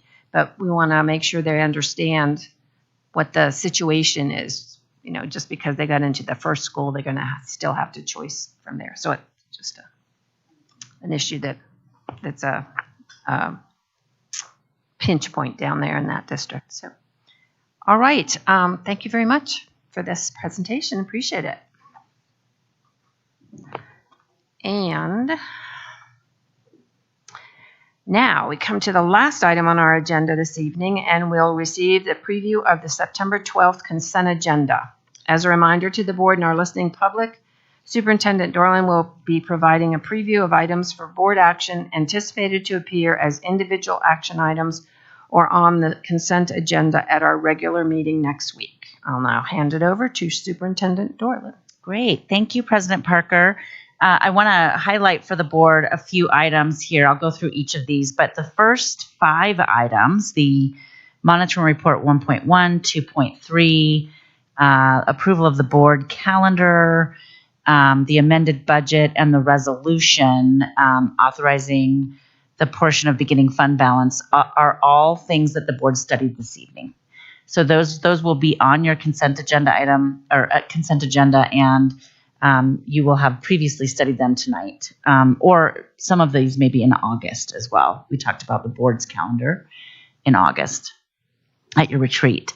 And so then we have the board advisory committee. We have some FAC, either 1 or 2 appointments to the FAC. We've been working on recruitment efforts because we had some open positions on our financial advisory committee. So looking forward to bringing forth those individuals on the consent agenda. We have a contract renewal for the supplementary student transportation. This is a large contract of up to $5.5 million. I know we've talked with you all about this, and we understand that there's an interest in making sure that we're working toward minimizing our contracted services for transportation. And so there will be a presentation included prior to the consent agenda for this item for our listening public and our staff and all of our board to be able to understand a little bit more about what's leading to the need for us to have this contract. Why does it seem so large? Last year, you'll see here in the notes that there were 3 approvals of the contract over time. And we're asking the board to just approve an up to amount that we hope we don't reach, given some of the strategies we're implementing. But this will allow us to do this just one time this year. And you'll hear more about that in the presentation that you'll receive on the topic before the consent agenda vote. We have a Warren Tech Central Asbestos Abatement Contract. The original contract was $231,000, and it went over the limit. Needs board approval because there was an asbestos issue that we needed to deal with and some hazardous materials. The next piece will be the supplemental funds notification. The board had requested last spring, I think, to get more detail about the supplemental funds notification. And so we have outlined for you here details of what all of those supplemental funds are so that you know exactly what you'll be approving. And then the next one is digital security software. And so we went through an RFP process and we've selected one vendor to provide this service where previously we had 2 vendors. And so you can see the vendor 1 and 2 below. You probably haven't seen this before because both of those vendors were under the limit for board approval on a contract. Because we're combining it into one vendor, it's a larger contract and so therefore is going to need board approval. And there's some data there for you to consider as well. All of these contracts that are coming your way, by the way, have been budgeted for. You're not approving the budget for them. You're just approving the contract, and the budget has been allocated. We have a contract amendment for Lexia Core 5 and Lexia English and Lexia Power Up. And so it's an estimated cost of about $1.3 million. We've talked a lot about Lexia as sort of a tool to support Tier 1 and I think a little bit Tier 2 intervention for students. And it will allow this is an expansion of licenses that will allow all K-3 students, 4th and 5th graders who are on a READ plan and 6th graders as determined by their site leadership to participate with Lexia. It also includes some buffer so schools can make decisions to join on and add additional licenses using their READ Act dollars and or their general funds. So it's district level purchases as well as some opportunity for schools to add on. That's the Lexia. You'll see the illustrative math. We talked at length last spring about the district continuing to support investment in the high quality math materials. So the illustrative math contract will be on the consent agenda. And the Orton-Gillingham contract amendment will also be on. These costs are associated with purchasing Orton-Gillingham training for new teachers this fall before contract renewal in November, as well as classroom startup costs and making sure the teachers have the interactive online resource.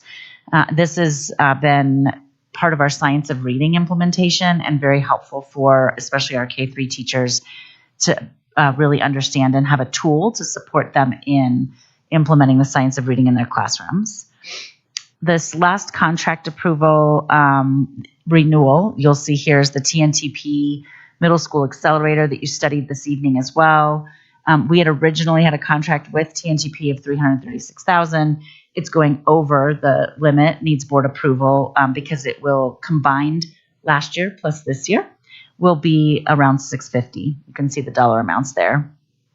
And so this is an extension of the year 1 contract to do the year 2 work that you all talked about this evening.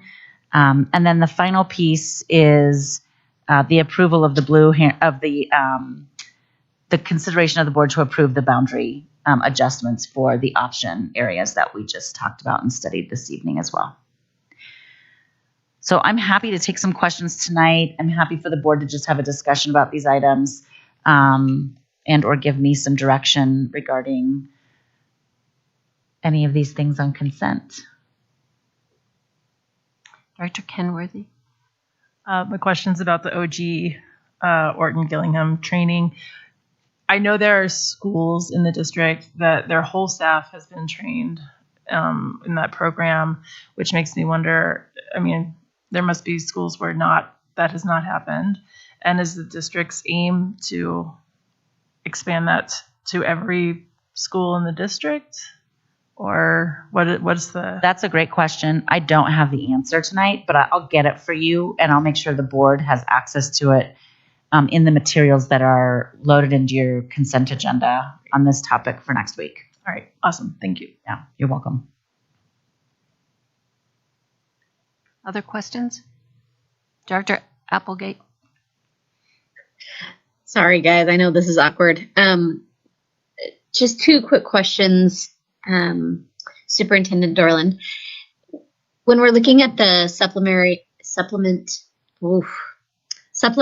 student transportation. Sorry, I'm East Coast time. It's late here. I just want to make sure, are we trending down in that contract amount, or are we holding steady, or just help me understand? No, our goal was to trend that down.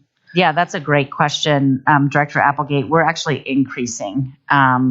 So you can see in some of these notes that we've seen a 23% increase in requests and a 40% increase in costs from the 22-23 school year to last year, 23-24, which is part of the reason why we kept having additional contracts amendments coming to the board last year.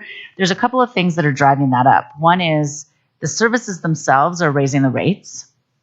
And two is we are seeing an increase in the number of students who we are required to transport to meet the mandates for McKinney-Vento, homeless, foster care students, and special education students. So those are the categories of student types that we are required to provide transportation for. And so, and those, oftentimes our special education students need door-to-door service. And so it's, you know, we're working with the small fleet vehicles. We are going to bring to you a presentation next week that will actually outline a little bit more about what are we required to do in terms of, Mary and I just talked about this today. What are our requirements in terms of transportation?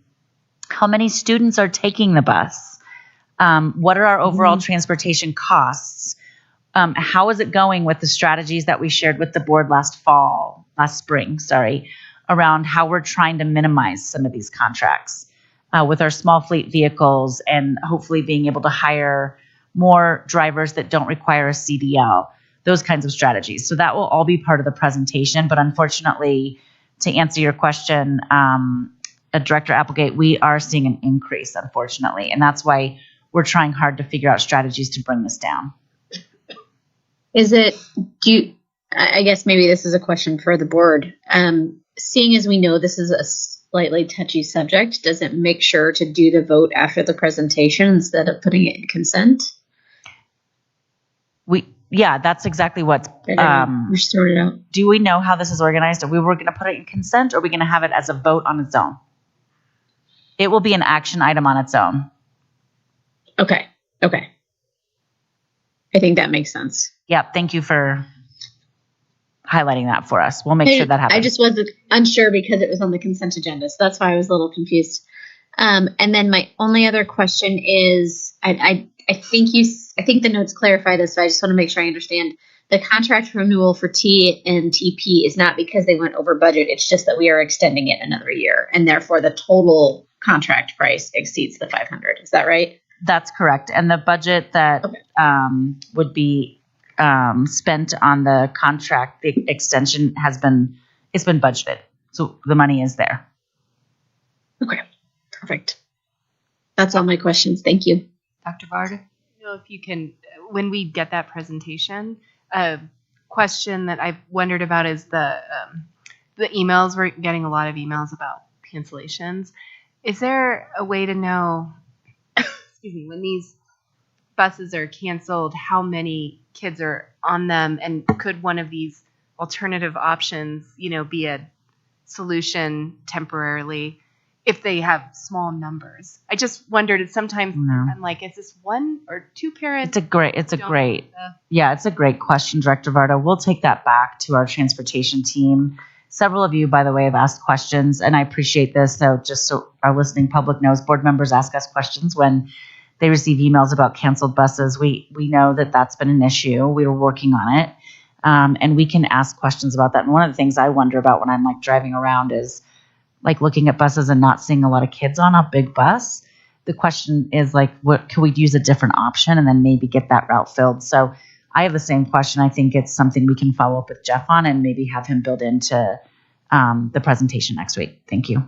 And the irony is that will make this go up, but the parents are left without, it's a cost benefit that's hard to balance. I have a question about the Orton-Gillingham contract. There's a line there that says current amount $2,117, unused amount left on the contract. So it's did the contract have an end date? Yeah, it seems to me that there's some amount that we've been contracted for that we haven't quite used all of it in terms of our payments, and so we'll be. I can have Renee explain that. I think it just is left over from the previous contract, so the amount that you're approving is probably going to be a little bit less because we can use whatever we had on the last contract. So okay. And I'm a big fan of OG, and I think it's really important that our district have as many people trained in it as possible. But the historical cost of $492,000 versus $700,000, that's mostly because we're going to a lot more people. We're getting more resources to train more people. We'll ask.